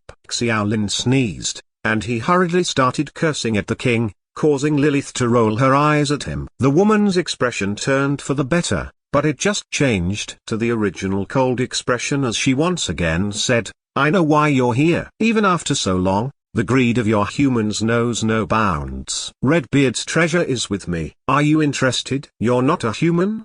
Xiaolin gaped, very curious about the woman's origins. Her answer was actually quite obvious. In all of Planet Norma's history, there had never been any silver-eyed, three-eyed humans. Are you willing to give us the treasure? Lilith focused on something else. I can. The woman's answer caused the two of them some surprise, but she continued, however, whether or not you can get it will be up to yourselves. Would you like to give it a try? The woman's words were filled with allure, but it caused Xiaolin to be even more alert. He stepped in front of Lilith, saying, I'm sorry, we don't really need money. You should just hold on to the treasure. What a joke. He refused to believe that the cold woman would be so kind to them. You are quite a bit smarter than the other humans that have come before you, but do you really think you're allowed to reject it? The woman raised her right hand, and the water in the lake was instantly split open, revealing a narrow path. The surrounding water seemed to have been stopped by an invisible force. Go ahead. The treasure you want is there. Go get it. Help me get it back. The woman had an alluring voice that was hard to resist. Xiaolin and Lilith's eyes slowly turned devoid of color. Even though their expressions showed that they were fighting it with all their might, the voice carried an unbelievable magic, passing through their skin and right into their brains, issuing commands to their bodies. Xiaolin and Lilith struggled as their legs started to move along the passage toward the center of the lake. Silverlight Lake was not too big, and it only took over 10 minutes for them to get close to the center. Xiaolin's limbs might have been under her control, but he was still very much conscious. He looked at the center, and among countless underwater plants, there was a long sword stuck in the ground. Half the sword had been stuck into the sand, and the half that was revealed had signs of decay. Go. The woman's voice could be heard again, and Xiaolin and Lilith instantly recovered control over their bodies. However, it was too late for them to turn back. The sword emitted an extremely powerful magnetic force. Before the two of them could even speak, they were enveloped by a gigantic power. Their bodies started to blur and twist as they turned to light, sucked into the sword. Water once again filled the lake, as if nothing had happened. The woman looked at the calm lake before creasing her eyebrows, uttering, was I wrong? Inside that man. No, I was definitely wrong. It's impossible. However, the two of them have peak-level gifts from God. I hope they don't disappoint me. Chapter 340, Fighting Clones. This chapter is updated by Novels PL. Xiaolin was in an enclosed space that looked like a cave when he opened his eyes, his head heavy. Lilith seemed to have woken up at the same time as him, and was looking at their surroundings with alarm. Are we inside the sword? Lilith said in disbelief. Does that mean we're no longer in Planet Norma? Just like the final lands? Xiaolin said bitterly. Being sucked into the sword was actually a familiar feeling, and upon further thought, it was similar to when they were transported during the examinations. That sword is at least epic. No, legend ranked. Lilith said with a complicated look on her face. How so? Even though every weapon is unique, they share similarities. For instance, weapons that have their own domain are all at least epic ranked. Considering the surroundings, it's definitely legend rank.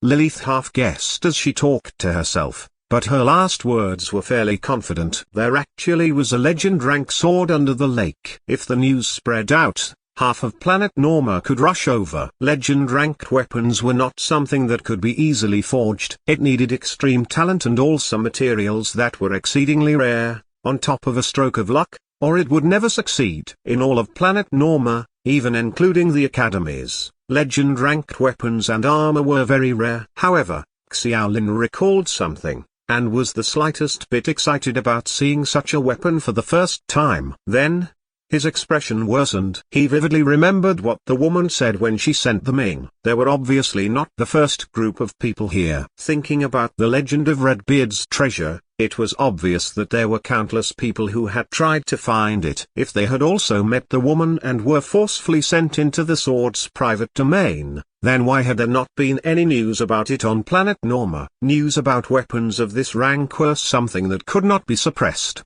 The only possibility was that everyone that had come inside had never left. If that were the case, then how did the legend ever spread? Xiaolin and Lilith exchanged a glance, revealing their own shocked expressions. The only possibility was the so-called legend had been spread by Redbeard to attract more people. If they thought about it more, the hostages had told them that Redbeard said all his accomplishments were from something he had obtained in the lake. It was possible that he had discovered the woman first and formed some sort of deal with her. What is she out to gain? Xiaolin asked in confusion. The woman was definitely not after Redbeard's treasure, sending so many people, including them, here. I feel like the sword might be what is keeping her here, and she wants us to release her spirit. Other than that, I can't think of any other reason. Lilith had a better understanding of weapons, and made that conclusion. That girl, oh no, that old granny is at least tens of thousands of years old. Is it really wise to release her?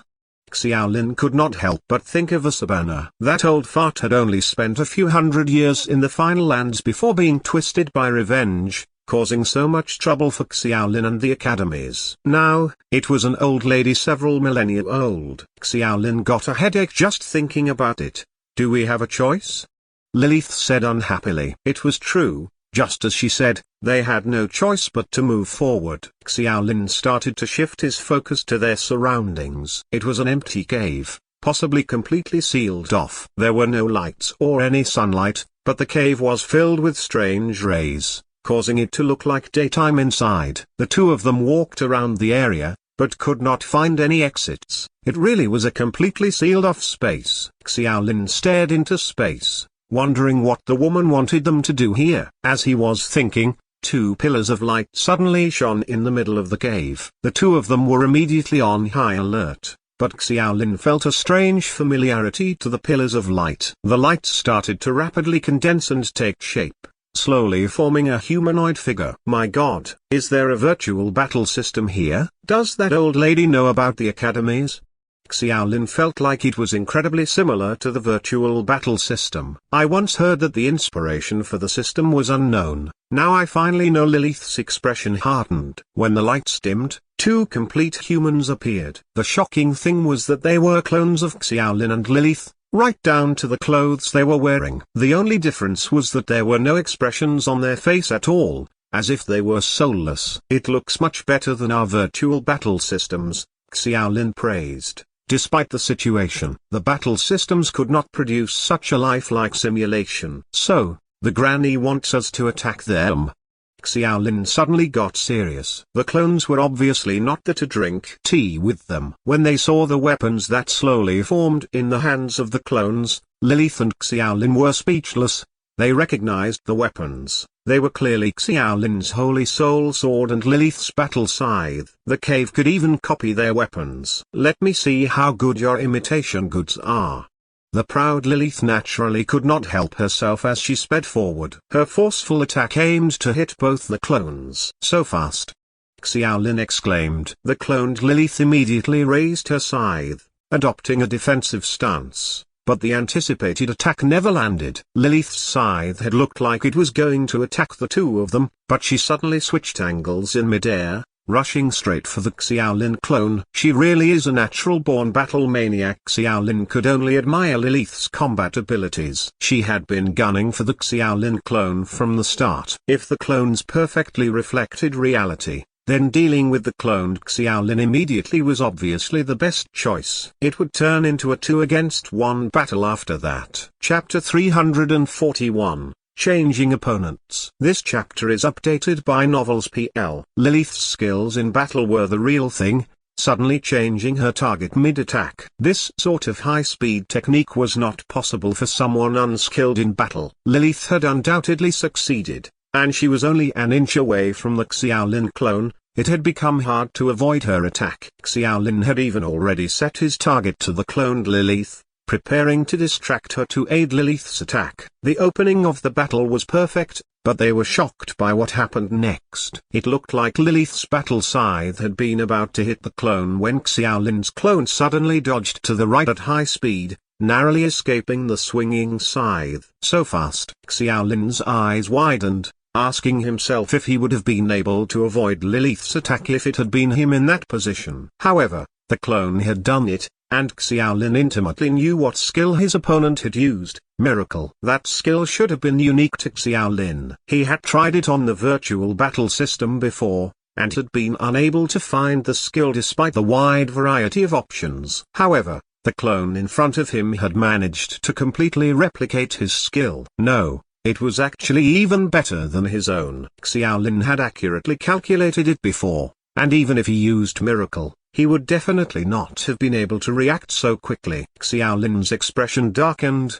He knew that this situation would not be solved easily. With her sure hit move missing its mark, even Lilith let out a gasp. She then landed in between a joint attack from the two clones after missing, but Xiaolin would obviously not let Lilith fight alone. He wielded the Holy Soul Sword and charged in, attacking the Lilith clone. Xiaolin's meaning was clear. He wanted to be the distraction, allowing the more skilled Lilith to handle his own clone. Even if he was at a disadvantage, he would be able to hold on for a while using Phantom Steps and Miracle. The Lilith clone summoned flames around her scythe, using the skill unique to Lilith. However, with the Xiaolin clone already using Miracle, Xiaolin was not surprised. He was long since prepared and used Light Sword, dispersing the waves in midair. By the time the flames dispersed, the Lilith clone had already closed the distance. Xiaolin did not panic. He could still hold on with Phantom Steps. Lilith lacked a repertoire of long-ranged attacks since she was not great at magic. She used the battle scythe's long reach to make up for that, so all he needed to do was pay attention to that. Thinking about that, Xiaolin suddenly thought something was weird. The Lilith clone's scythe had disappeared. The clone no longer held a scythe, but two sure swords. Xiaolin had seen Lilith wield them before. She used them in Wildfire Town. Lilith's spatial bracelet had countless weapons, which were all obviously replicated as well. Xiaolin's expression once again darkened. The cave's replication seemed to be perfect, even managing to replicate all the weapons and unique skills they had. He was not certain, but he was worried that it could even copy their SS rank talents. Of course, he was silently cheering that he did not have any amazing equipment with him. Otherwise, it would have been quite precarious. The Lilith clones' speed increased with the light swords, and even with Miracle and Phantom Steps, Xiaolin had a hard time keeping away. Clank! Xiaolin's Holy Soul Sword clashed with the clone's swords.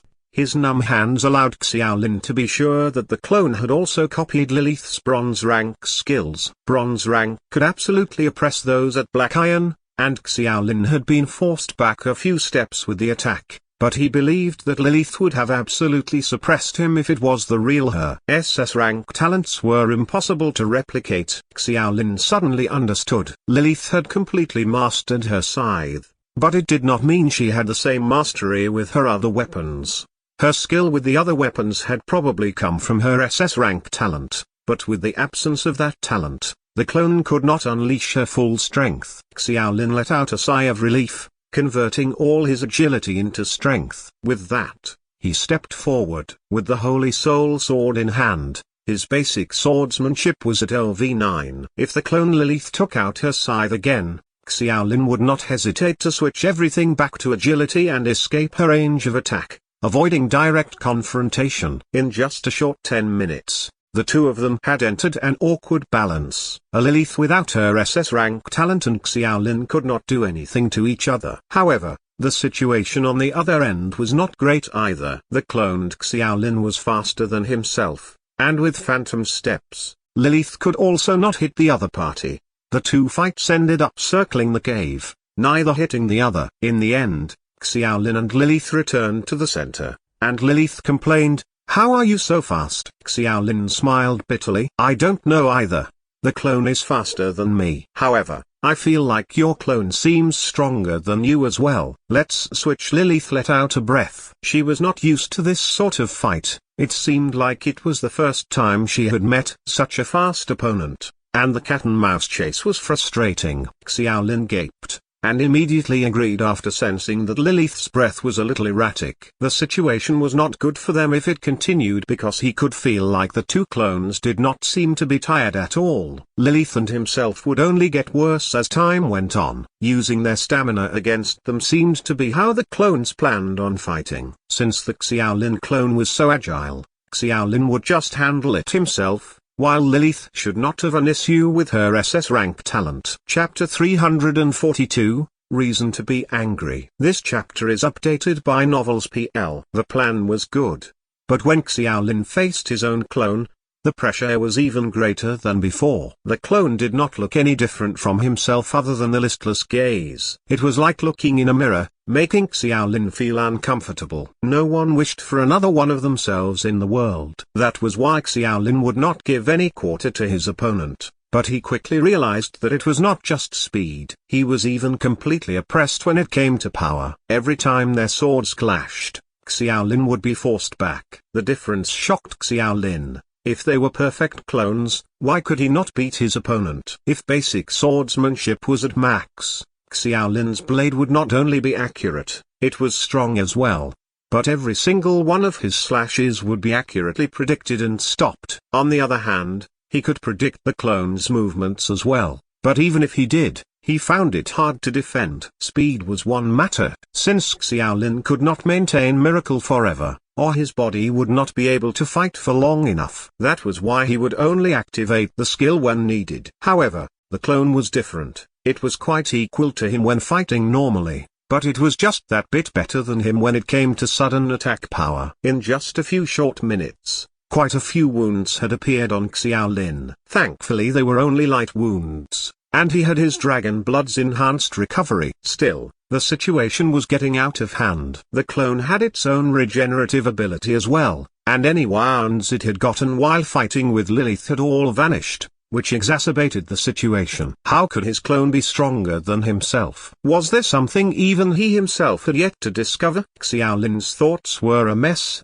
and he looked to the side. Lilith's fight was just as intense. Both of their flames were dancing around each other. The flames formed various shapes in the air. The clone was indeed slightly stronger than Xiaolin, since its flames were oppressing Lilith's, and they were part of Lilith's limited ranged attacks. Lilith's fight was not too hopeful, so Xiaolin could only rely on himself. Xiaolin tried hard to think if there was anything he had not used. The Holy Soul Sword's spirit could not be summoned since there was not enough death energy there. But what about his replication skill? Xiaolin had not used the skill for quite a while, saving it for key moments. However, as his gaze shifted to Lilith, since she was the only target at the moment, he hesitated. Lilith was using her scythe, and if he copied her skills, he would have to switch to a scythe as well, or it would not be very useful. As he was once again doubting himself, Lilith suddenly said, "Xiaolin, from before, your explosive strength. I think it's what the clone is using." After exchanging blows with the clone, Lilith was naturally familiar with the clone's strength, and Xiaolin naturally trusted her judgment. But what she was referring to, Xiaolin suddenly realized Lilith was referring to when he almost caused the Dragon Blood's side effect to take hold of him again when he saw Ibe being killed. At the time, he had used necromantic meditation to suppress his killing intent. but he did indeed feel like there was a strange power within him after that, and that strength was much stronger than his usual power. However, that strength was only present for a moment, like a brief dream, so he had not thought about it after that. So, this thing possesses that explosive power?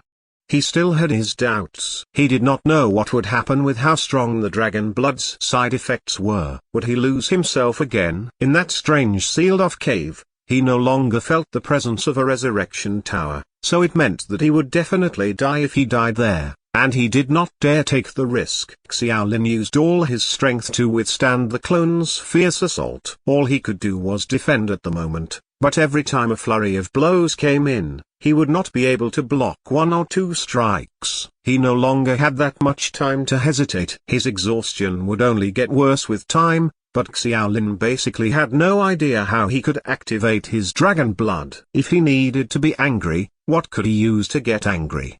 His hope of beating his opponent? No, that was just a will to survive, or even the fear of death, not anger. Lilith, how do you think I should get angry?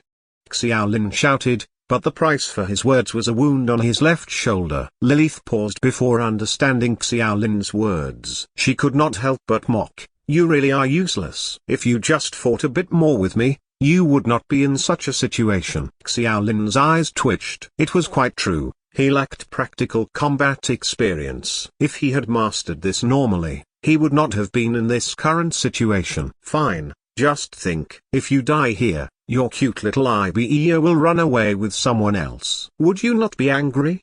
Lilith started to help Xiaolin think about how to get angry. But that instigation only led Xiaolin to be speechless. I've already said, many times, I'm not some weird pervert. Xiaolin felt like he would never recover his reputation. Let's look at it another way. If you die here, you'll never have a change to collect little lollies from every race on planet Norma. Isn't that Chen Dao's dream? Who's Chen Dao? You don't know him. Lilith mentioned a few things. Women, riches, power were all brought up. Xiaolin could not deny. He had those wishes, but they were things everyone wanted, and were not reasons to be angry. Lilith was getting frustrated, especially since she was not managing to beat her own clone as well. She suddenly said angrily, you really are troublesome. Then let me tell you a secret. Judge Academy discovered something. There's someone on planet Norma who is trying to use our wormholes to head to Earth and eliminate us from the source. Is that enough to anger you? Xiaolin was really dumbfounded. Chapter 343, Victory. This chapter is updated by Novels PL. If it was not for the fight, that news would have been enough to shake him for a long time, but under the intense attacks, he snapped back to reality. Focusing on Lilith's words, he said in disbelief, you're saying there's someone out to attack our homelands? That's right. The clone's skill caused Lilith's words to be much simpler, since she could not afford to be distracted. Xiaolin's mind was in disarray. If Normi's troops appeared on Earth, the results would be disastrous. Planet Norma's skills and magics could all be used on Earth. That was something they had verified. It was not impossible for Earth technology to beat them, unless they faced some amazing spell. The damage Earth weapons could deal was palpable, but Xiaolin realized a more severe problem. Song Junlang had said that Earth's laws were already in a very fragile state, not able to withstand any more great impacts. If the Normies' scheme succeeded, the presence of such strength on Earth might turn Earth to dust. Xiaolin did not think he was some savior. He did not care too much about the entire planet, but when Lilith said those words, his parents appeared in his mind. His parents had worked so hard to raise him, and did not even have the chance to properly enjoy their lives yet. If they had died with the Earth's demise, how could he bear with it? How could he accept it? He could not die here. Absolutely not. Xiaolin's eyes slowly lost their glow, and his expression turned cold like the clone's. But his entire body suddenly unleashed a frightening aura. Lilith glanced at him in disbelief. That worked? This brat is way too naive. Lilith did not know that Xiaolin had inferred so much from just her one sentence. With those of them that had come to this planet, familial relationships was something that was easily neglected, but the majority of them had a breaking point. It was why Earth was their homeland, and they would not allow planet Norma to touch it. The clone sensed Xiaolin's change as well. Even if it was a clone with no feelings, it quickly increased its attacks. Clank. However, Xiaolin raised his sword with one hand, easily swatting away the clone's attack. Inexhaustible energy was wildly rising within Xiaolin, shocking even himself. As the owner of his own body, he should have been the one who understood it the most, but it did not seem to be the case at that moment. The origin of the energy was unclear,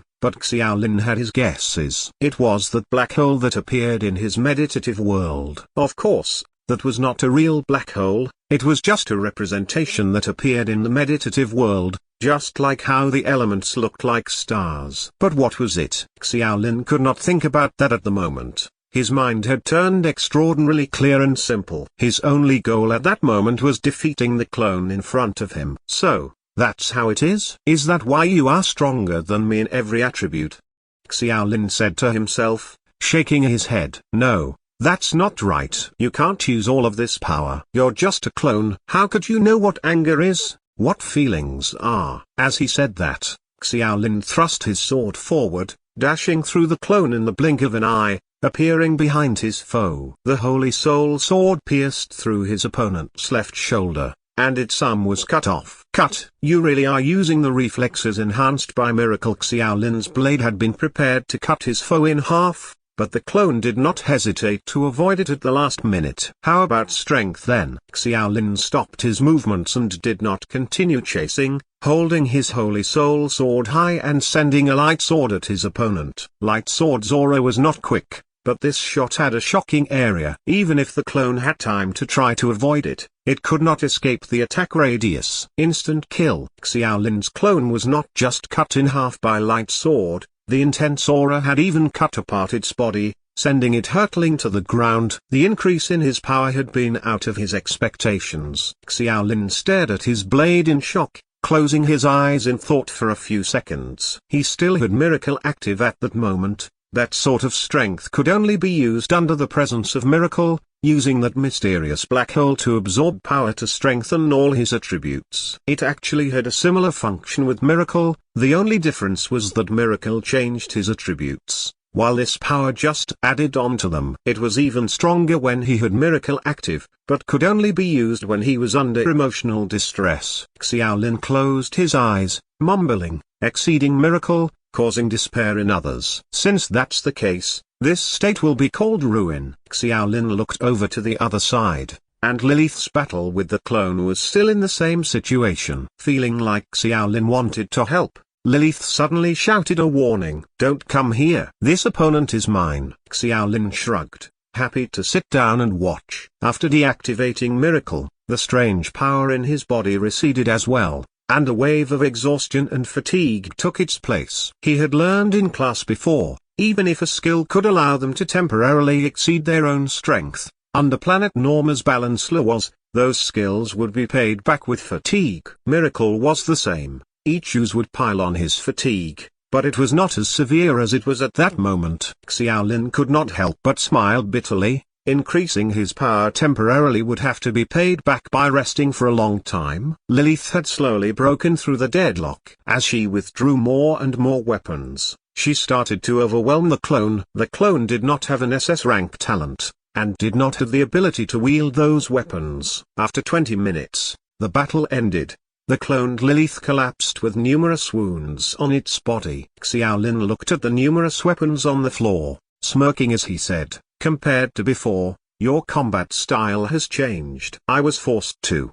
The opponent was hard to handle, but it was quite interesting. It seemed like Lilith was quite satisfied with her clone opponent. Chapter 344, Mysterious Ancient Writings. This chapter is updated by Novels PL. The two clones Lilith and Xiaolin defeated turned into halos on the ground before disappearing in thin air. Not even the slightest trace of blood was left, and it looked as though nothing had happened. It's simpler than I thought. Lilith exhaled slightly and picked up the weapons that had fallen all over the ground. Switching through various weapons allowed her to disrupt the clone's rhythm, and she seemed to have mastered the techniques more skillfully after the earlier battle. Now that it's all over, it's time for you to explain everything. Xiaolin calmed his fluctuating mood, but Lilith's words still left him feeling somewhat worried. Explain what? Hey now, Don't you show that innocent look to me. You just said earlier that Judge Academy has information about Normans trying to enter our world.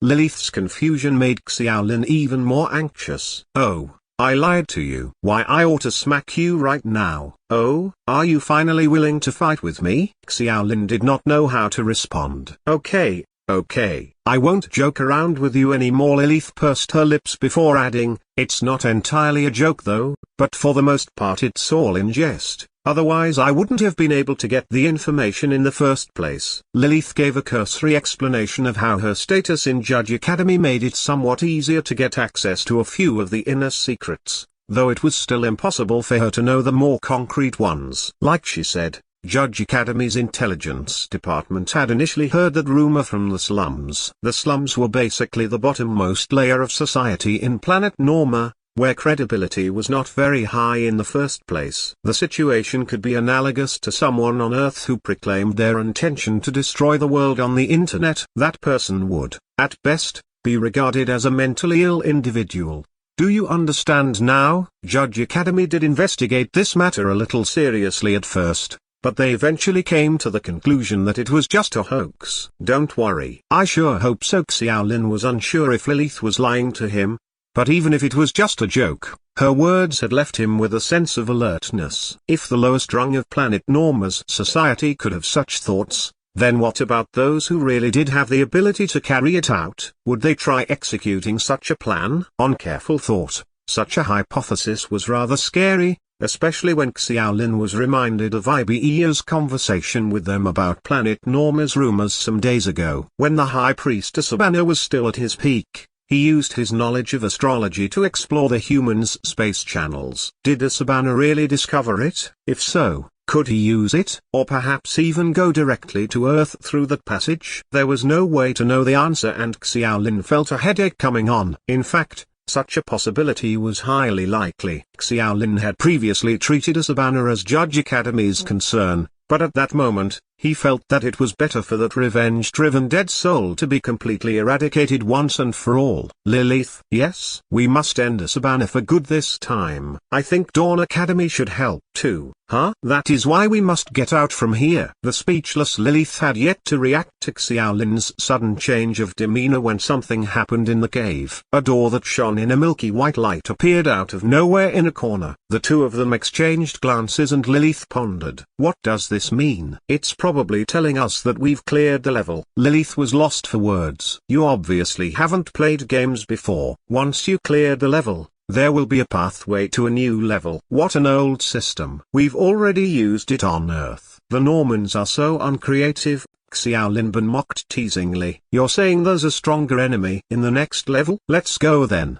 The things that Lilith looked forward to completely different from Xiaolin. Xiaolin was stunned for a moment and shook his head, unsure whether to laugh or cry. Next up, he walked right through the white gate of light. A burst of light appeared in front of their eyes as the environment around them changed. In the next quarter of an hour, they were no longer inside a cave full of rocks, but found themselves inside a room covered completely in silver metal. The room had no entrance or exit, no ventilation, and no light source, although there was a strange glow illuminating it. What is this place? Are they going to be new clones of us again? That's unlikely. It's useless to use the same trick twice. Hey, this sentence sounds kinda familiar. When Xiaolin was poking fun at himself, a square table suddenly appeared in the center of the room.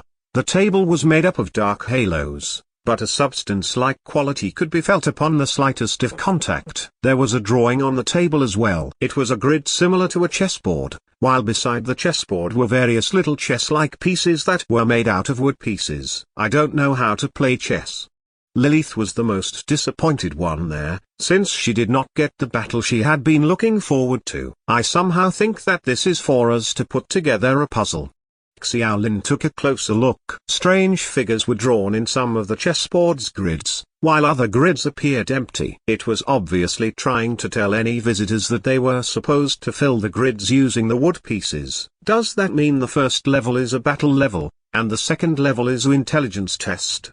Xiaolin was a little curious. He picked up each wood piece and observed it one by one, but Lilith lacked at all interest in it. Fighting was everything for that woman and everything else was boring to her. After a long time, Xiaolin's slowly had an odd expression. "Have you found the pattern?" Lilith asked. This is a bit uncanny. Take a look." Xiaolin hesitantly handed over one of the wood pieces, but Lilith simply glanced at it and returned it back to him, shrugging her shoulders. "Just tell me what you found out." "Well, I think the graphics on the wood chips are some kind of text." "Normese?" "No, that can't be. It doesn't look like Normese." "Could it be ancient Normese?" Lilith asked casually as she felt it was. "It's not that either." Xiaolin's expression became more and more weird. He gulped and spoke softly in a very unusual tone. "I think it's Oracle Bone script." "What?"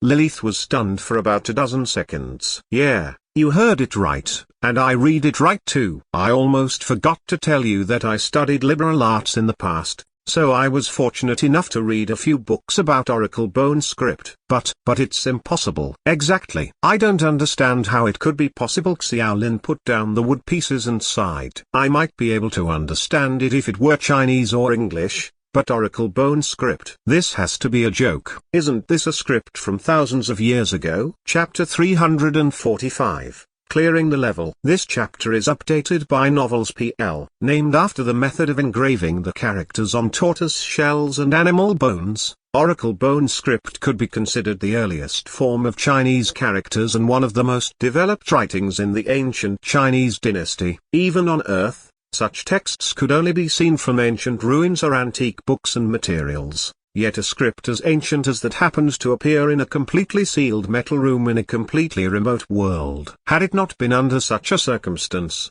Xiaolin would even have thought that someone had tried to play a ludicrous joke on him. Xiaolin studied it carefully for a moment and said thoughtfully, "I think I probably know the rules of this game. It's actually just a very simple translation puzzle. You see, on the grids are basic words written in ancient Normese, and the missing grid is probably to allow us to find the corresponding translation from the wood pieces, which are all written in Oracle Bone script. Does that mean you're able to solve the puzzle?"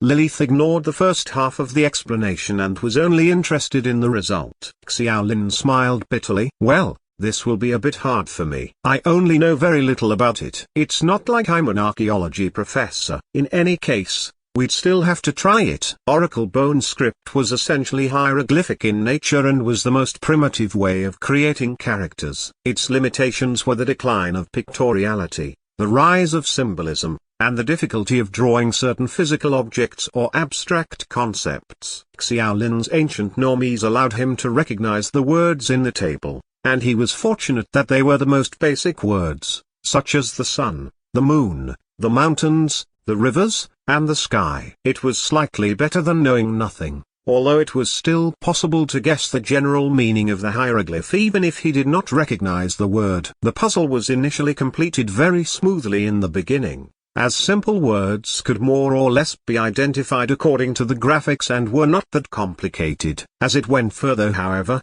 the increasing difficulty became more apparent, with many strange vocabularies that were unique to ancient Normese while being absent from Oracle Bone script. Xiaolin had to look for the closest possible word to fill the blanks. Although Lilith had quite some doubts, she still chose not to interfere with him. She rested her chin on her hands in boredom and stared quietly at Xiaolin, who had a look of seriousness on his face. The remainder of the time was spent in silence. Xiaolin thought that deciphering the words would be a big obstacle as the difficulty increased, and that was true at first, but after a short period of decreased efficiency, it actually began to improve again. It was a very strange feeling. For example, some of the terms which he completely could not understand suddenly became understandable after some time. It was as though Xiaolin was undergoing self-learning and self-improvement in the process of deciphering the puzzle. Unbeknownst to him, Xiaolin's S-level talent was subtly producing a tremendous effect, especially after his learning efficiency had undergone an advancement. The effect was even more startling when he learnt some of the Oracle Bone scripts which he already had a certain foundation on. Of course, it could be that he had a language talent that he was unaware of, as that was the evaluation given to him by the central computer after the initial monthly exam. Xiaolin did not know how long he took. It could have been a few hours or even more than 10 hours. When he finally got ready to stand up, His legs turned numb and he nearly fell, startling the sleepy Lilith. "Are you done?" I guess. You guess." Xiaolin massaged his legs and looked at Lilith yawning again and again. He said helplessly, "You have to at least show some concern for me. This job isn't any easier than fighting. I can't guarantee the accuracy of my answers." After some time, there was a slight noise in the room, and a milky white door appeared again in the corner. It was the best answer Xiaolin could get. "Thank goodness it wasn't in vain." Lilith patted him on the shoulder and gave an appreciative look. After taking barely a few steps, Lilith discovered that Xiaolin was standing there in a daze instead of following along. She could not help but ask, "What are you thinking about? Do you need me to lend you some support?" Xiaolin refused, not knowing where to laugh or cry, and pointed to the wood pieces that had been filled out according to the notes. He said, "Doesn't this feel strange to you? Don't you think this looks more like a translation chart?" Lilith was silent. Since she was not a linguist, she had no way of distinguishing between ancient Normese and Oracle bone script. However, she could understand the significance of that translation chart. It was a sign that Earthlings conversed with Normans tens of thousands of years ago. And when any ambiguity in language occurred, someone created that corresponding translation chart to communicate. Colonial academies first arrived in the New World more than 2 centuries ago, which was equivalent to 4 centuries ago in Earth's time. They were the first batch of visitors, and that was a historical fact recognized by every academy. If the translation table in front of them was not deliberately fabricated by that mysterious woman to deceive them, perhaps there was a need to revise their colonial history textbooks. Whatever the case may be, far too many mysteries about planet Norma were hidden in the flow of time. Similar secrets about Earth could also exist, secrets that even Earthlings like Xiaolin and Lilith had no idea of. Due to Xiaolin's concern of facing more battles down the road, he sat for a while to relieve the fatigue in his entire body, especially in terms of his mental strength. His achievements left him feeling rather satisfied, and he even felt that he ought to take a few more language courses after returning to the academy. Perhaps he might have the talent for it. A quarter of an hour later, Xiaolin and Lilith once again stepped into the white light gate. It was the same brief burst of light and the scene before them changed again. This time they did not appear in the sealed environment again, but rather, a vast and huge world. It was a blood-filled world, where the sky was as red as blood and even the ground under their feet is also stained with blood that had probably dried up after years and years. The soil was reddish-brown on the surface and deep down, with countless skeletons scattered all over the ground. Some had loosened up into bones, while others were turned into powder by the weather and a few were preserved intact. A number of those skeletons were obviously human, but there were those with an alien-like shape. Such strong death energy. Lilith frowned. With her meditation level, she could perceive death energy in almost every corner and every area they walked on. It was obvious that the denseness had reached its ultimate peak. "This feels similar to the final land." "Is this the final checkpoint?" Xiaolin remarked snarkily. Chapter 346, Black Dragon. This chapter is updated by Novels PL.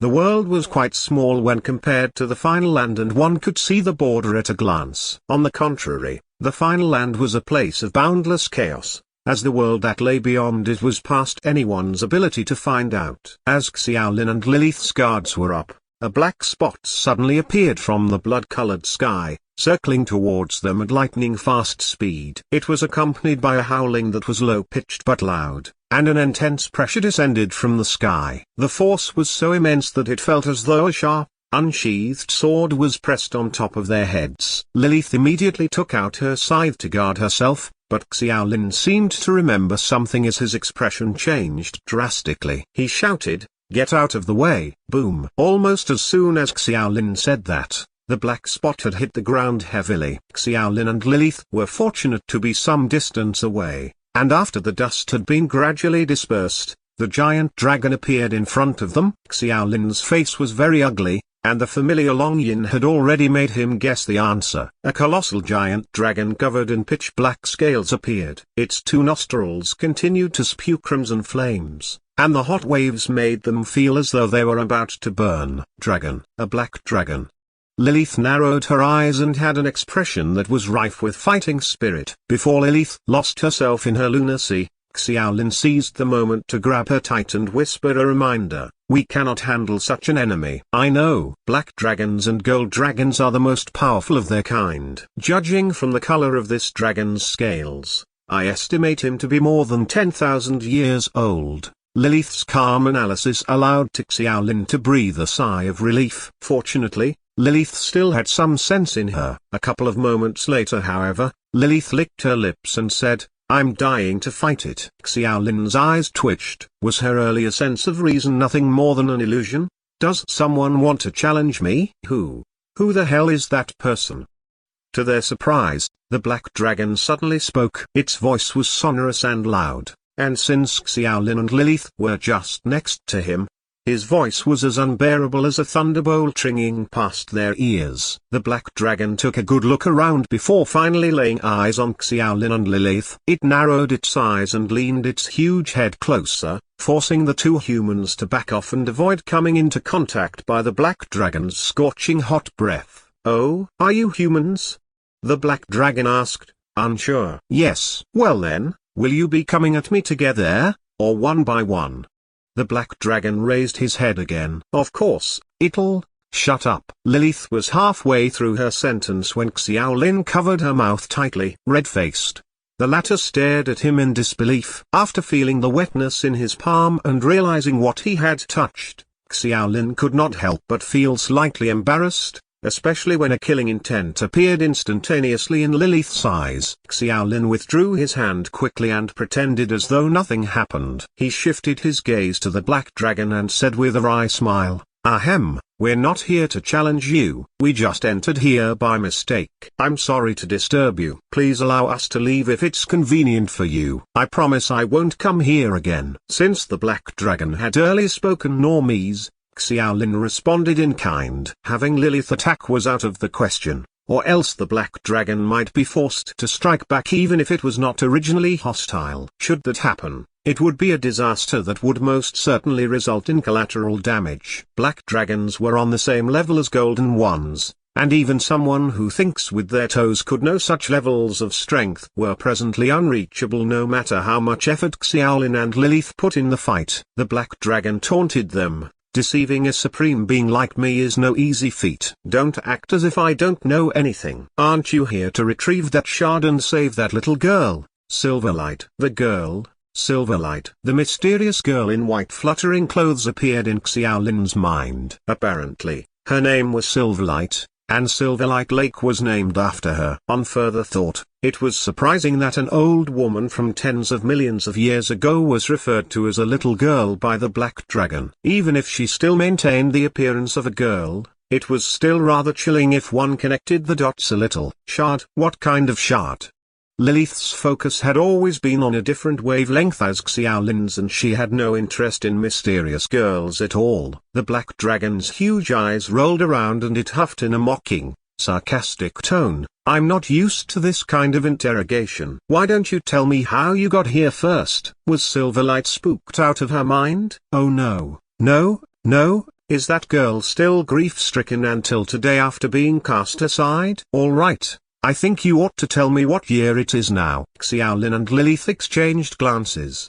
His initial thought was that the black dragon might be an acquaintance or friend of the mysterious Silverlight. Judging from the dragon's tone, she might be an acquaintance, but it would be too far-fetched to call them friends. It was more likely that they were enemies. That was the best moment for Xiaolin and Lilith to understand the identity of the girl. Before Lilith could challenge the dragon again, Xiaolin seized the opportunity and immediately spoke. Moreover, he realized that the black dragon must not have been able to leave that place for a long time, or to put it more bluntly, the dragon was probably unable to leave after being sealed there. Xiaolin gave a cursory explanation about the general situation in planet Norma, but the fact was that he did not really know that much about it. He basically explained everything that had been taught in his history lesson, and at the time, Xiaolin could not help but be reminded of Gixioyu. That his knowledge of history could reach such a high standard was all thanks to Gixioyu's notes in class. As he was both unsure yet curious about what age the black dragon and the girl came from,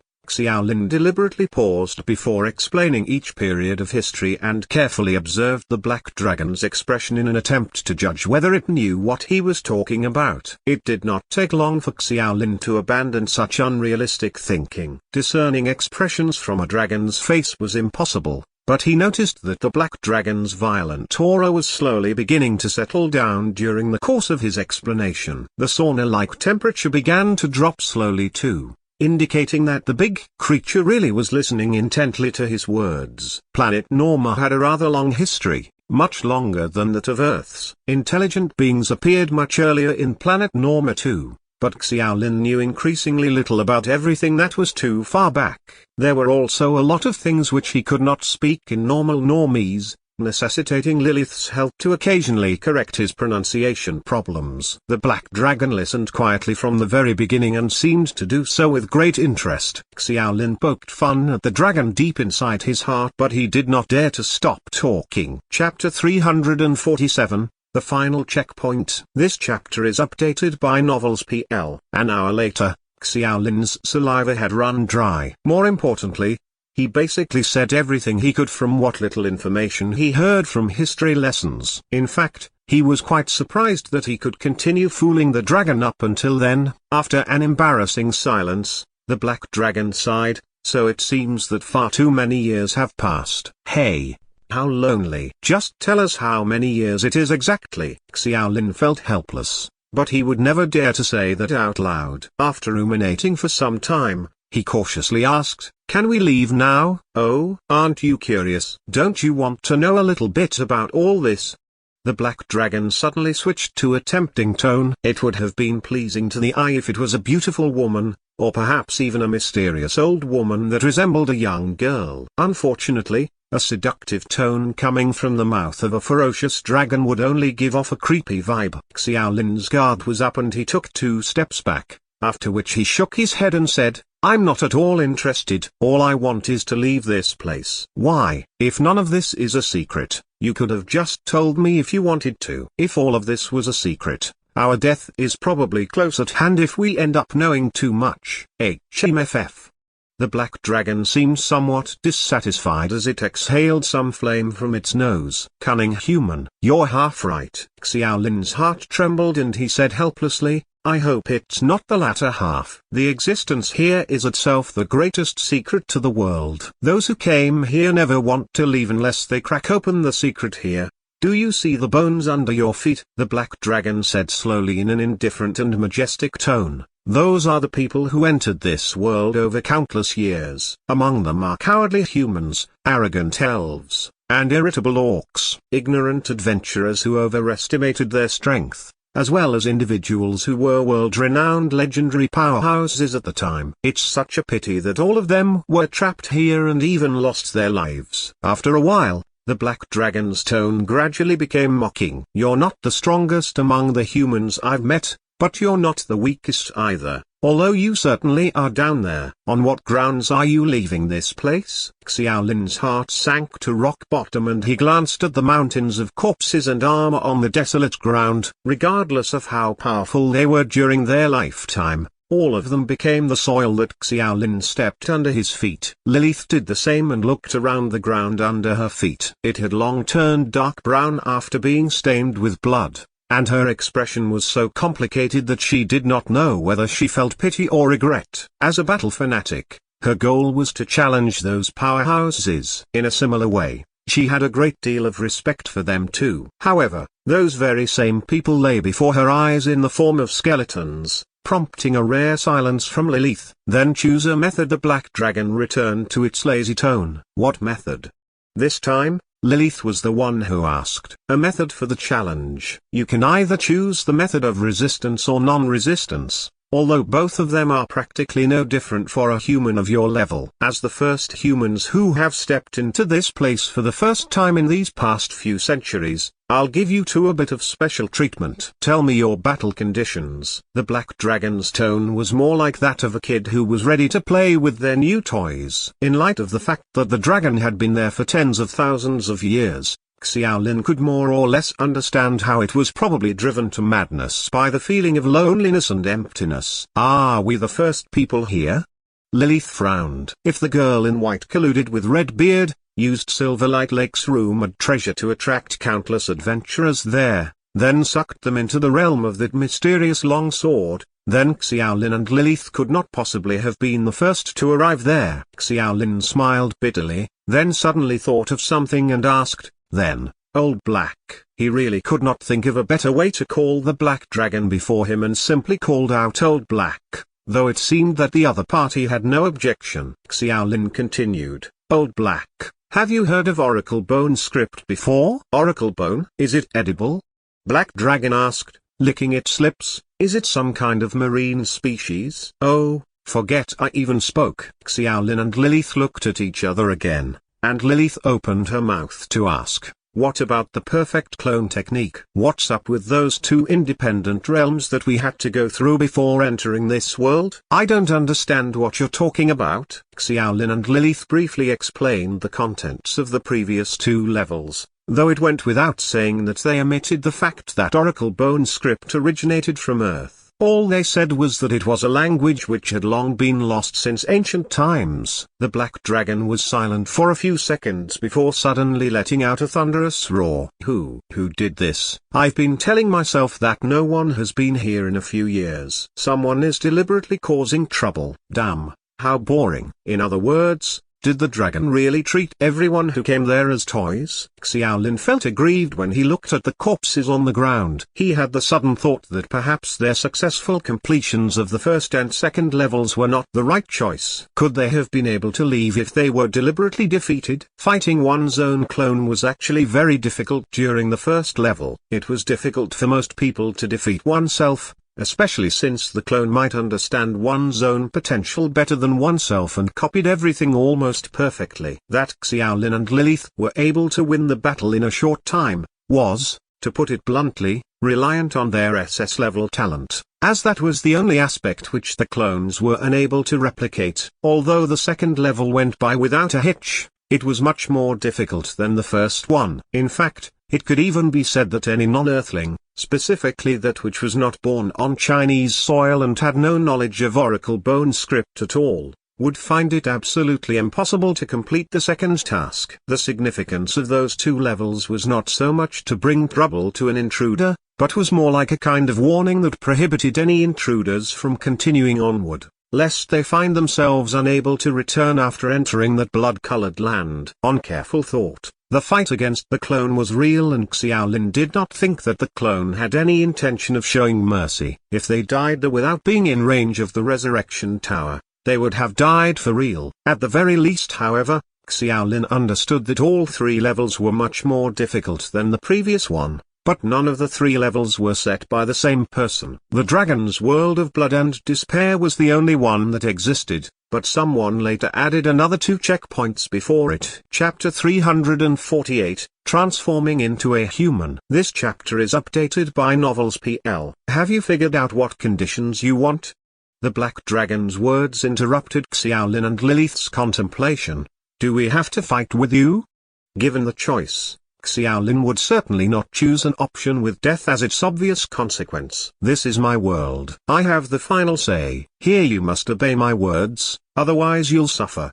The Black Dragon was as arrogant as ever and added, that's actually the best choice, since you won't be able to get out anyway. Lilith asked too, what are the conditions for leaving? I remember you saying that Silverlight sent us over to look for a shard. What shard is that? Xiaolin had a sudden thought, but he was not entirely sure about it. On that occasion, the Black Dragon was silent for several minutes, but it finally said in a frigid tone, if you can defeat me, you might have the chance to find out. That's why I'm here. Guarding the shard is the responsibility and mission that I've been given. Xiaolin smiled bitterly as he looked at Lilith, who seemed eager to give things a try. He lowered his voice and discussed with her. Do you really have a chance of winning? How could I possibly? Lilith looked at him as though he were an idiot. The opponent comes from a race of black dragons. If you count its age, its strength would have at least been equivalent to legend rank. How are we supposed to win against it? It turned out to be the answer Xiaolin expected, and he sighed. Then why are you so happy? Lilith's expression was self-evident from the beginning, and she continued, Don't you think it's amazing that we're able to fight against a legend rank opponent? Is dying just as amazing? What's so scary about death? Lilith turned her head slightly, as if she did not want to let Xiaolin see her gaze at that moment, but the change in her tone was still very obvious. That momentary flash of indifference was similar to Xiaoyu's tone when he spoke to her. But Lilith had always been a very straightforward girl, so it was difficult to imagine that she could have such an emotion. Was it an indifference to life? Xiaolin felt that Lilith was not that kind of person, but rather, she simply had no fear of death. However, such people became indifferent either because of exorbitant ideals or goals, or because they had experienced the brink of death far too many times. What did you experience in the past, Lilith? Xiaolin sighed silently in his heart and wisely diverted from that rather sensitive topic. If this is the case, leave this battle to me. Lilith was shocked, but Xiaolin had already stepped forward. He raised his head, looked at the black dragon circling in the bloody sky, and said, "You just said that we can choose the fighting conditions. My understanding is that we can choose whatever condition we want, even if it's beneficial to us." The black dragon's huge eyes narrowed. "You're right, humans. Let your imagination run wild and think. This special treatment is just for you,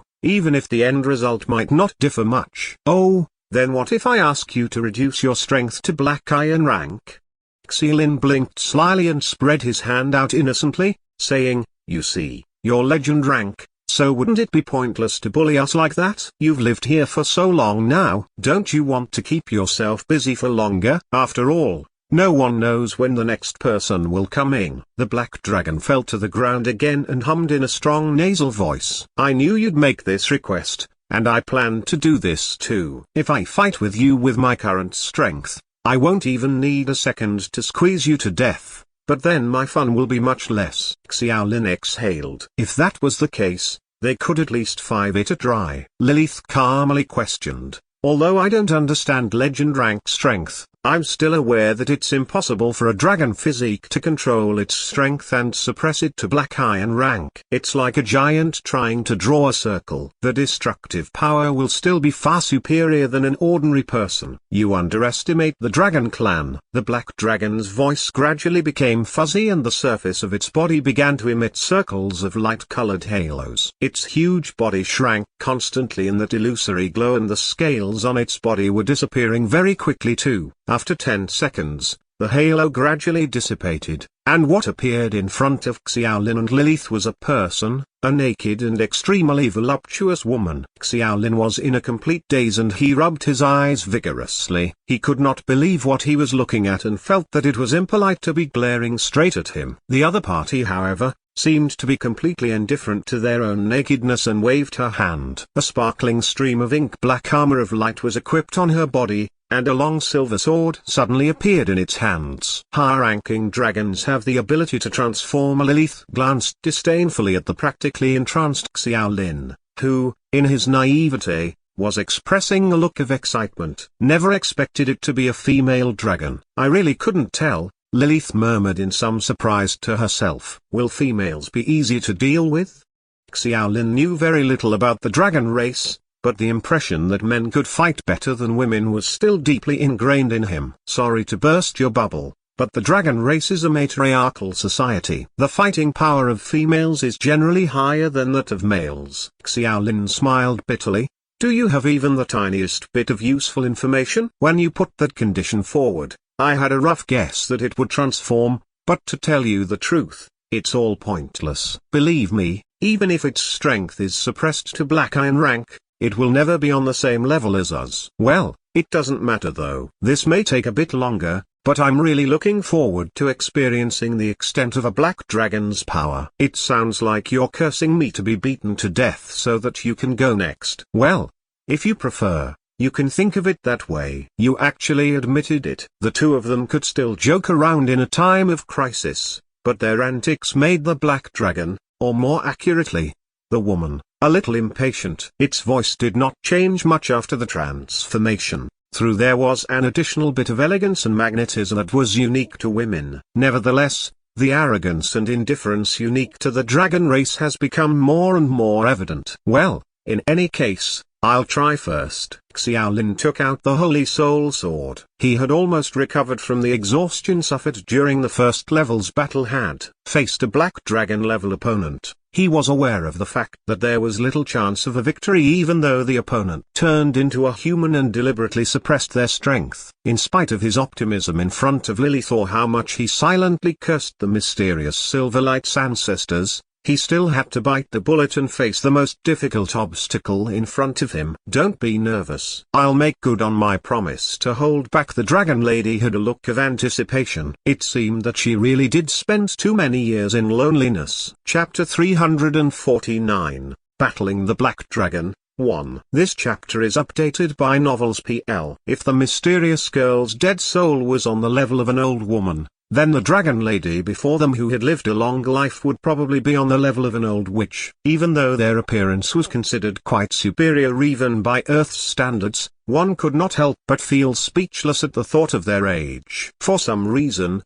Xiaolin suddenly thought of all that before the inevitable battle. Of course, he could only chastise himself for thinking like that, as the Black Dragon's words suggested that she did not take either of them seriously and merely took them for a temporary plaything. The Black Dragon was getting a little impatient. How long more are you going to wait? Can you let me make the first move? Xiaolin laughed self-deprecatingly. He knew that the dragon race was very prideful, and in their disdain, would only allow their opponents to make the first attack. The courtesy of giving him the upper hand might as well be likened to charity and pity. Now then, show me how strong the dragons in this world are. Xiaolin focused his attention in an instant. His knowledge of dragons originated from the Dean's Golden Dragon, and Lilith's remark that the Black Dragon was of the same level as a Golden Dragon could perfectly explain the strength of the woman before him. Holy Soul Summoning. Xiaolin lifted the Holy Soul Sword. A grey mist engulfed it and he summoned the undead swordsman at once. Death energy was abundant in a world full of skeletons and the swordsman could therefore be summoned without a need to stain the sword with blood. Undead creatures? The Black Dragon was not too surprised, but frowned and said, I hate the undead. She then squinted and looked indifferently at the undead swordsman, causing the latter to tremble violently all of a sudden. Emotions ought not to have been present in an undead creature like that. But the fear seemed to stem from the most primitive instinct of life. It was a direct reaction of inferior creatures when facing superior ones. Dragon power. Xiaolin murmured in a deep voice, but only the undead swordsman was affected by it, an indication that the woman did as she said and deliberately lowered her strength to a certain level. The dragon power affected only the undead swordsman, not Xiaolin himself. Xiaolin did not expect the undead swordsman to accomplish much, because the most it could do was help him stall for some time. Taking advantage of the distraction to his opponent's attention, Xiaolin did not hesitate to activate Miracle and quickly entered his ruined state. It was the strongest combat power he could use as of that point in time. Xiaolin has done a thorough analysis of his own strength. Apart from his own skills, his abilities could only be considered satisfactory at best, but his explosive qualities were very strong, and his ruined state was nothing more than a strengthening of that explosive quality. By converting all his attributes to strength while in the miracle state, Xiaolin could achieve an explosive strength that exceeded 60 XP. According to Xiaolin's experience in the ruined state, his strength attributes would further increase to nearly 100 XP. That kind of strength attribute was about the same level as a bronze rank individual, which was equivalent to Xiaolin gaining an instant increase to bronze rank strength while still at black iron rank. Therein lay the reason why he requested the Black Dragon to lower its strength in the fight. The instantaneous strength that burst out startled the Dragon Lady tremendously. Although she was still using the dragon power to tease the undead swordsman, her attention on Xiaolin was never really drawn away. In fact, she found it quite laughable to see Xiaolin approaching her at a tortoise-like speed. When Xiaolin hacked the Holy Soul Sword down, the Black Dragon only slightly raised her right arm and was prepared to use her armor to defend against it. Xiaolin's sword was indeed very slow. After converting all the attributes into strength, his speed was obviously affected, not to mention how trivial the phantom step was in the eyes of an opponent with the level of a Black Dragon. In truth, Xiaolin was actually betting on the woman being too full of herself, and that the dragon race's arrogance precluded her from actually evading the attack. The bet seemed to have paid off when he saw that woman showing no intention to dodge. Xiaolin was decisive, and he practically unleashed his strongest sword aura just as his attack was about to land. The fusion of sword aura and sword wave spread like wildfire. Boom! A huge explosion ensued, with the pressure of heat and the rebound almost knocking Xiaolin to the ground. It was the strongest slash he could wield at the moment, and everything else after that was left to fate. The explosion gradually subsided, and the woman slowly walked out of the smoke while coughing. She looked at Xiaolin in some surprise and nodded before saying, "Wonderful. This is more interesting than I thought. I thought I'd only be able to play for a little while, but it appears I won't feel too bored in the next few days." The excitement on her face sent a chill down Xiaolin's spine. Although it was to be expected, he felt despair after seeing her nonchalant tone of speech as soon as she received his strongest attack. "Armor. What's the level of armor on your body?" Lilith, who was watching the battle, suddenly raised her eyebrows and asked in a loud voice. "Oh?" The dragon lady turned her head to look at Lilith, then said in a strange and confused tone, "Do you think I'd wear inferior armor?" Lilith could not help but remain speechless for a moment. She then sighed at Xiaolin. "Told you. Why would you be so naive as to think that we're fighting on the same level as her?" Xiaolin sensed that something was wrong and looked over. The explosion and impact were incredibly strong earlier. The black dragon's body was so powerful that it could not be injured, while there was not the slightest scratch on her armor, let alone signs of damage. The sheer quality of that armor was simply unimaginable. "That's legend rank equipment," Lilith lamented. Even she was beginning to feel a little envious. Although Lilith might be Judge Academy's most cared-for individual, she had never seen a legend rank weapon before. The level of such equipment could even be considered useful in all situations. Xiaolin wanted to cry, but the tears would not come. There was no way he could fight that battle. Defeating the dragon was a tall order, and Xiaolin's initial plan was to use the black dragon's condescending attitude and at least deal a blow to her by pairing his miracle with the ruined state. In hindsight, he was simply too stupid and naive because her legend rank equipment was a total slap in his face. "Come on now, come on. What other moves do you have? Use them all." Xiaolin was uninterested, but the dragon lady was thoroughly enjoying herself at the moment. The attack gave her a lot of unexpected surprises earlier, and after seeing Xiaolin's silly days, she urged him in dissatisfaction while remembering to praise him. "Your earlier attack was superb. Being able to exert a power 1.5 times more than your own ability isn't easy, especially at this stage of yours. I haven't seen such swordsmanship in a long time." Chapter 350, Battling the Black Dragon. 2. This chapter is updated by Novels PL. Probably having felt that her own equipment and strength were simply too formidable, the Black Dragon thought for a moment and added, "Your attack took me by surprise. My hands are still tingling a little." "Amazing. Simply amazing." Xiaolin's eyelids twitched fiercely.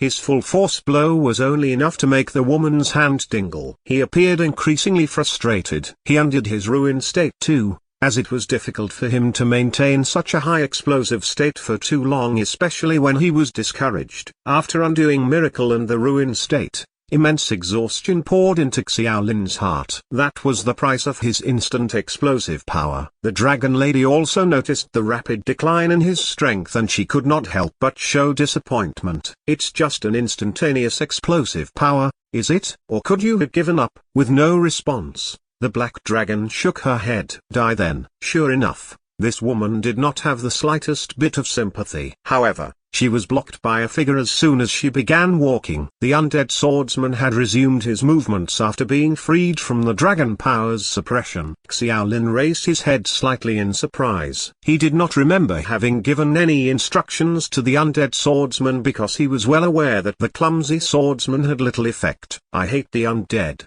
The approaching woman simply frowned and raised her long sword slightly. A black gleam flashed from the blade and directly hit the swordsman. At that moment, the swordsman's heavy armor became as fragile as white paper and shattered instantly. Dragon breath.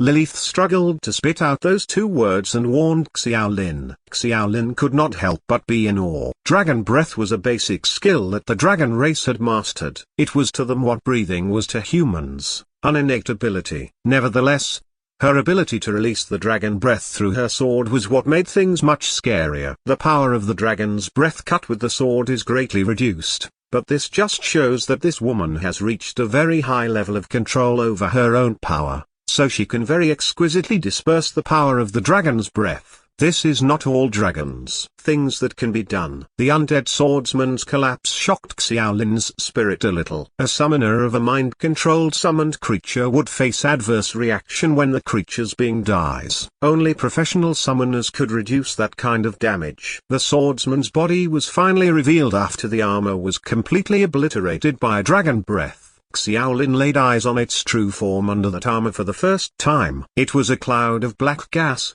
similar to condensed death energy. Unlike the death energy in the meditation world, the black gas seemed to have a will of its own and was able to sense the threat being close at hand. It billowed desperately in an attempt to stand up again. An undead creature with independent consciousness?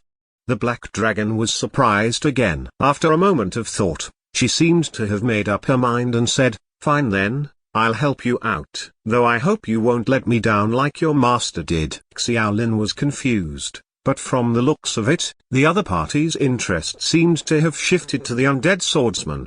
He did not know whether he should be grateful or depressed. Was his ability inferior to that of an undead creature? The dragon lady held her sword and paced around the struggling swordsman's soul, while the tip of her weapon was drawing something on the ground. Whenever the blade was drawn across the ground, a strange flow of blood began appearing on the brownish soil. The fresh blood flowed on its volition as if it was alive, intersecting with each other and gradually weaving complex patterns on the ground. Magic circle. She seems to be drawing some magic circle, Lilith whispered, having approached closer out of curiosity. Xiaolin nodded. He recognized the magic circle, but he did not really understand what the dragon lady was trying to do.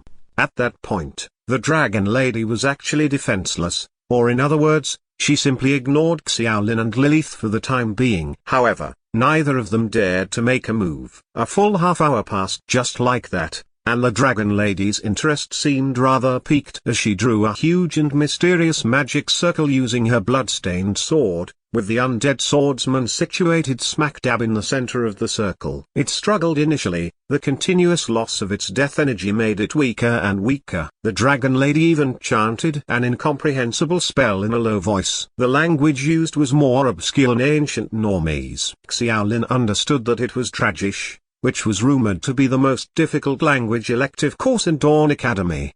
The entire spell lasted for another quarter of an hour. Once completed, a blinding light that had a similar intensity to the sun burst out of the magic circle. Xiaolin could not help but cover his eyes. When he reopened them, a small deep pit had already appeared in the ground in front of him. At the bottom of the pit stood a fully armed knight wrapped in black aura. Unbelievable. The first person to exclaim happened to be the dragon lady, who was the instigator of the entire situation. She approached Xiaolin again and stared at him with her black, pearl-like eyes, asking, "What have you done to it?" "I think I'm the one who should be asking you this," Xiaolin replied grimly.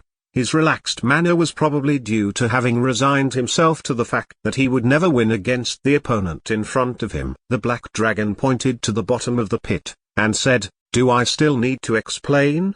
Your undead swordsman has evolved into a black knight. You've given me plenty of surprises. My dragon spell book only helps to gather the dead energy nearby, but not every soul who has enough dead energy can evolve into a black knight. In other words, you're just helping yourself create a more interesting toy." Xiaolin chided her in his heart. He had read about black knights before. They were considered mid-range undead creatures that far surpassed the power of ordinary skeletons and undead souls. Nevertheless, Xiaolin did not think that the Black Knight would have any effect in front of the Black Dragon. "Let's start then." Round 2. The Black Dragon once again distanced herself and waited solemnly. As Xiaolin had guessed, she acted simply for the sake of having a toy to play with and pass the time. "You can try." Lilith motioned to Xiaolin with a look, signaling that she had enough of being alone and was already raring to go. Xiaolin silently tried to communicate with his mental strength and was fortunate to discover that the connection still existed between him and the undead swordsman, or more accurately, the evolved Black Knight. In spite of that, he could clearly sense the knight's oppressive force on his spirit. The Black Knight's strength is probably much stronger than mine, Xiaolin thought to himself a little speechlessly and gave another order to attack. The battle resumed. Chapter 351, Battling the Black Dragon, 3. This chapter is updated by Novels PL. Compared to the undead swordsman, the Black Knight's speed was on a whole new level. Xiaolin made some comparisons while watching the battle idly and came to a more helpless conclusion. Using the Phantom Step in conjunction with his ruined state was no guarantee that he could reach the same speed as the Black Knight. Its bronze rank at least. Xiaolin suddenly realized a possible problem. Some of the books about basic undead knowledge that he had previously read stated that the master's ability must surpass the undead creature under their control. Otherwise the spiritual connection between the two sides would be difficult to maintain. Of course, the prerequisite was to pass the hurdle that was the Black Dragon, which did not appear easy to do at all. After evolving into the Black Knight, the swordsman's blade was surrounded by an eye-catching black aura, which corroded even the rusty armor and weapons on the ground as it moved past. However, the Black Dragon managed to only block the blow with one hand. It was a fierce battle and the clash of blades reverberated in that small realm. The Black Dragon's fighting spirit was exceedingly high, but she was obviously not using much of her strength, since she still seemed to do everything with ease. From time to time, she scrutinized the Black Knight from a distance and made comments, one of which was to point out that the Black Knights had a higher than average speed. A few minutes later, Lilith identified an appropriate time to conjure up her scythe and join the battle. The Black Dragon only glanced at her with some interest, but its attack rhythm was not at all interrupted. As always, the Dragon Lady spoke in an arrogant and slow tone. I forgot to tell you that I'm only using about 1/10,000th of my strength right now. How far do you think you can push me? Lilith chose not to hold herself back and used her strongest combat power when attacking. It was none other than her creation skill. The signature flame in her hand was like an extension of her arm and could change into any shape it will. After the flames were displayed, the Black Dragon's face seemed to show some curiosity and said, "This is very interesting. The both of you are very special." Lilith was a little stunned. "Don't patronize us. Does a spell of this level amount to anything in your eyes?" The Black Dragon moved slightly further away and had no difficulty in making small talk during such a fierce battle. "Don't you have any idea of what you have mastered? Ordinary spells are rearranged based on the 4 elements. But the difference in your flames is that the element comes from yourself instead of nature. It's rather similar to dragon spells. I don't understand. But I seem to think that you're too lackadaisical." Lilith sped up the rhythm of her attacks as she was peeved that the Black Dragon still had the luxury of explaining everything to her. Xiaolin sighed, and after a short break, he raised his sword and rushed up once more. However, he was temporarily unable to activate the ruined state for the time being, and the explosiveness in his miracle state was very limited too. Compared to the bronze rank Lilith, he was undoubtedly much weaker. The Black Dragon hardly looked flustered despite the 3-against-1 battle, though such a result was entirely within their predictions. Even if a member of the legendary dragon race suppressed their strength to 1 out of 10,000th, they were still a formidable opponent that could not be defeated that easily. In any case, Xiaolin and Lilith felt very distressed over the woman's arrogance right from the very beginning. The least they could do was force her to take things a little more seriously. That was the only thought Xiaolin and Lilith had at the moment. Xiaolin knew well enough that the Dragon Lady could defeat his side in an instant if that was what she wanted. However, it was clear that the Dragon Lady intended to prolong her game and drag the battle on for a long time. There was no concept of time there, but Xiaolin could deduce how much time had passed from his hunger and tiredness. "Stop fighting." The Black Dragon was also keenly aware of that and ended the battle decisively. At the same time, she changed from her human form back to a black dragon. The sudden change left Xiaolin and Lilith staring blankly, as they had no chance of attacking if they faced their opponent in dragon form. "You're too tired. The drop in your strength is too obvious." I'll get you something to eat."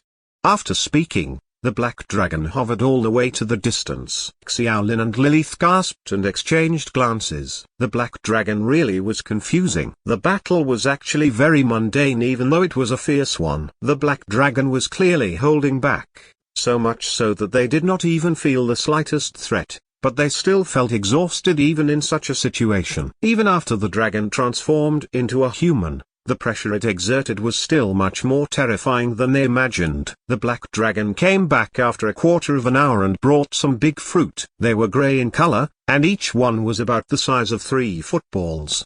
God knows what that stuff was or whether it was poisonous, but since there was no other alternative, Xiaolin took a bite and found the taste to be very astringent. He was barely able to stomach it, but it satiated his hunger. He had enough after eating half of it, but his strength and spirit had been surprisingly restored. Knowing that it could not possibly be an ordinary fruit, Xiaolin's bad impression of the black dragon has changed slightly. However, he was well aware that she gave them the fruit just to restore their energy as soon as possible and resumed the battle. The black dragon was also eating the same fruit, having been trapped there for countless years. It was only natural that there must be something to satisfy her hunger. She ate very quickly, devouring the huge fruit whole in a few bites, then urged Xiaolin and Lilith. "How much further do you want us to fight? It's not like we can actually beat you," Xiaolin tentatively asked again. "That goes without saying. How can people on your level win against me? When I get tired of playing,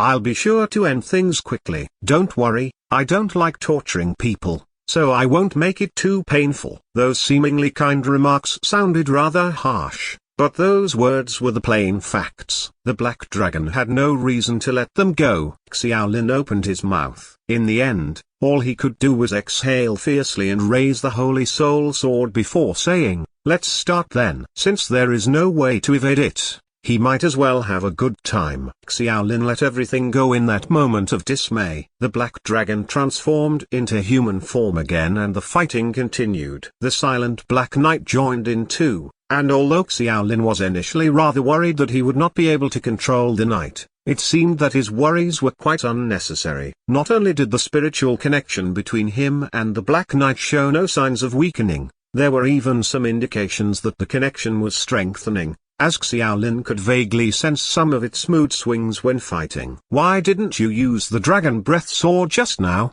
Xiaolin asked suddenly. "Are you sure you want me to use it? You won't be able to stop it." "I would love to appreciate the Dragon Breath's power again, but I don't want to reduce my fun time." The black dragon really treated the battle as a fun way to pass the time. "You don't really dare, do you? Are you taunting me?" "You can think of it that way, as you wish." Chapter 352, Life and Death. This chapter is updated by Novels PL. The Dragon Breath Sword was derived from the much reduced dragon breath which the black dragon used earlier. However, it could be attached to the blade of the sword and slashed out. When the dragon lady raised the sword again, Xiaolin activated his replication skill. It had been a while since he used it because it was saved for emergencies. Even so, he was still unsure whether or not it would remain effective in such a situation. Replication target, Black Dragon, replicated skill, Dragon Breath, skill evaluation, E+,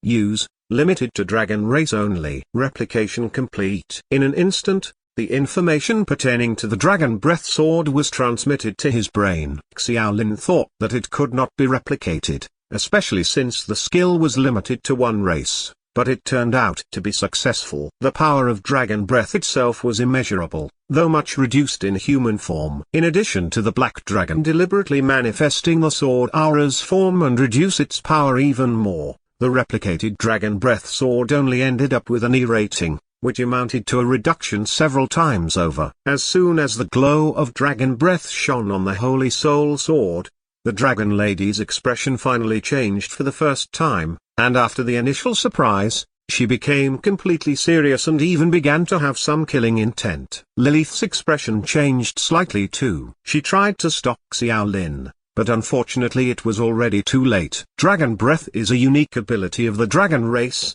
but it's not exclusive to our race alone.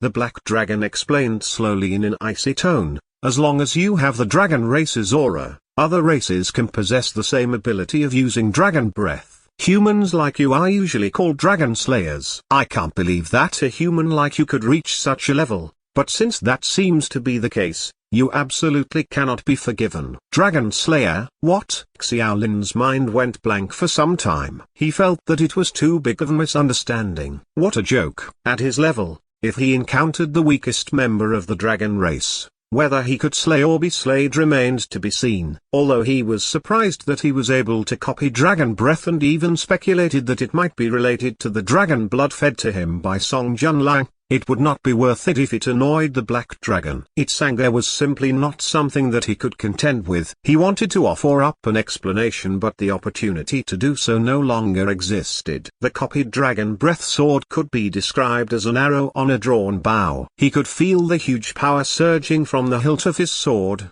but the dragon lady in front of him was already having a cold expression. With a roar up to the sky, the armor disappeared from her entire body in an instant. Xiaolin did not even have the time to glance at her curvy naked body as the black dragon had already soared up into the sky. After turning around in a circle, she swooped down again, with her head opening gradually for grey gas to accumulate inside it like a surging ocean wave. Even though Xiaolin and Lilith were hundreds of meters away, the majestic temperament made them feel as though they were inside a boat that could capsize at any moment. The Black Knight fared slightly better than them, but it was only barely able to move under the support of its black sword. Regardless of how it attacked, the grey sword aura disintegrated before even coming into contact with the dragon's scales. This is true dragon breath. It's the aura that belongs to the legendary black dragon.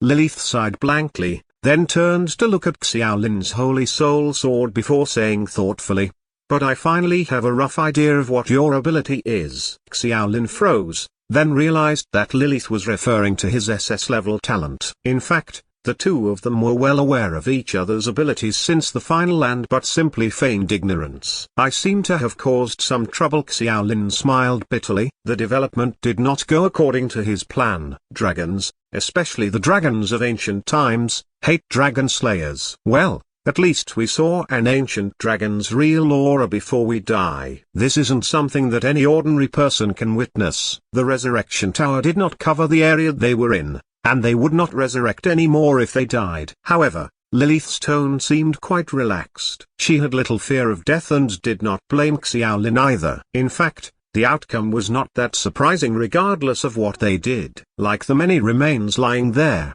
they would add to the collection of skeletons once the black dragon gets tired of the game. It was only a matter of time. "At least let me finish this move." Xiaolin glanced at the Holy Soul Sword in his hand. The energy condensed by the Dragon Breath Sword was already quite sufficient, but the difference between it and the Black Dragon's dragon power was like the stream and the sea. Real dragon power was definitely not something they could hold out against.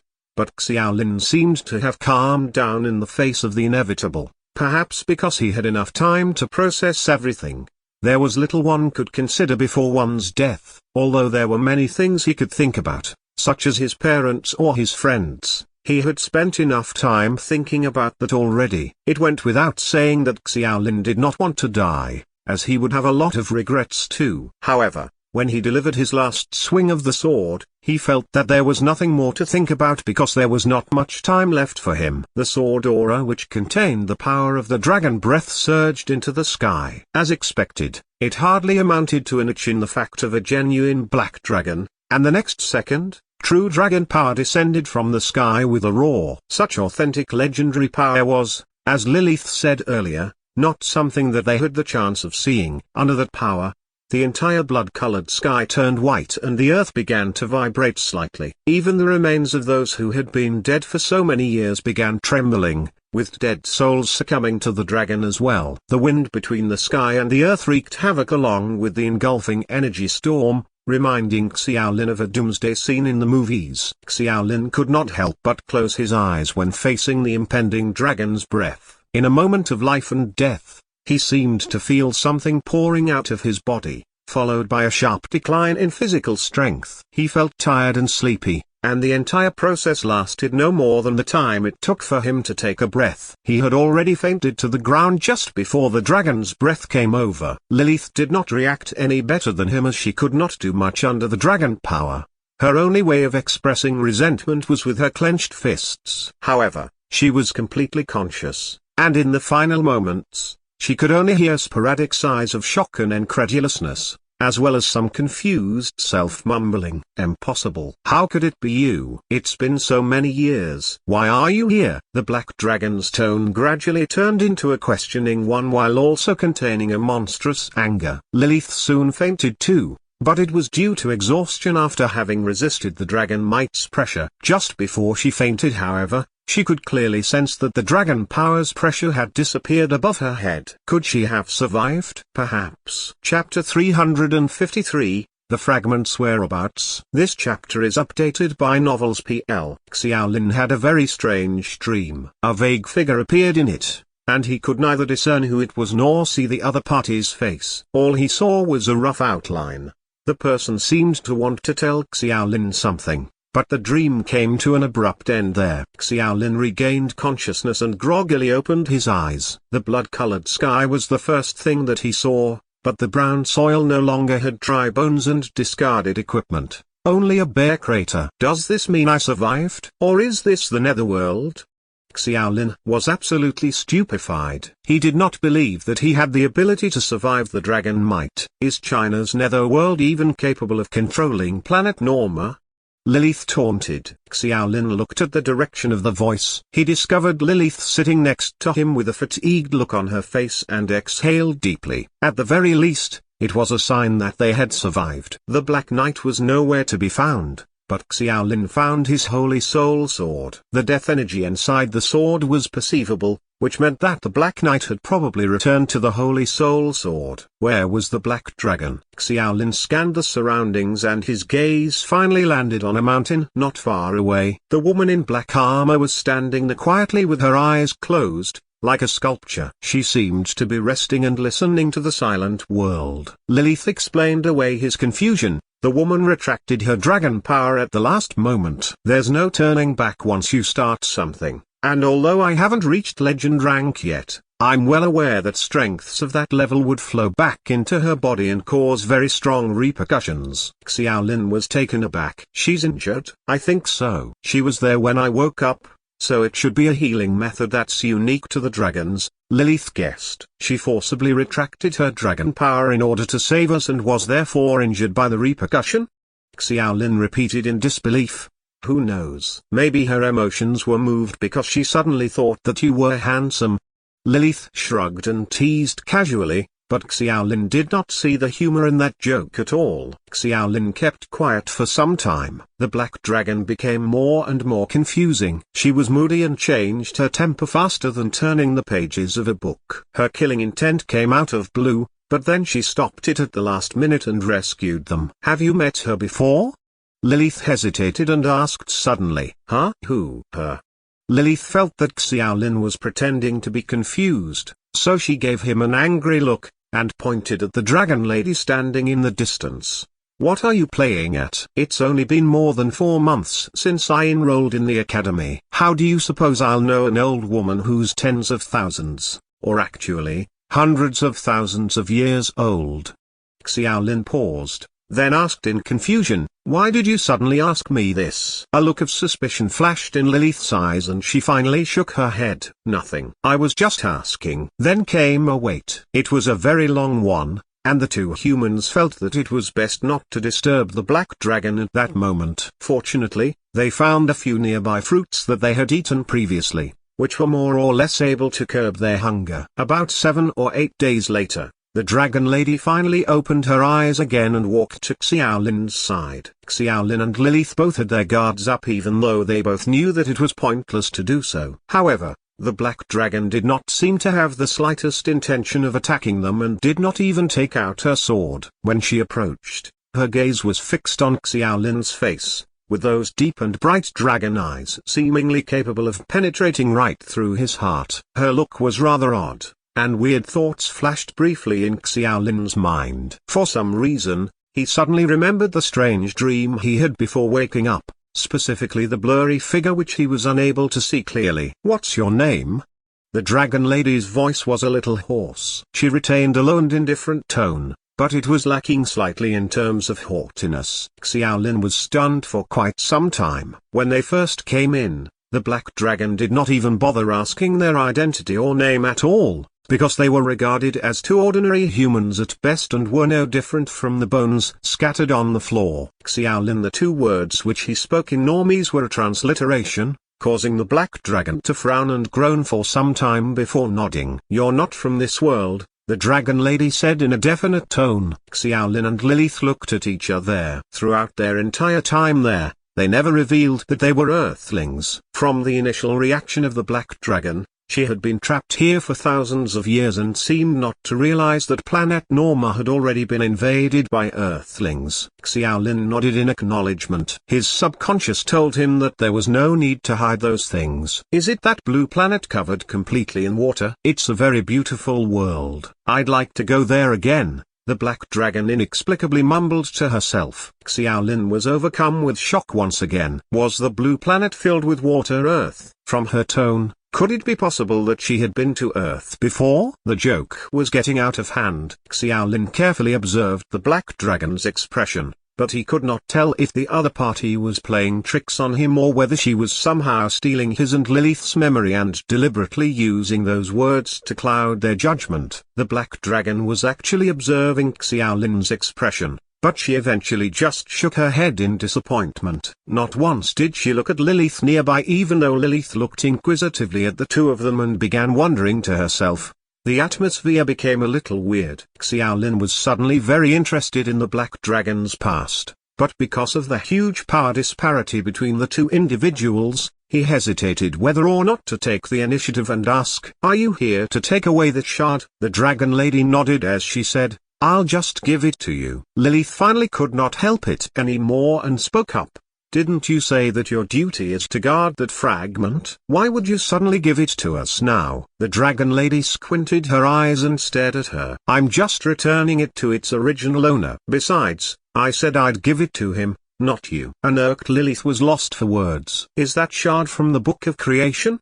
Xiaolin asked hesitantly. "Oh, so you do know its origins? I guess it isn't so surprising that you'd know about it." Xiaolin smiled dryly and did not quite understand what the black dragon meant by "it isn't so surprising that you would know about it." The only reason his guess about the Book of Creation turned out to be correct was purely because Ivan had once told him about it. After returning from the final land, Ivan's residual memory told him that the Book of Creation had become fragments distributed throughout time and space. Xiaolin created the miracle skill because he absorbed the fragment. Lily thought to possess a similar fragment too if everything happened as it did back then. Chapter 354, This Woman Came from Earth. This chapter is updated by Novels PL. Who is Silverlight? Xiaolin thought about it and decided to first determine who that mysterious woman was. If the black dragon agreed to give them the shard, then it meant they could probably head back, but it was still not the end. Considering the fact that the half-dead half-alive woman was still there,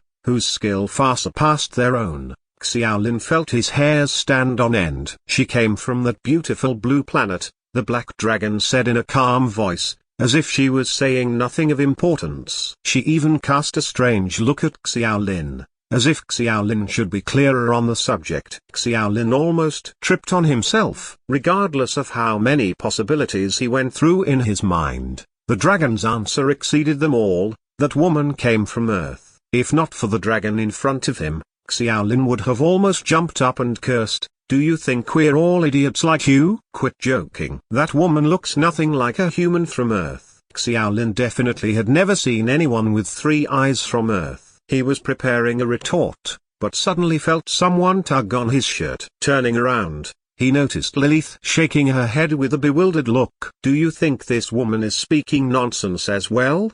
Xiaolin said those words in Mandarin, and felt a great sense of satisfaction after saying it. Lilith replied in Mandarin as well, but her tone was a little strange. "Have you ever heard of the legend of Atlantis?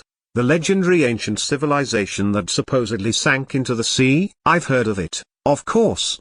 But that's just a myth with no proof at all." "Does it even have anything to do with us? A 3-eyed race?" In Judge Academy's archives on Earth, there's a large amount of information on ancient legends, and a three-eyed race is part of those records. In ancient history, there were once three-eyed humans on Earth, but they disappeared alongside Atlantis and were never seen since. After a pause, Lilith continued, I've always treated it as some mythical stories to pass the time with. But if what this black dragon is saying is true, if the legend of the three-eyed race was true, then that mysterious woman might really be from Earth, and was a human, but only an ancient species. Xiaolin felt like he was in over his head. He then thought of the oracle bone scripts he had seen before. They were shaped like hieroglyphs, which were the earliest form of writing for humans. If that was the case, it was possible that humans had actually visited planet Norma a very long time ago. Setting aside the problem for now, even if the mysterious woman was from Earth, Xiaolin did not feel like she would let them off just because they were from the same planet. Seeing Xiaolin's worry, the black dragon continued, you don't have to worry. The shard is what's keeping her here. Without it, she will naturally leave and not cause you any trouble. She's not someone who enjoys pointless slaughter. I understand that much. It's a pity the person who used this shard initially was blind and did not know its true value. Xiaolin almost said out loud, I want to know what this shard is used for as well. Ivan's memory gave Xiaolin very limited information, only telling him that those shards were very important, even possibly involving both Earth and planet Norma, imploring him to collect them. However, Xiaolin still did not even know what the shards actually looked like despite having a piece with him. The three of them walked for a long time, eventually reaching the center of this world. There was a tall volcano, and looking down the gigantic mouth of the volcano, dark red lava could be seen flowing. The heat was so intense, it could be seen. Xiaolin cast a glance before looking away. The shard is here. How should I retrieve it? Xiaolin once again felt like he was in over his head. How could he dive inside to search for the shard? Would you like me to help you retrieve it? The black dragon lady raised her eyebrow, a playful look on her face. Since you're helping us, just help us till the end. Xiaolin knew that the dragon race would not be afraid of lava. Fine, but it'll count as me doing you a favor, so you have to pay me back in the future. Her condition was undoubtedly enticing. After all, if a legend-ranked being like her could not solve a problem, Xiaolin would naturally be of no help, so it was practically a free favor. However, Xiaolin naturally had his doubts. He felt like the woman was hiding something in her words, but Xiaolin did not really have a choice, giving it some thought before nodding in agreement. At the black dragon's request, Xiaolin and Lilith left the mouth of the volcano, even heading a few miles away, only stopping when the woman was just a tiny dot in their vision. Do you really believe what the woman said? Lilith finally asked. Not really, but she doesn't really need to lie to us. Xiaolin said what was on his mind. That shard, the one brought back from the final lands. You've seen it before, right, Ivanovich? Xiaolin nodded. You saw him as well? Yes. The shard has his memory in it. I just feel that it's weird. Since Ivanovich went to the final lands and found the shard, why didn't he just take it away instead of leaving it there? I'm more curious as to the use for the shards of creation. Ivanovich said that the shards had a great effect on planet Norma and Earth, so I'm quite curious. As they talked, the sky was suddenly filled with the cry of a dragon. The woman had turned back into her dragon form and flew into the sky. After that, bright gray light began to condense. That was the condensation of draconic power, but the condensation time this time was short, showing that the power it contained was also reduced. Boom! Xiaolin actually saw a miniature version of draconic power this time. The incredibly hot energy condensed and shot out as a gray pillar of light from the dragon's mouth, piercing straight into the volcano. There was less than a second of silence before the entire world began to shake. Even though it was not to the degree it was before, they could still feel it. Even with them being miles away, the force of the power was still very strong. It was no wonder the black dragon had asked them to go far away. Xiaolin immediately took out his holy soul sword and stuck it on the ground as an anchor. Lilith did the same as well. They bitterly held on against the shockwave of power. Thanks to the dragon's control, the draconic power only lasted about 10 seconds before slowly dissipating, but the volcano erupted after that. Lava started to shoot out with traces of dark gray sulfur. In the flow of lava, a flaming ball-shaped a few meters long object shot up into the sky as well. It then started floating in midair as the flames started to dissipate, revealing a vibrantly glowing 5-colored orb. Chapter 355. Return. This chapter is updated by Novels PL. Is this a shard of the Book of Creation? Xiaolin and Lilith both exchanged looks. They might each have a shard, but neither of them knew what the shards actually looked like to this day, and the scene in front of them was way too odd. In Xiaolin's mind, since it was a shard, it should have been something the size of a thumb or something like a diamond, but the ball-shaped object in front of them was as big as half a soccer field. The volcano was still erupting, and large amounts of lava flowed everywhere. After a few minutes, the dragon went toward Xiaolin with the strange ball in tow. The dragon once again turned into a human, and the woman's face basically said it was now Xiaolin's problem. Xiaolin said in frustration, "How am I supposed to carry this?" "I'll help you." Xiaolin let out a sigh of relief. Just as he was about to voice his thanks, the woman walked over to him in large strides, grabbed his collar and threw him into the air. Xiaolin cried out as he watched the ball of light close in on him until he went right inside of it. He then noticed that the ball of light actually had no physical body. The outer shell of the colorful lights seemed to be like a bubble, soft and light. Xiaolin's view was now completely covered by the 5-colored lights, but the scenery in front of him suddenly changed. He noticed that he was somehow in a limitless universe, and in the distance was a bright star. Below him was a yellow earthen planet. Xiaolin tried to get a better look at the planet, but the moment he tried to do so, he noticed that his body suddenly started moving. He was moving quickly toward the planet's surface at a shocking speed. His heart had almost jumped into his throat. But when he got within a few hundred meters, he started to slow down until he stopped moving. It was an empty and desolate planet. Other than rock formations and an endless wasteland, there was nothing to be seen. The sky was covered with a gray layer of dust that even the sunlight was unable to pierce through. Xiaolin did not feel the cold, but something in his subconscious told him that the planet was extremely cold, to the degree that normal life could not exist. Where was this? What kind of place was this? Xiaolin shouted out loud, but he did not get any response. All he could do was float around on the surface of the planet. At some point, the dust in the sky started to part. With the introduction of sunlight, the planet's temperature started to rise. The first thing that appeared were flames, which was the fire element. Next was water, slowly gathering and forming rivers and creeks. The change in the weather started to produce the wind element, and from the nourished lands plants started to grow, forming the earth element. Finally, the desolate planet started to bear the basic foundations of life. The scene stopped there, and what he saw in front of him started to rapidly change again. What Xiaolin saw was actually the product of the ball of light rapidly transferring a large amount of information into his head, basically showing him the birth of the 4 basic elements. Xiaolin returned to the ground. When he looked up, he noticed in surprise that the ball of light had vanished without a trace. He furrowed his eyebrows and looked at Lilith.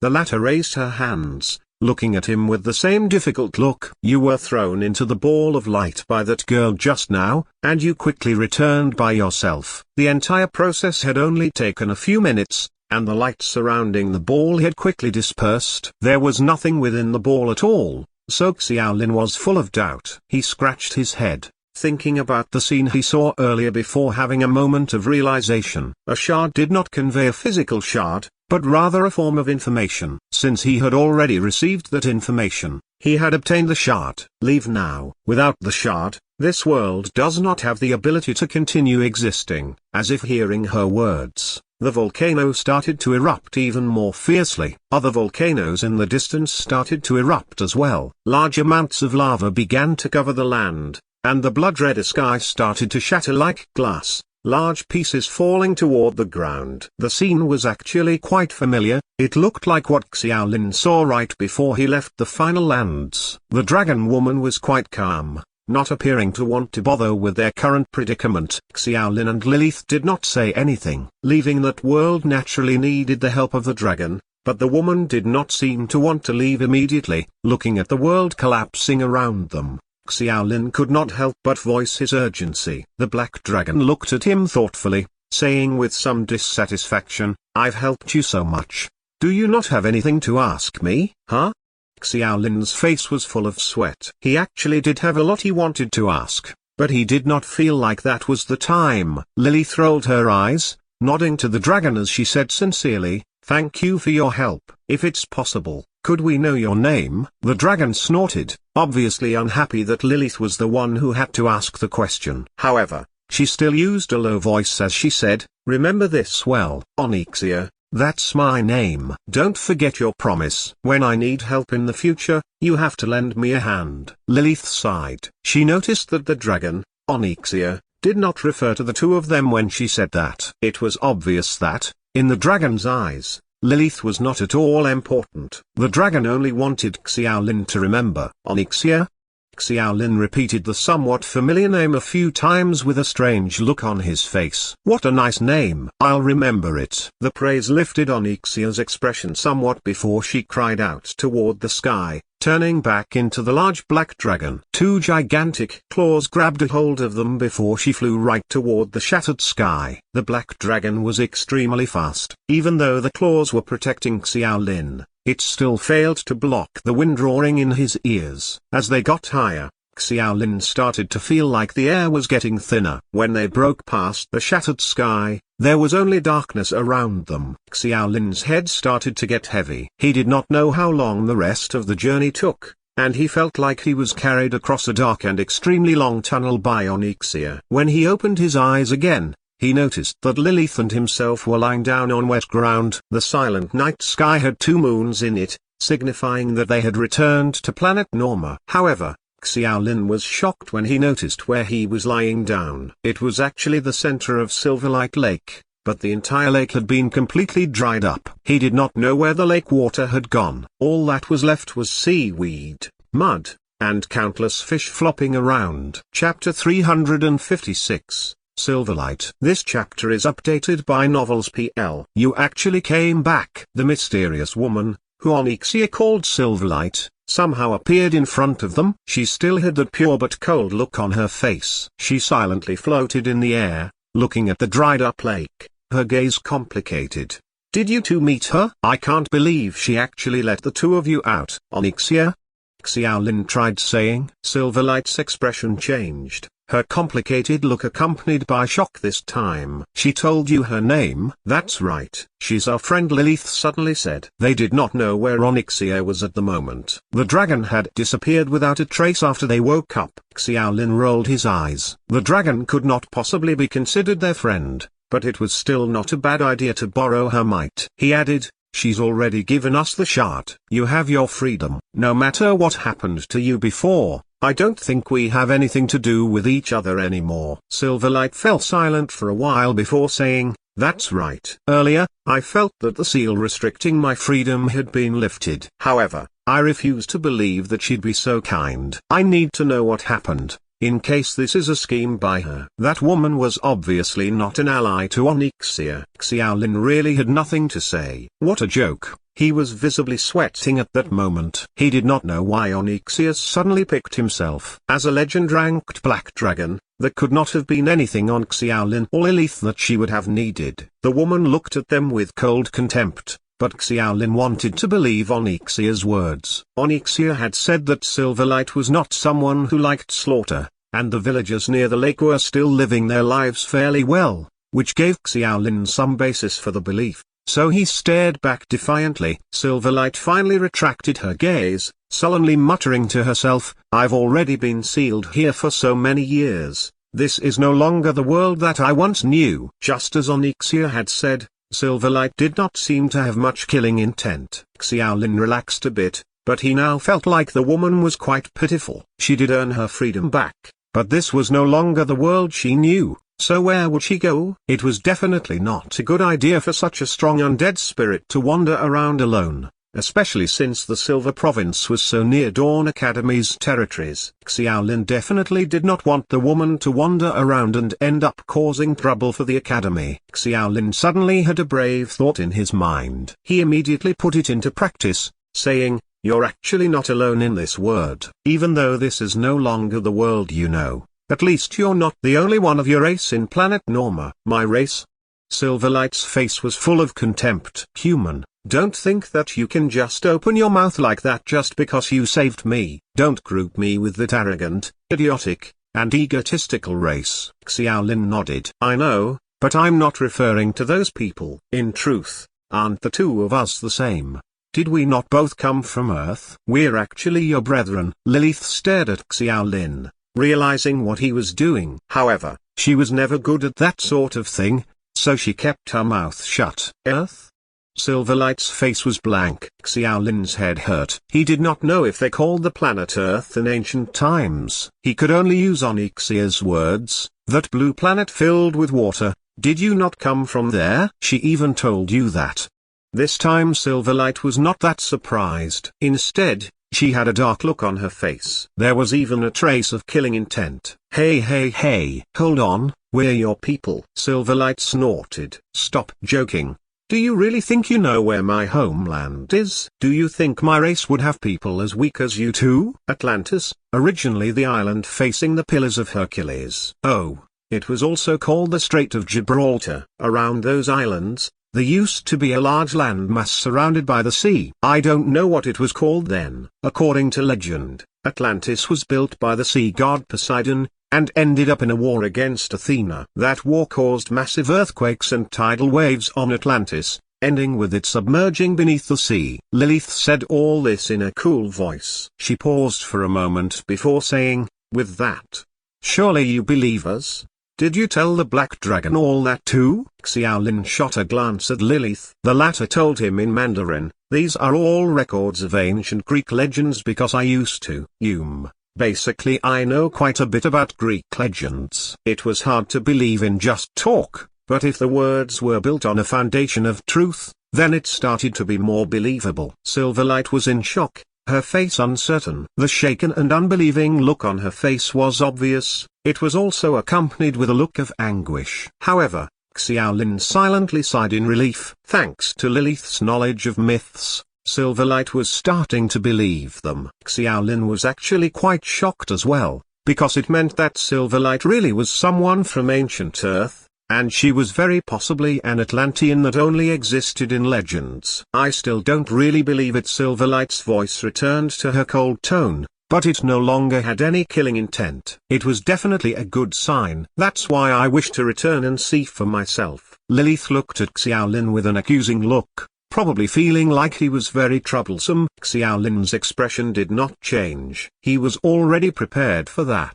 That's fine, but you'll need to help us solve a problem first. There's a very tricky opponent. The two of us probably can't handle them ourselves. I have no reason to help you. If you are just using this as an excuse to trap me, Xiaolin interrupted her, you misunderstand. This helps us, but it helps you too. Our opponent is an enemy of Earth. He is filled with thoughts of revenge and wants to destroy Earth. Are you really willing to look on as civilization on Earth meets the same fate as Atlantis back then? Lilith was speechless at how thick Xiaolin's face was. Asabana really was filled with hate toward Earth thanks to them destroying his kingdom, and had his heart set on revenge. However, there was currently no sign that the old fart wanted to destroy Earth. Furthermore, he did not have the ability. He did not even have the ability to get to Earth. Surely you understand that sort of pain. Xiaolin tried pushing. Silverlight started to hesitate, asking, who is this person? Asabana. Chapter 357, The True Treasure. This chapter is updated by Novels PL. Silverlight furrowed her eyebrows in thought, shaking her head, and she indicated she did not know who that was. Xiaolin understood as well. Asabana was just a somewhat famous astrologian at that time, but to Silverlight, that sort of reputation did not amount to much. I can go with you to take a look, but whether or not I help will depend on my mood. Silverlight did not give a clear answer, but that was already enough to make Xiaolin happy. It meant that she was already beginning to come around. The rest of the night passed by quietly. According to Silverlight, the villagers were only temporarily unconscious thanks to her hail, so they would not know what happened that night. As for the boy who could see Silverlight, she calmly explained, that boy was merely someone chosen by God. There's no surprise he has some special skill in this regard. Xiaolin did not pay it too much mind initially, but hearing that the boy was chosen by God caused him to raise an eyebrow. On planet Norma, that meant that the boy was a talent holder. It was a pity they had no way to find out what rank the boy's talent was. However,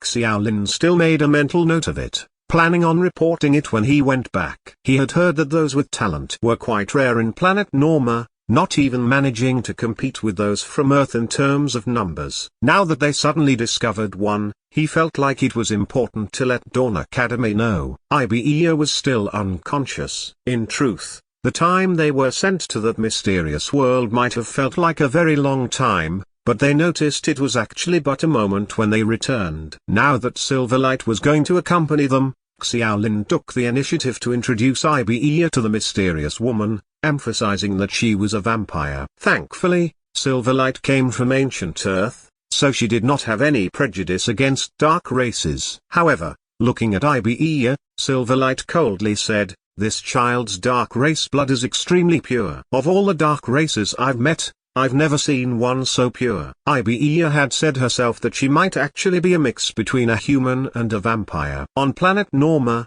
mixed races could not compete with pure bloods. Xiaolin had some doubt in his heart, but Ibea already had so many mysteries surrounding her, one more made no difference. After that, Xiaolin went to the center of the lake in search of that potentially legend rank sword that sucked them into itself. Even if it looked like a rusted sword that the lake corroded, according to Lilith, a weapon that had its own domain would not be weak at all. Silverlight dashed his hopes at that. The sword really was legend ranked, but regretfully, it had long since lost its luster thousands of years ago. It had used the last of its power to maintain that space, and once the shard was retrieved, it lost all its power.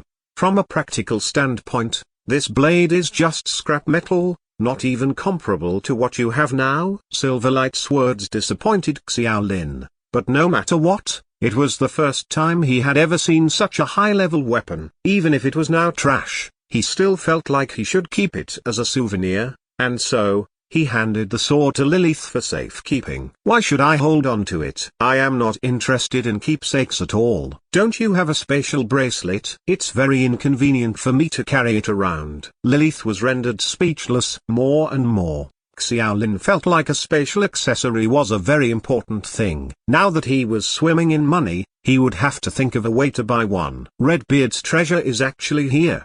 If you're interested, you can just take it. "I don't wish to owe you to anything." Even though Silverlight maintained her cold face, her words piqued Xiaolin's interest. "Treasure?" So Redbeard really did keep some treasure here. "It's right below your feet." Xiaolin jumped in fright, but looking around him, other than seaweed and some trash, there was nothing that looked like a treasure in the mud. "You'll know once the sun comes up." Silverlight was too lazy to explain. They decided to just wait there. Ibea woke up not long after. She was not at all afraid of Silverlight's spirit, nor was she too interested in the third eye on Silverlight's forehead. She even affectionately walked up to Silverlight. It was obvious that the cute girl did not mind working her charms on anyone. Even the cold Silverlight revealed the slightest of smiles at Ibea's efforts. Dawn approached quickly. In a world with no pollution, the sky was clear enough for everyone to observe the entire sunrise. The dried-up lake basked in the sunlight,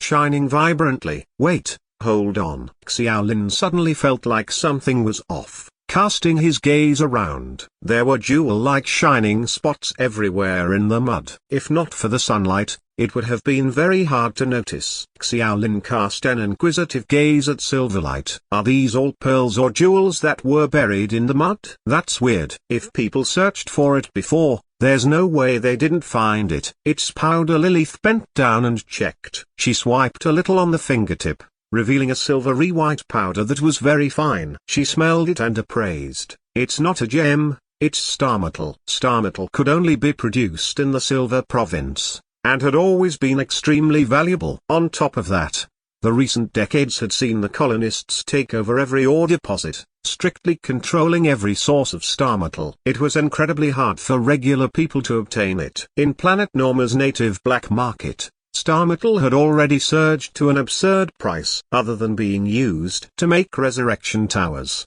Star metal was also used in very high-ranked equipment. Even those in legend ranked it as an important component, so the demand was always high. Under the various academies, star metal was a strictly controlled military good, so it was not easy to obtain. Even with Lilith standing in the Judge Academy, she might not even have the chance to easily get any, let alone Xiaolin. Before coming to the Silver Province, he had never seen the ore before. However, how were they going to gather all the powder? Xiaolin started to frown. Silverlight helped him with that problem. With a wave, a grey mass of light formed. The mass of light rose into the air before unleashing a powerful suction, but the suction only worked on the powder on the ground. It was all sucked inside. The powder shone like stars under the sunlight, making for a magnificent sight. After about 10 minutes, the light started to dim and it started to descend. As Xiaolin retrieved the mass of light, the outer luster had dissipated, leaving a spherical chunk of ore the size of a fingernail.